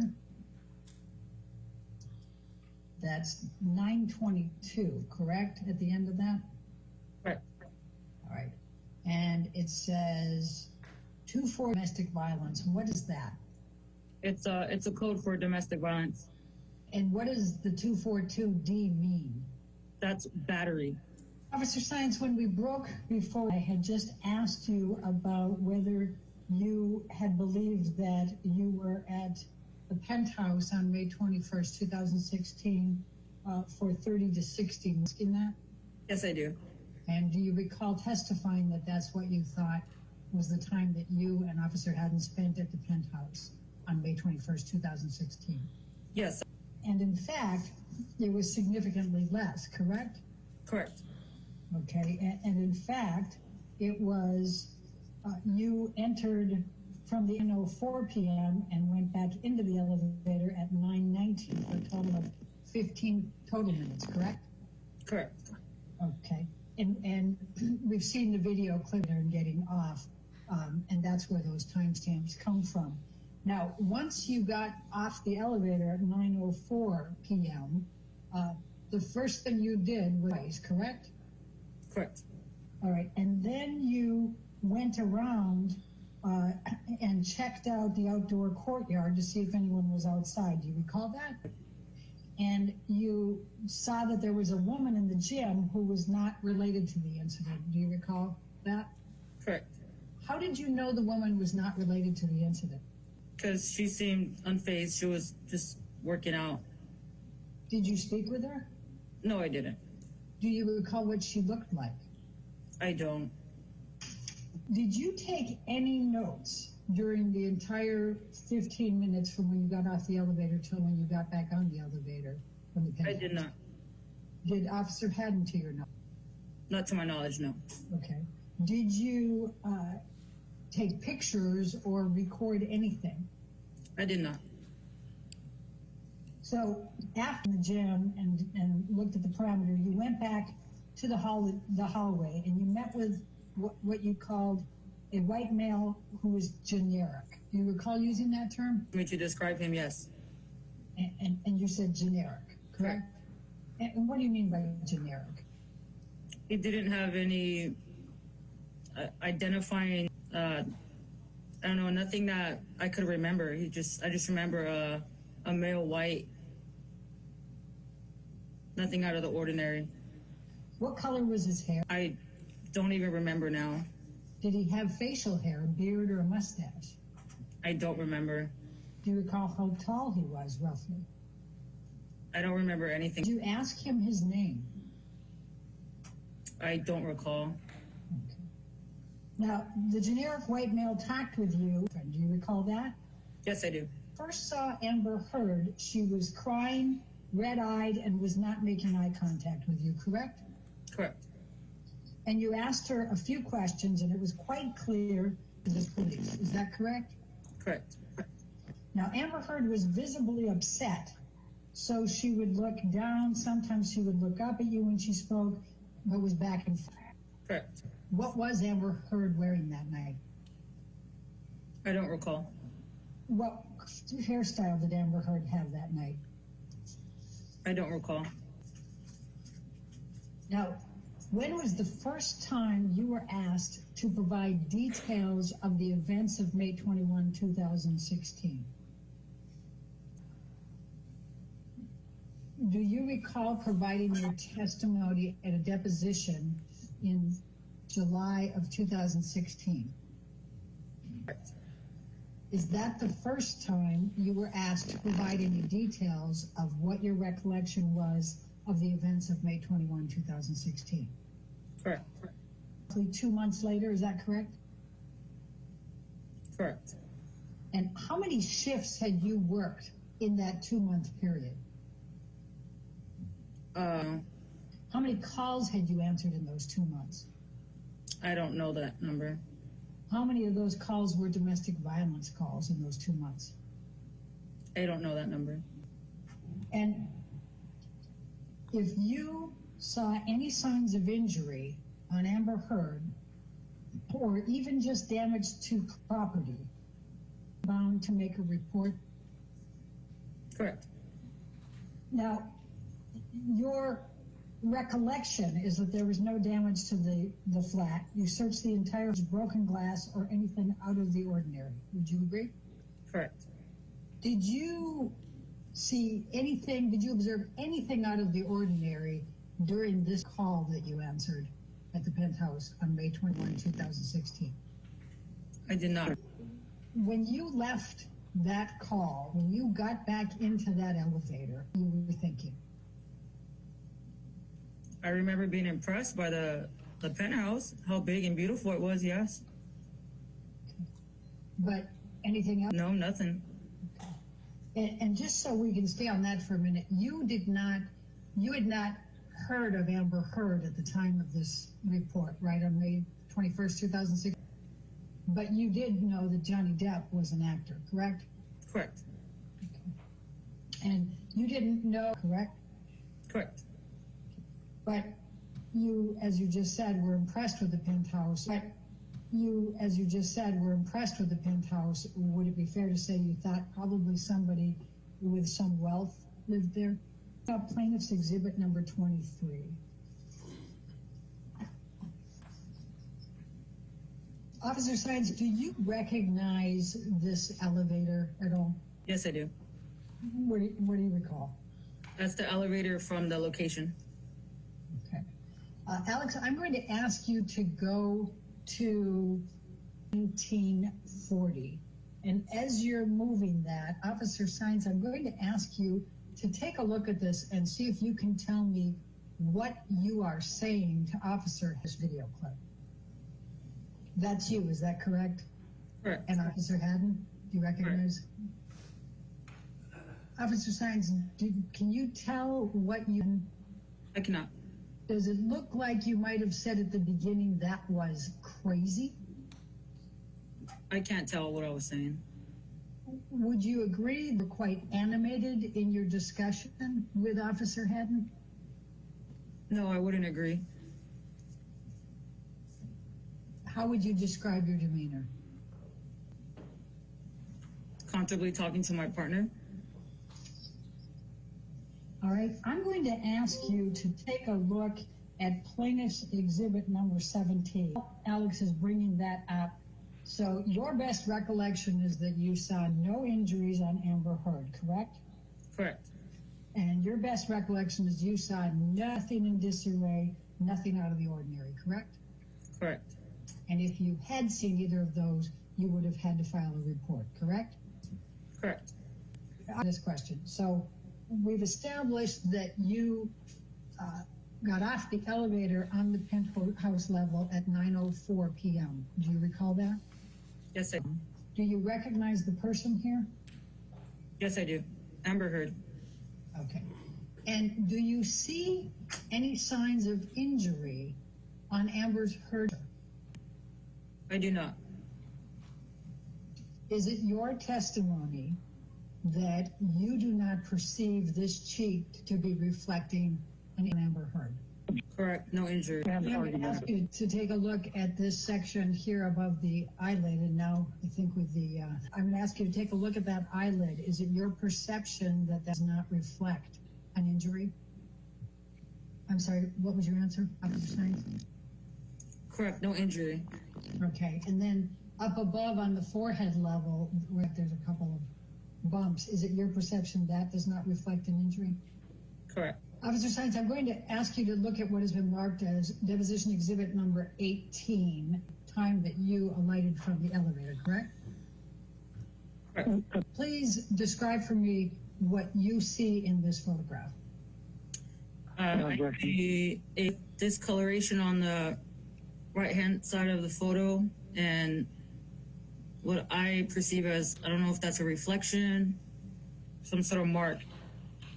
Now, you believed and testified, in fact, that you considered the hallways to be very well lit that night, correct? Correct. Did you see this? No, not that I recall. Right.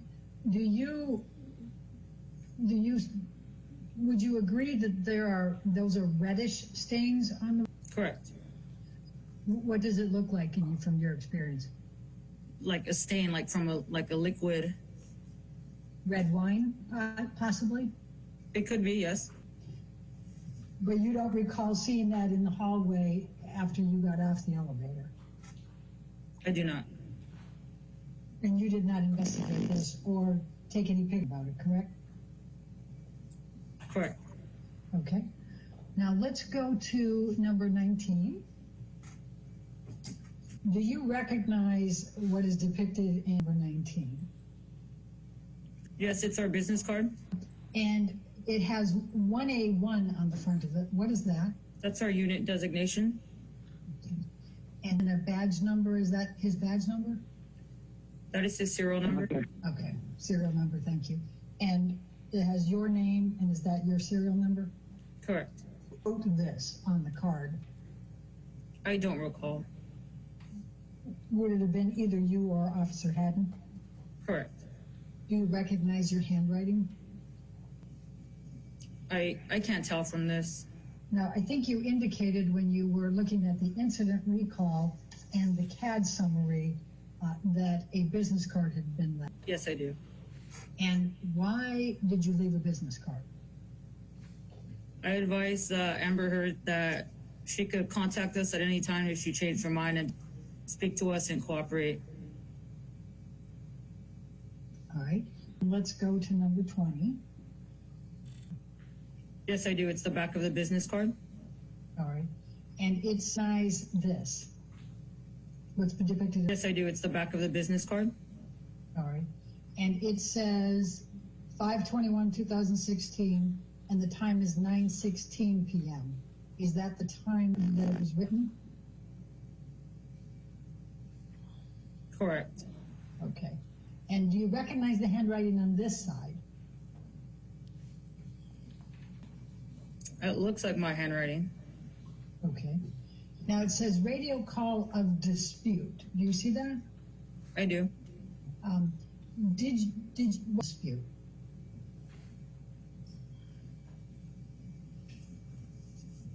It didn't. Verbal dispute, it's the same. It's the same. And you have refused report on here, correct? Correct. Could you just read this next part that you wrote on here? Sure. At about time, it changed his mind because she was uncooperative and didn't want to speak to us. Okay. Now, why did you say if changes mind? Because I was giving her the opportunity to have a resource if she changed her mind. But if Amber Heard had no injuries and there was no evidence of any type of physical issues, disarray, breakage, etc., then why would it matter if she changed her mind? It's a courtesy that I choose to give calls. Now, if Amber Heard had called you later, you had already closed this out and had not written a report and had taken no notes, correct? If I'm understanding your earlier testimony, that if you saw evidence of injury, or if you saw injury of evidence of property damage, the victim did not cooperate, you would write a report, correct? Correct. And we'll go to number 21. Officer Science, this is just a recognize you and Officer Haddon here? Yes, I do. Okay, Officer Science, is the timestamp on here of 9:19:49 p.m., does that comport with your recollection of when you left? I don't recall what time I left. I'm just going based on the video that is in front of me. Okay, do you have any reason? I don't. Officer Steins, I'm going to ask you to take a look at exhibit number 24. Okay. Do you recognize the person in this photo? Yes, Amber Heard. Okay. Perceive there to be an injury or evidence of injury on Amber's face in this photo? No, I do not. What is your perception of the redness on the cheek and the eyelid and above the eyebrow? It's consistent with observed skin. Her face is flush. I'm going to ask you to look at what has been marked as exhibit number 25. Do you recognize this as Amber Heard? Yes, I do. Do you mark on Amber Heard's cheek and above her eyelid and above her eyebrow on this picture? Her face looks flush. Yes, redness. Okay. And what is of what that is caused by? Like I said earlier, it's consistent with what I see in her crying. Right. But you don't think it's consistent with a cell phone? Correct. It does not look like an injury caused from a cell phone. Okay. And why not? Because it's consistent with somebody crying. Her face. This was taken on May 21st. I'm going to ask you to look at what has been marked as exhibit number 26. Do you recognize this as Amber Heard? Yes, I do. Officer Science, do you see redness on Amber Heard's cheek and above her eyelid, and we'll go with those? I do. And what is your perception of those red marks? It's consistent with her crying. Her face is flushed. And is it fair to say that you do not believe that this? Correct. And would it also be fair to say that you would not consider it sufficient to investigate further? There's nothing that would stop me from investigating. I would continue to ask her questions, and it's up to the victim if they want to cooperate. But we're clear here, even if the victim doesn't cooperate, if you see signs of injury, you still, and I believe you testified to this, believe yourself duty-bound to write a report, correct? But in your mind, you don't perceive this as to be reflective of an injury. Is that correct? Correct. And I'm going to ask you to take a look at exhibit number 27. Recognize this as Amber Heard? Yes, sir. Okay. And do you see redness on the cheek of Amber Heard on this one? All right. And then you had testified on a number of these other pictures and on this one as well that this is consistent with crime. Do you see any redness on the cheek? Yes, I do. Is it the same or similar to the redness on the cheek, on the right cheek? Based on this photo, it looks like one cheek is redder than the other. But you also don't see any swelling? Correct. I'm going to ask you to take a look at what has been marked as exhibit number 28. Do you recognize this as Amber Heard? Yes, I do. I see redness on the right cheek and above the eye. Yes, I do. Okay. And is it your perception any type of, or could reflect any type of injury? No. Why not? It was consistent with her crying. All right, let's take this down, go to 29. I'm going to ask you the same questions. Do you recognize this as Amber Heard? Yes. Redness in the right cheek and above the eyelid? Yes. Okay. And is it your perception that these are not indicative of injury? Yes. And what is your reasoning? It's consistent with her crying. Let's take this one down. Let's go to number 30. Now, earlier that you thoroughly searched the penthouse. Do you recall that testimony? Yes, I do. Okay. Drew, the gentleman that you called the generic male, actually took you through, escorted you through the penthouse and the series of penthouses, correct? Correct. Often not thoroughly search the penthouses on May 21st, 2016. We did search the penthouse. Okay. And you used the term thoroughly, did you not? I don't recall. Okay. Do you feel like you conducted a thorough search of the penthouses that night? Yes, I did. I did a sweep of the location for the suspect.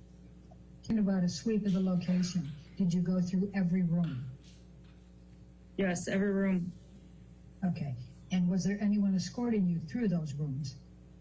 Yes, we were met with at the beginning of the call. That you called the generic male, correct? Correct. Now, you also testified a little earlier that this was a, right? Yes. Did you interview the woman that was sitting with Amber Heard? Uncooperative. What did you say to the woman that was with Miss? I don't recall the exact words, but I introduced myself to everyone if they seen what happened, and they all refused to speak to me. Did you ask for their names? Their names. Now, that's a little unusual, isn't it? No, it's not. A lot of people. Potentially that they don't want to. Now, that's a little unusual, isn't it? No, it's not. A lot of people don't like us. Well, is it that they don't like you? Potentially that they don't want to, with a domestic violence situation, are reluctant to press charges? Every situation is different. Based on my work, it's usually that people do not like us. Do you have a recollection of what the woman who was with Amber Heard looks like? No recollection. Do you know what color hair she had? I have zero recollection. So you don't recall how old she was, how tall she was, what her hairstyle was, what she was wearing, anything about her? But somehow you're sure you tried to interview her and she refused to answer questions. Yes, it's common practice. I try to interview everyone during my investigation. Did you pull out your notebook at any time while you were in the penthouse? I did not. I had nothing to write. No one would speak to me. Well, how did you know that when you started asking the questions? Because they just looked at me. But wouldn't you pull out your notebook first and then ask the questions? Then write down the answers as they're giving them to you? No, I hand for officer safety issues until I'm sure that I have something to write. I'm sorry, officer. Can you repeat your answer? I don't put anything in my hands for officer safety reasons. If I'm not, I keep my hands free. When I ask the questions, I got no answers. Therefore, I didn't take out any notebooks or pens. Did you have any reason to at the time that you were talking with Amber Heard and the woman with her? I always fear for my safety. A potential suspect could have been in the house, so yes, my guard was not down, if that's what you're asking. What did you do first? Did you look at throughout the house to ensure that the person wasn't there, or did you ask then look at the house? I attempted to ask questions first. I can't just go into a house and start checking it without asking questions. So what questions did you ask first? I don't recall specific questions. Do you recall any of your questions? I don't. Recall any of the answers that you were given? I don't recall. Now, we went through the domestic violence supplemental report and some of the guidelines for officers of violence. Do you recall that the crime scene, a number of the items reflected location ransacked, location vandalized, furniture in disarray, personal property? Are those being items as the checklist for crime scene for domestic violence? As they pertain to domestic violence reports, yes, I do. Now, did you ever speak with the two officers who answered the second call to the townhouse that night? I did not. Did you ever with the two officers who answered the second call to the penthouse? I did not. Did you communicate through a third party to the second set of officers relating to the domestic violence? I did not. Did you know the two officers who responded to the second call? Do you know who they are to this day? I do not. Have you ever spoken to the other two officers about on May 21st, 2016? I have not. Have you ever spoken with anyone else about your response and their call on May 21st, 2016? I have not. And just so everybody's aware, up until now you've been listening to question from. At this point, I believe we're going to shift over to questioning from Mr. Depp's counsel. I want you to focus on that we have been talking about during this deposition, and that is May 21st, 2016. I'll refer to that as the date of the incident. Will you understand the date of the incident? Yes, I do. Okay. So as of the date of the incident, for how long had you been a training officer? Since, I believe, the end of November of 2015. So between 6 to 8 months? Yes. Prior to the date of the incident for a training officer? 4 to 6 months. Okay. And as of the date of the incident, approximately how many incidents of domestic violence had you come across? I couldn't tell you. I believe. Yes, that's how I understood it from testimony I read in previous depositions of yours. So it's in the hundreds? Yes.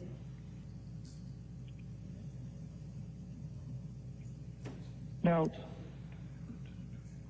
when you and you indicated that you proceeded to the incident at the Eastern Columbia building due to what you heard, is that correct? Correct. And do you recall, as you sit here today, what you were told from dispatch that led you to the Eastern Columbia building on the date of... Don't have an independent recollection. Okay. as you sit here today, do you recall that it had something to do with a dispute at that location? Correct. First arrived at the scene of the incident, what did you first do on entering the building? We met with a security guard in the lobby who escorted us to the elevator. Did you ask that security guard any questions about the building? Sorry, did you ask that security guard? Not that I recall. Did the security guard escort you up to the penthouse? They did not believe that they came up to the penthouse with us. I believe they just accessed the elevator. Okay. And when you arrived at the penthouse and exited the elevator, partner, Mr. Haddon, Officer Haddon? Yes. Okay. And what did you do next? We tried to listen to any kind of sounds of domestic violence. We checked the hallways. We didn't observe anyone. We went out to a courtyard, didn't observe anyone. And based on what I was just reminded of, there was a woman in the gym who didn't seem involved, was working out, looked fine, nothing out of the ordinary. And then we responded a door in the hallway, and I knocked and was met by a male. Okay. Up until that point in time, from exiting the elevator to knocking on that door, thing that indicated a crime. I did not. Up until the point where you knocked on that door, did you see or anything indicating that there had been a domestic violence perpetrated? I did not. Up until you knocked on that door, did you see anything which ordinary? I did not. And I guess what I'm asking is, walking from the elevator to the gym, to the door that you knocked on, were you in the hallway? Yes, I was in the hallway. That time period from exiting the elevator through to knocking on the door, was there anything in the hallway that was unusual to you? Not that I observed, no. Any stains on the floor? Not that I recall. Did you see any vandalism in that area? No, I did not. Did you see any broken glass in that area? I did not. Okay. And upon knocking on the door, what happened next? A male opened the door. I don't remember the exact questions and conversation we had, but I remember asking if they called for help, and he said that it was the neighbor in that house apartment with his girlfriend. And I asked him if they could step out, and he told me to wait, and we waited. We waited for them to exit. I don't remember how much time passed by, and they came out, and that's when we were met with, and who I know now as Miss Heard, in the hallway. And up until that point in time, did you hear anything? I did not. Up until that point in time, did you see anything? Up until that point in time, did you see anything that made you believe that a crime had been committed? I did not. Up until that point in time, anything that made you believe that there had been an act of domestic violence? There had been an act of domestic violence there? I did not.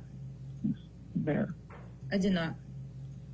Up until that point in time, did you see anything that made you believe act of domestic violence there? I did not. Okay. So you indicated that after you knocked on the door, you spoke with a gentleman. Is that correct? Correct. and you previously testified to someone as a generic white male. Is that the same person? So your previous testimony, and when you were referring to a generic white male, that's the person who opened the door when you first knocked on it, correct? Yes, there was only one male at the location besides my... And there was only one male? Is that for the entire time you're at the location? Yes. So in the hall, you met with a generic white male, Miss Heard, and her girlfriend. Is that right? Correct. And it was just those three folks? Correct. And you were there with your partner, Officer Haddon? Correct. And how, in the hallway, how far were you standing from Miss Heard?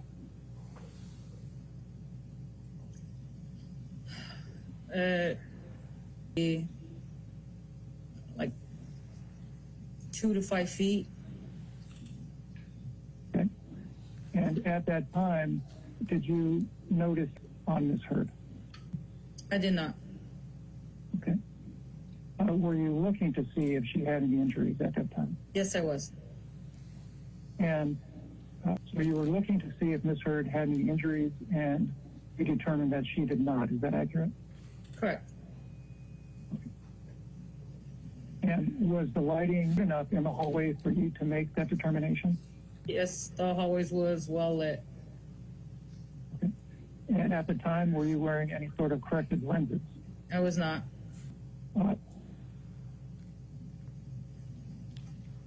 Although you are not wearing corrective lenses, were you prescribed corrective lenses at the time? No, I have glasses, and I'm not prescribed. I have good vision. Okay. And at that time, did you have good vision? Yes, I did. At the time you were observing Miss Heard, did you have good vision? Yes, I did. And did you observe any injuries at that time? I did not. What did you ask Miss Heard at that? I don't have an independent recollection. Again, it's been so long. I don't. Okay. Now, let me just back up a little bit. During the time period from when you left the elevator and when Miss Heard away, at any time did the generic white male tell you that there had been an act of domestic violence? No, he did not. Did he tell you any may have been an act of domestic violence? No, he did not. Did he tell you anything that made you believe that a crime may have been committed? And during that time period, did you ask him what had happened or what was happening? Yes, I did ask him, and he just refused to give me any. Okay. Okay. So now, fast forward to what we were talking about with respect to you in the hallway with Ms. Heard and the generic white male's girlfriend. After you observed her and saw no sign of injury, what did you do next? I advised her that we would be conducting a protective sweep just to make sure that there was no one else in the house. And she agreed. Her neighbor, the male, could accompany us with the protective sweep. Okay. Up until that point in time, did you ask Ms. Heard what? Yes, I did. And what was her response? No response. She was uncooperative. And Officer Simon, at that time, was Ms. Heard cooperative? Ms. Heard was. Thank you. And by uncooperative, does that mean that when you asked her a question, she wouldn't say a word? Did she say something she was not cooperating? She wouldn't say anything. Okay. But just to be clear, you would ask questions and she wouldn't say anything? Correct.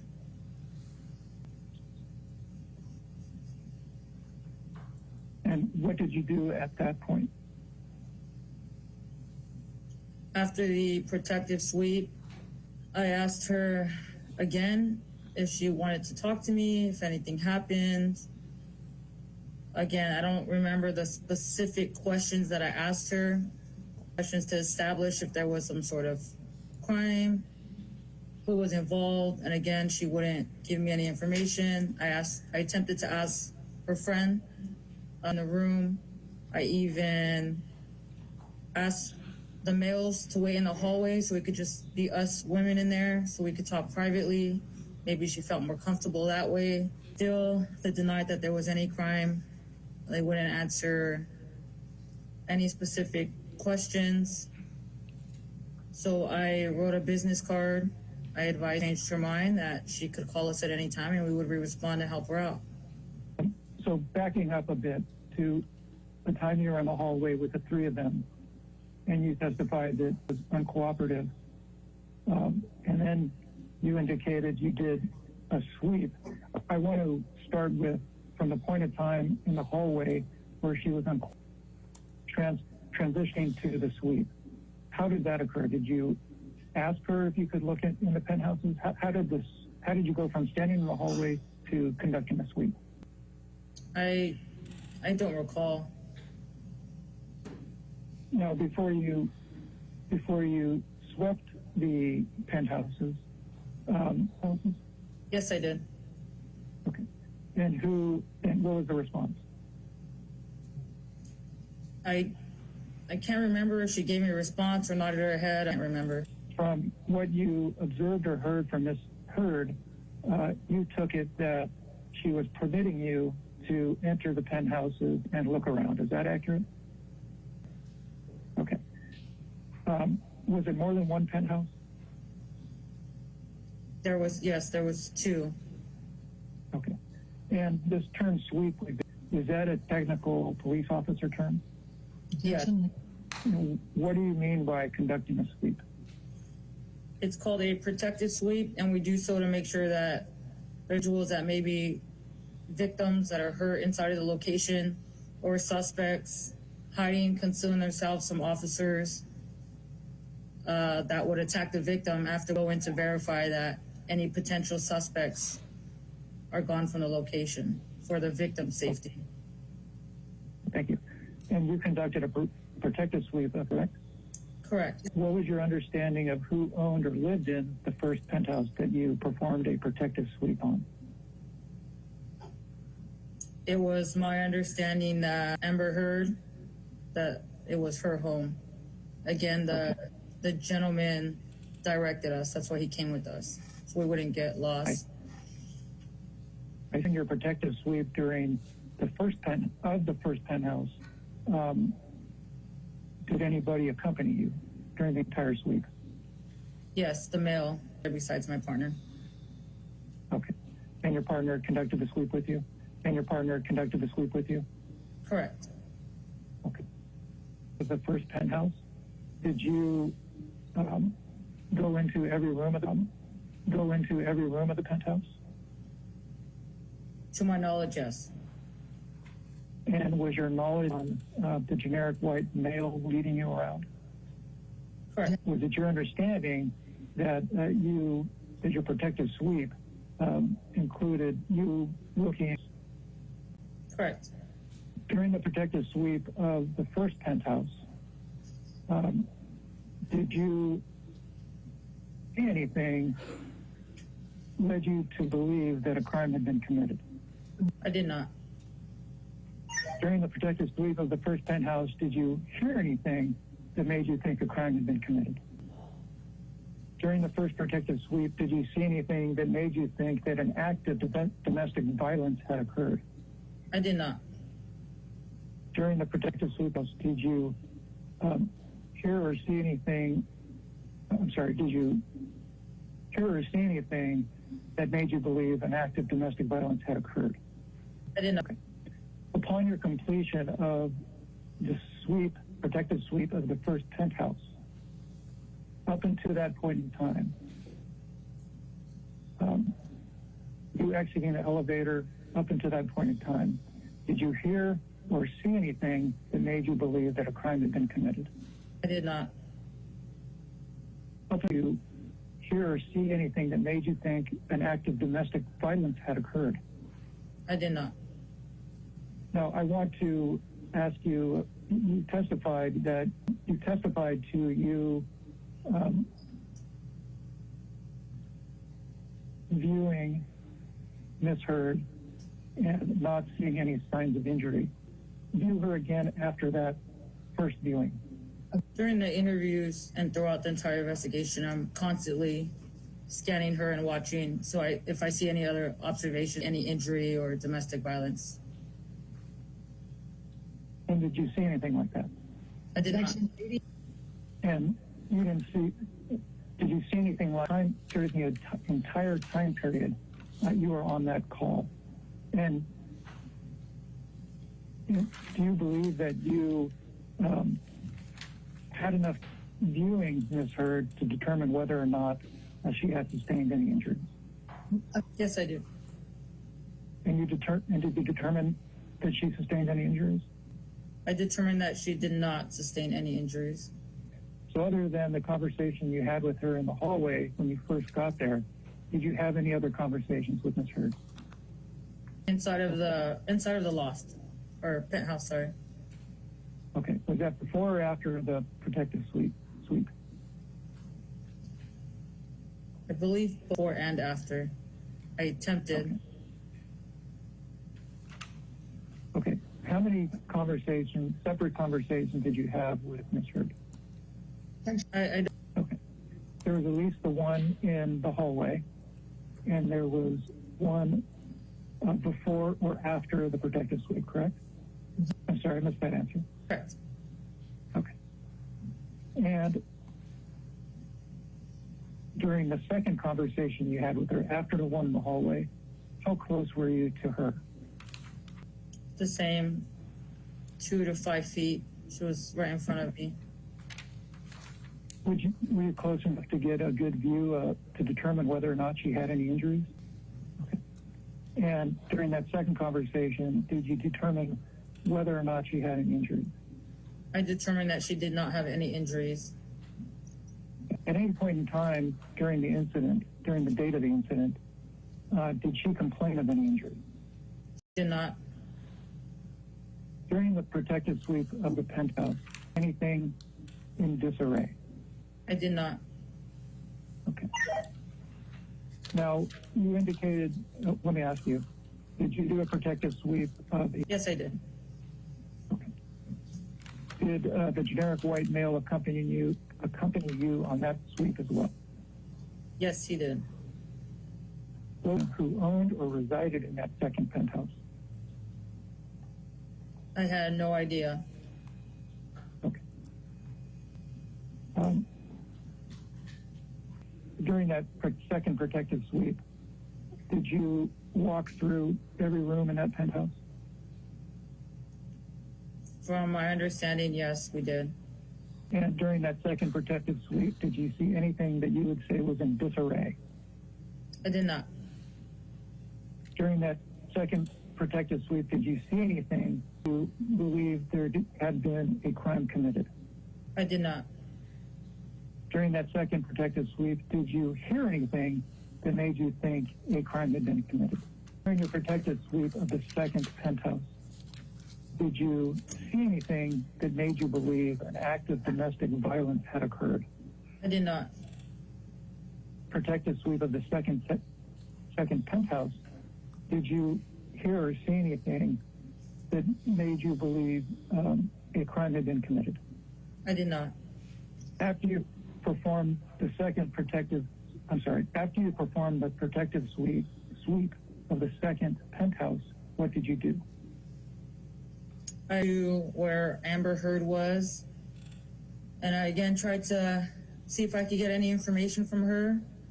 I was unsuccessful, and then I issued her the business card. She could call us back if she wanted to talk. Did she answer any of your questions? No, she did not. At any point in time during the entirety of the Ms. Heard answer any of your questions? No, she did not. During the entire time of the incident, did Ms. Heard complain of any injuries? No, she did not. Your time at the incident, did anybody say anything that made you believe a crime had been committed? No, they did not. At the time you were at the incident, did anybody say anything that made you believe an act of domestic violence had occurred? No, they did not. During the entirety of your time at the incident, did you see anything that made you believe a crime had occurred? I did not. During the entirety of your time at the incident, did you hear anything that made you believe a crime had been committed? I did not. During the entirety of your time at the incident, did you think that made you believe an act of domestic violence had occurred? I did not. Had you heard of anybody by the name of Miss Heard at that time? Amber Heard? No, I have never heard of Amber Heard before that time. Okay.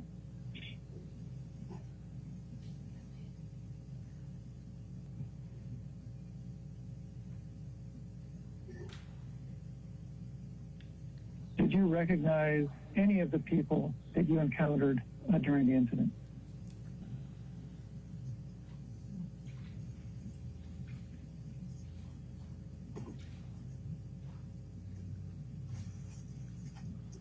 At the time of the incident, that anybody you encountered at the incident was famous? I did not. Okay.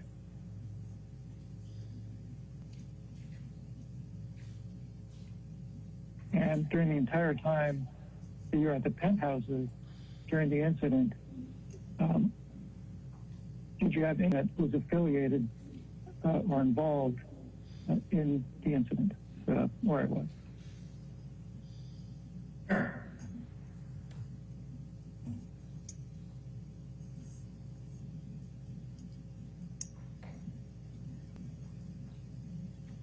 Question, during the entire time you were at the penthouses during the incident, did you witness any bruises on Miss Heard? And there was not a response. I did not observe any injuries on Miss Heard. Okay. Did you observe any swelling on? I did not.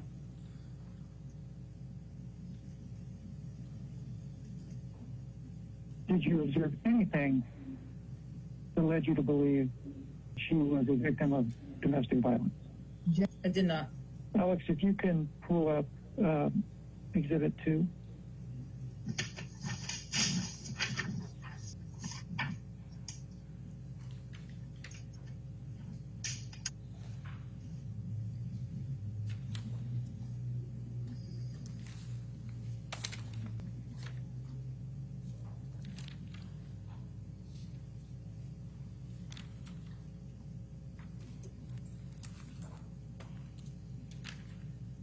So is this going to be Exhibit 57? Yeah.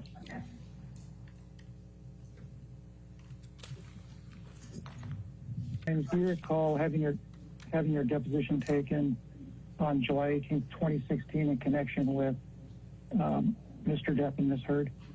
Yes.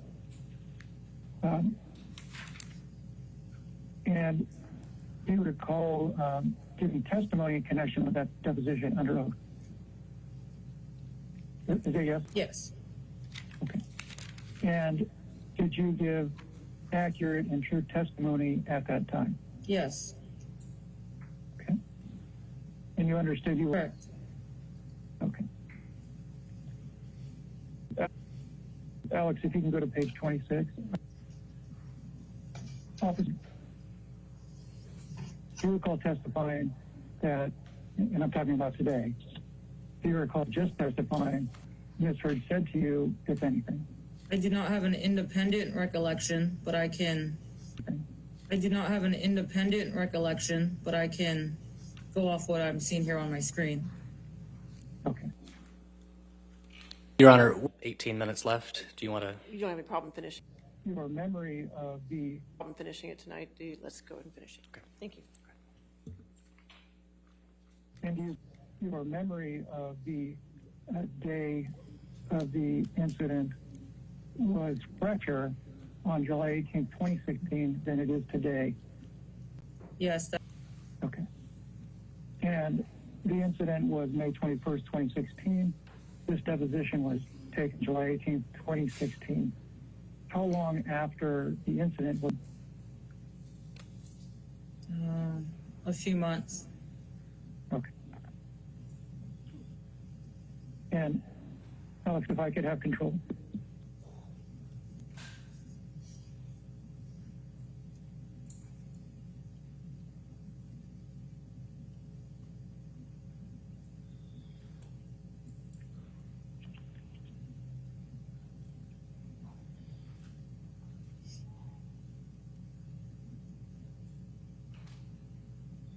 Can that be fixed, or is that just the way it is?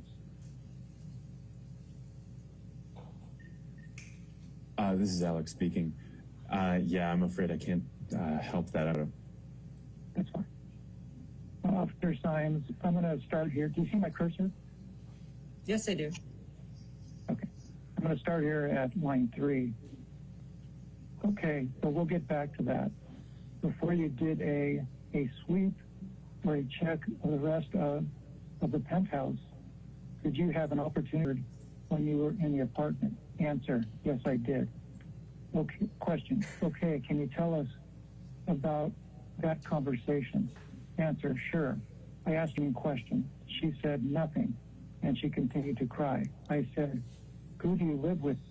Who do you live here with? She shook her head as if she did not. I asked her, are you hurt? Do you need an ambulance?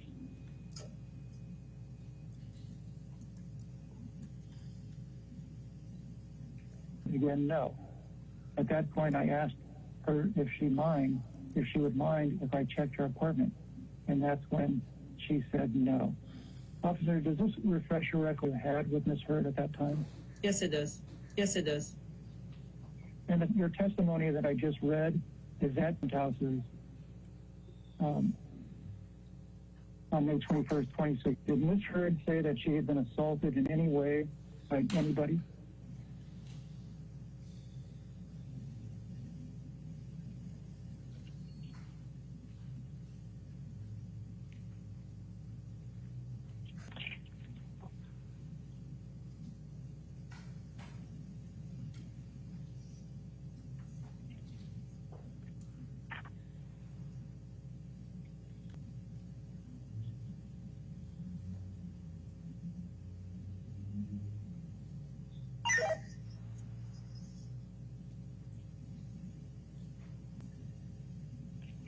During your protective sweep of the 2 penthouses, did you view anything that you would characterize as vandalism?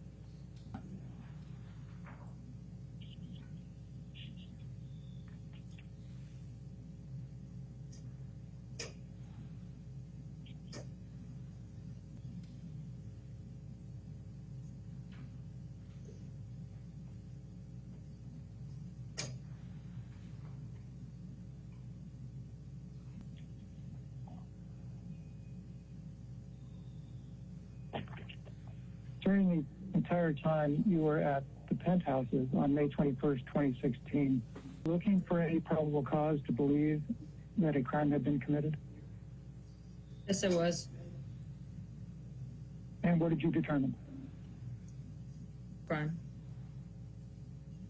What did you determine with respect to an assessment of probable cause? There was no probable cause of any sort of crime. Thank you.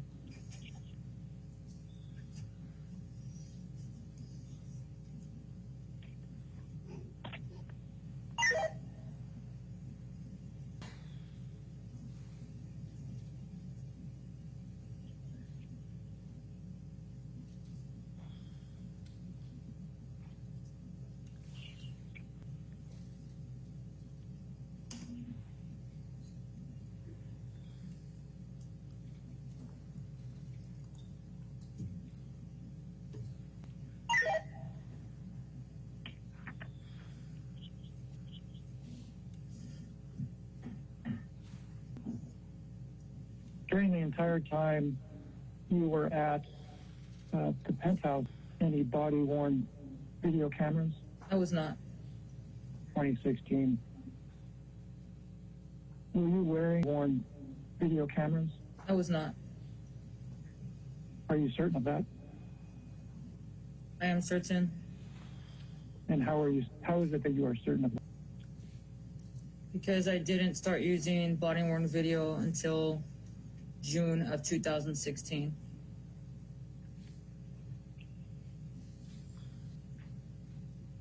And that's after the date of the incident, correct? Correct.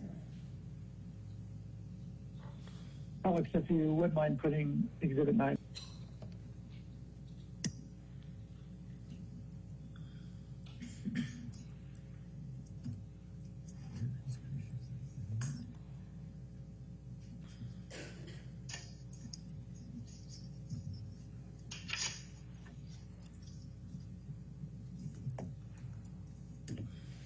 Officer Sines, you were saying earlier, what is this document?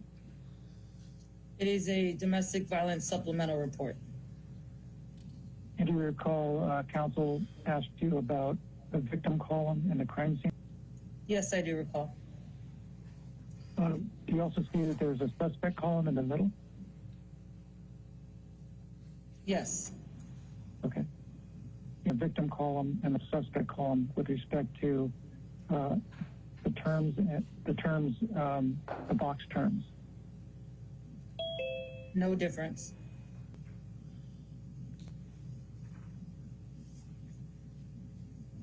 Did you fill out one of these forms in connection with your investigation on May 21st, 2016?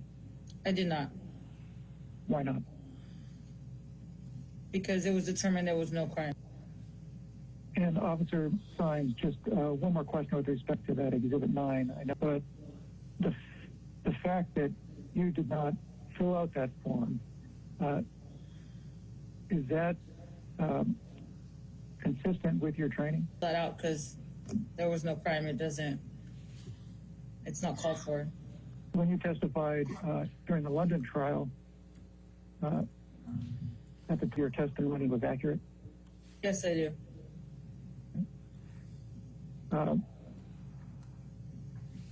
At all times you've testified in any legal proceedings, trials, depositions, testimony in connection with this deposition. I do not. In these two pictures, between these two pictures. Yes, I do the lighting of the photos. Okay. Do you see any difference in connection with on the cheeks of Ms. Heard as between these two pictures? Yes, I do. The left side is. Agree with me that these two pictures are the same. In other words, Ms. Heard's face, the position of her face,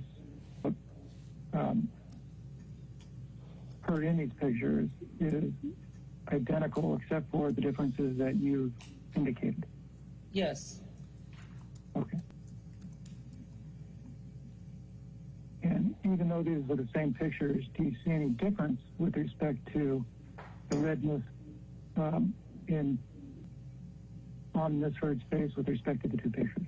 Yes, the photo on the left is brighter, causing the redness on the cheeks to what appears to be brighter or exaggerated. What does it say with respect to, let's concentrate on the picture on the left. Can you read for me box at the very top on the left, under add a title, do you see a date and a timestamp?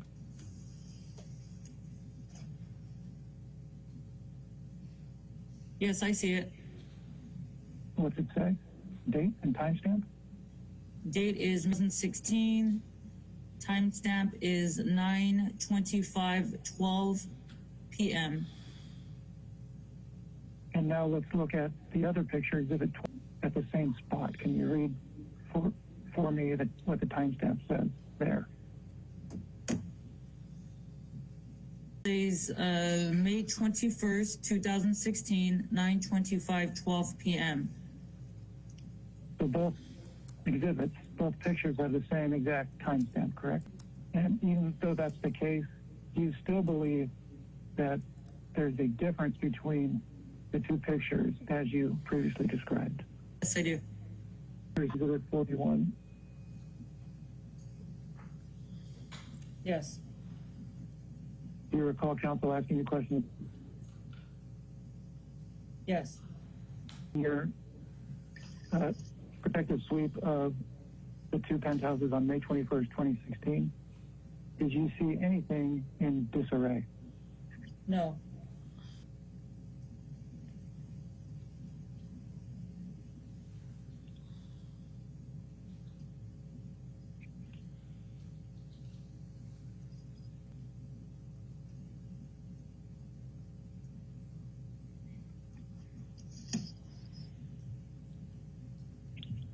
Officer Stein, I think you answered this, but up until the present, for how long have you been a Los Angeles police officer? I will be going on 12 years. Officer Stein,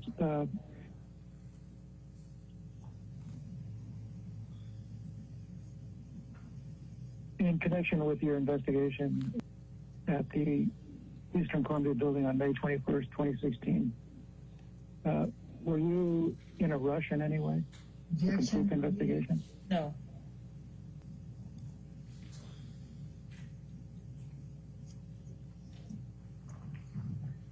Were you willing to stay as long as necessary to determine if a crime had been committed?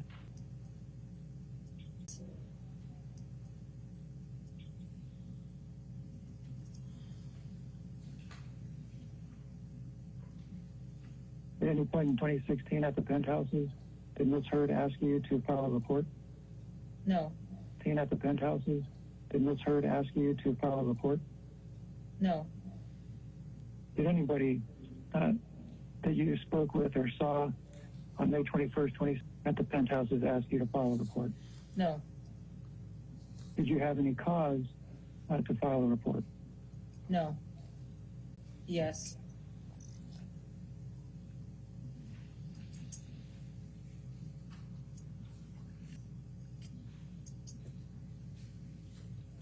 If you had witnessed any belief that an act of domestic violence had occurred, would you have filed a report? Yes. And you, in fact, did not file a report, correct? Yes. Correct. And if you had witnessed something that led you to believe that an act of domestic violence had, would you have filed a report even if Ms. Heard had asked you not to? Yes. And is that in line with your training? Yes. Officer Sines, you were asked some questions. And just so everybody's on the same page, we have about a minute and a half of questions from Ms. Heard's counsel at this point. When you were got off the elevator in the penthouse and when you got on, and how much time you spent at the penthouse level. Approached it in my earlier, but based on the cross-examination, I feel like we need to go back to that. So I'm going to ask you to take a look at what is exhibit number 6. And you reckon you and Officer Haddon in this picture? Yes. Okay. And what time does the timestamp on this say for the elevator? It says 21:04:43. Okay, that's 9:04:43. Would that be right, PM? Yes. I'm going to ask you to take a look at it again at 21. And so this one has what time? 21:19:49.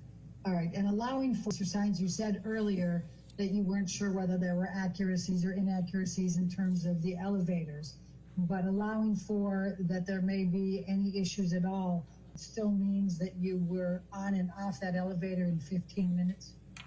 Assuming the times are correct, yes. Okay. You were asked to look at a number of the pictures that I had shown that were taken on the night of May 21st, 2016, both before, during, and after the time that you and Officer Haddon had reported to Ms. Heard's penthouse. Do you recall seeing those again and being asked about them?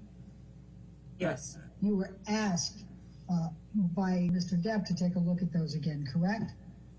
Correct. Correct? Correct. So, other than what was placed in the CAD some incident recall, are you aware of any documentation that either you or Officer Haddon collected relating to your visit to the penthouse on May 21, 2016? No. All right, thank you. All right, that concludes the testimony for today. Please do not do any outside research and don't talk to anybody about the case, and we'll see you tomorrow morning. Okay, thank you.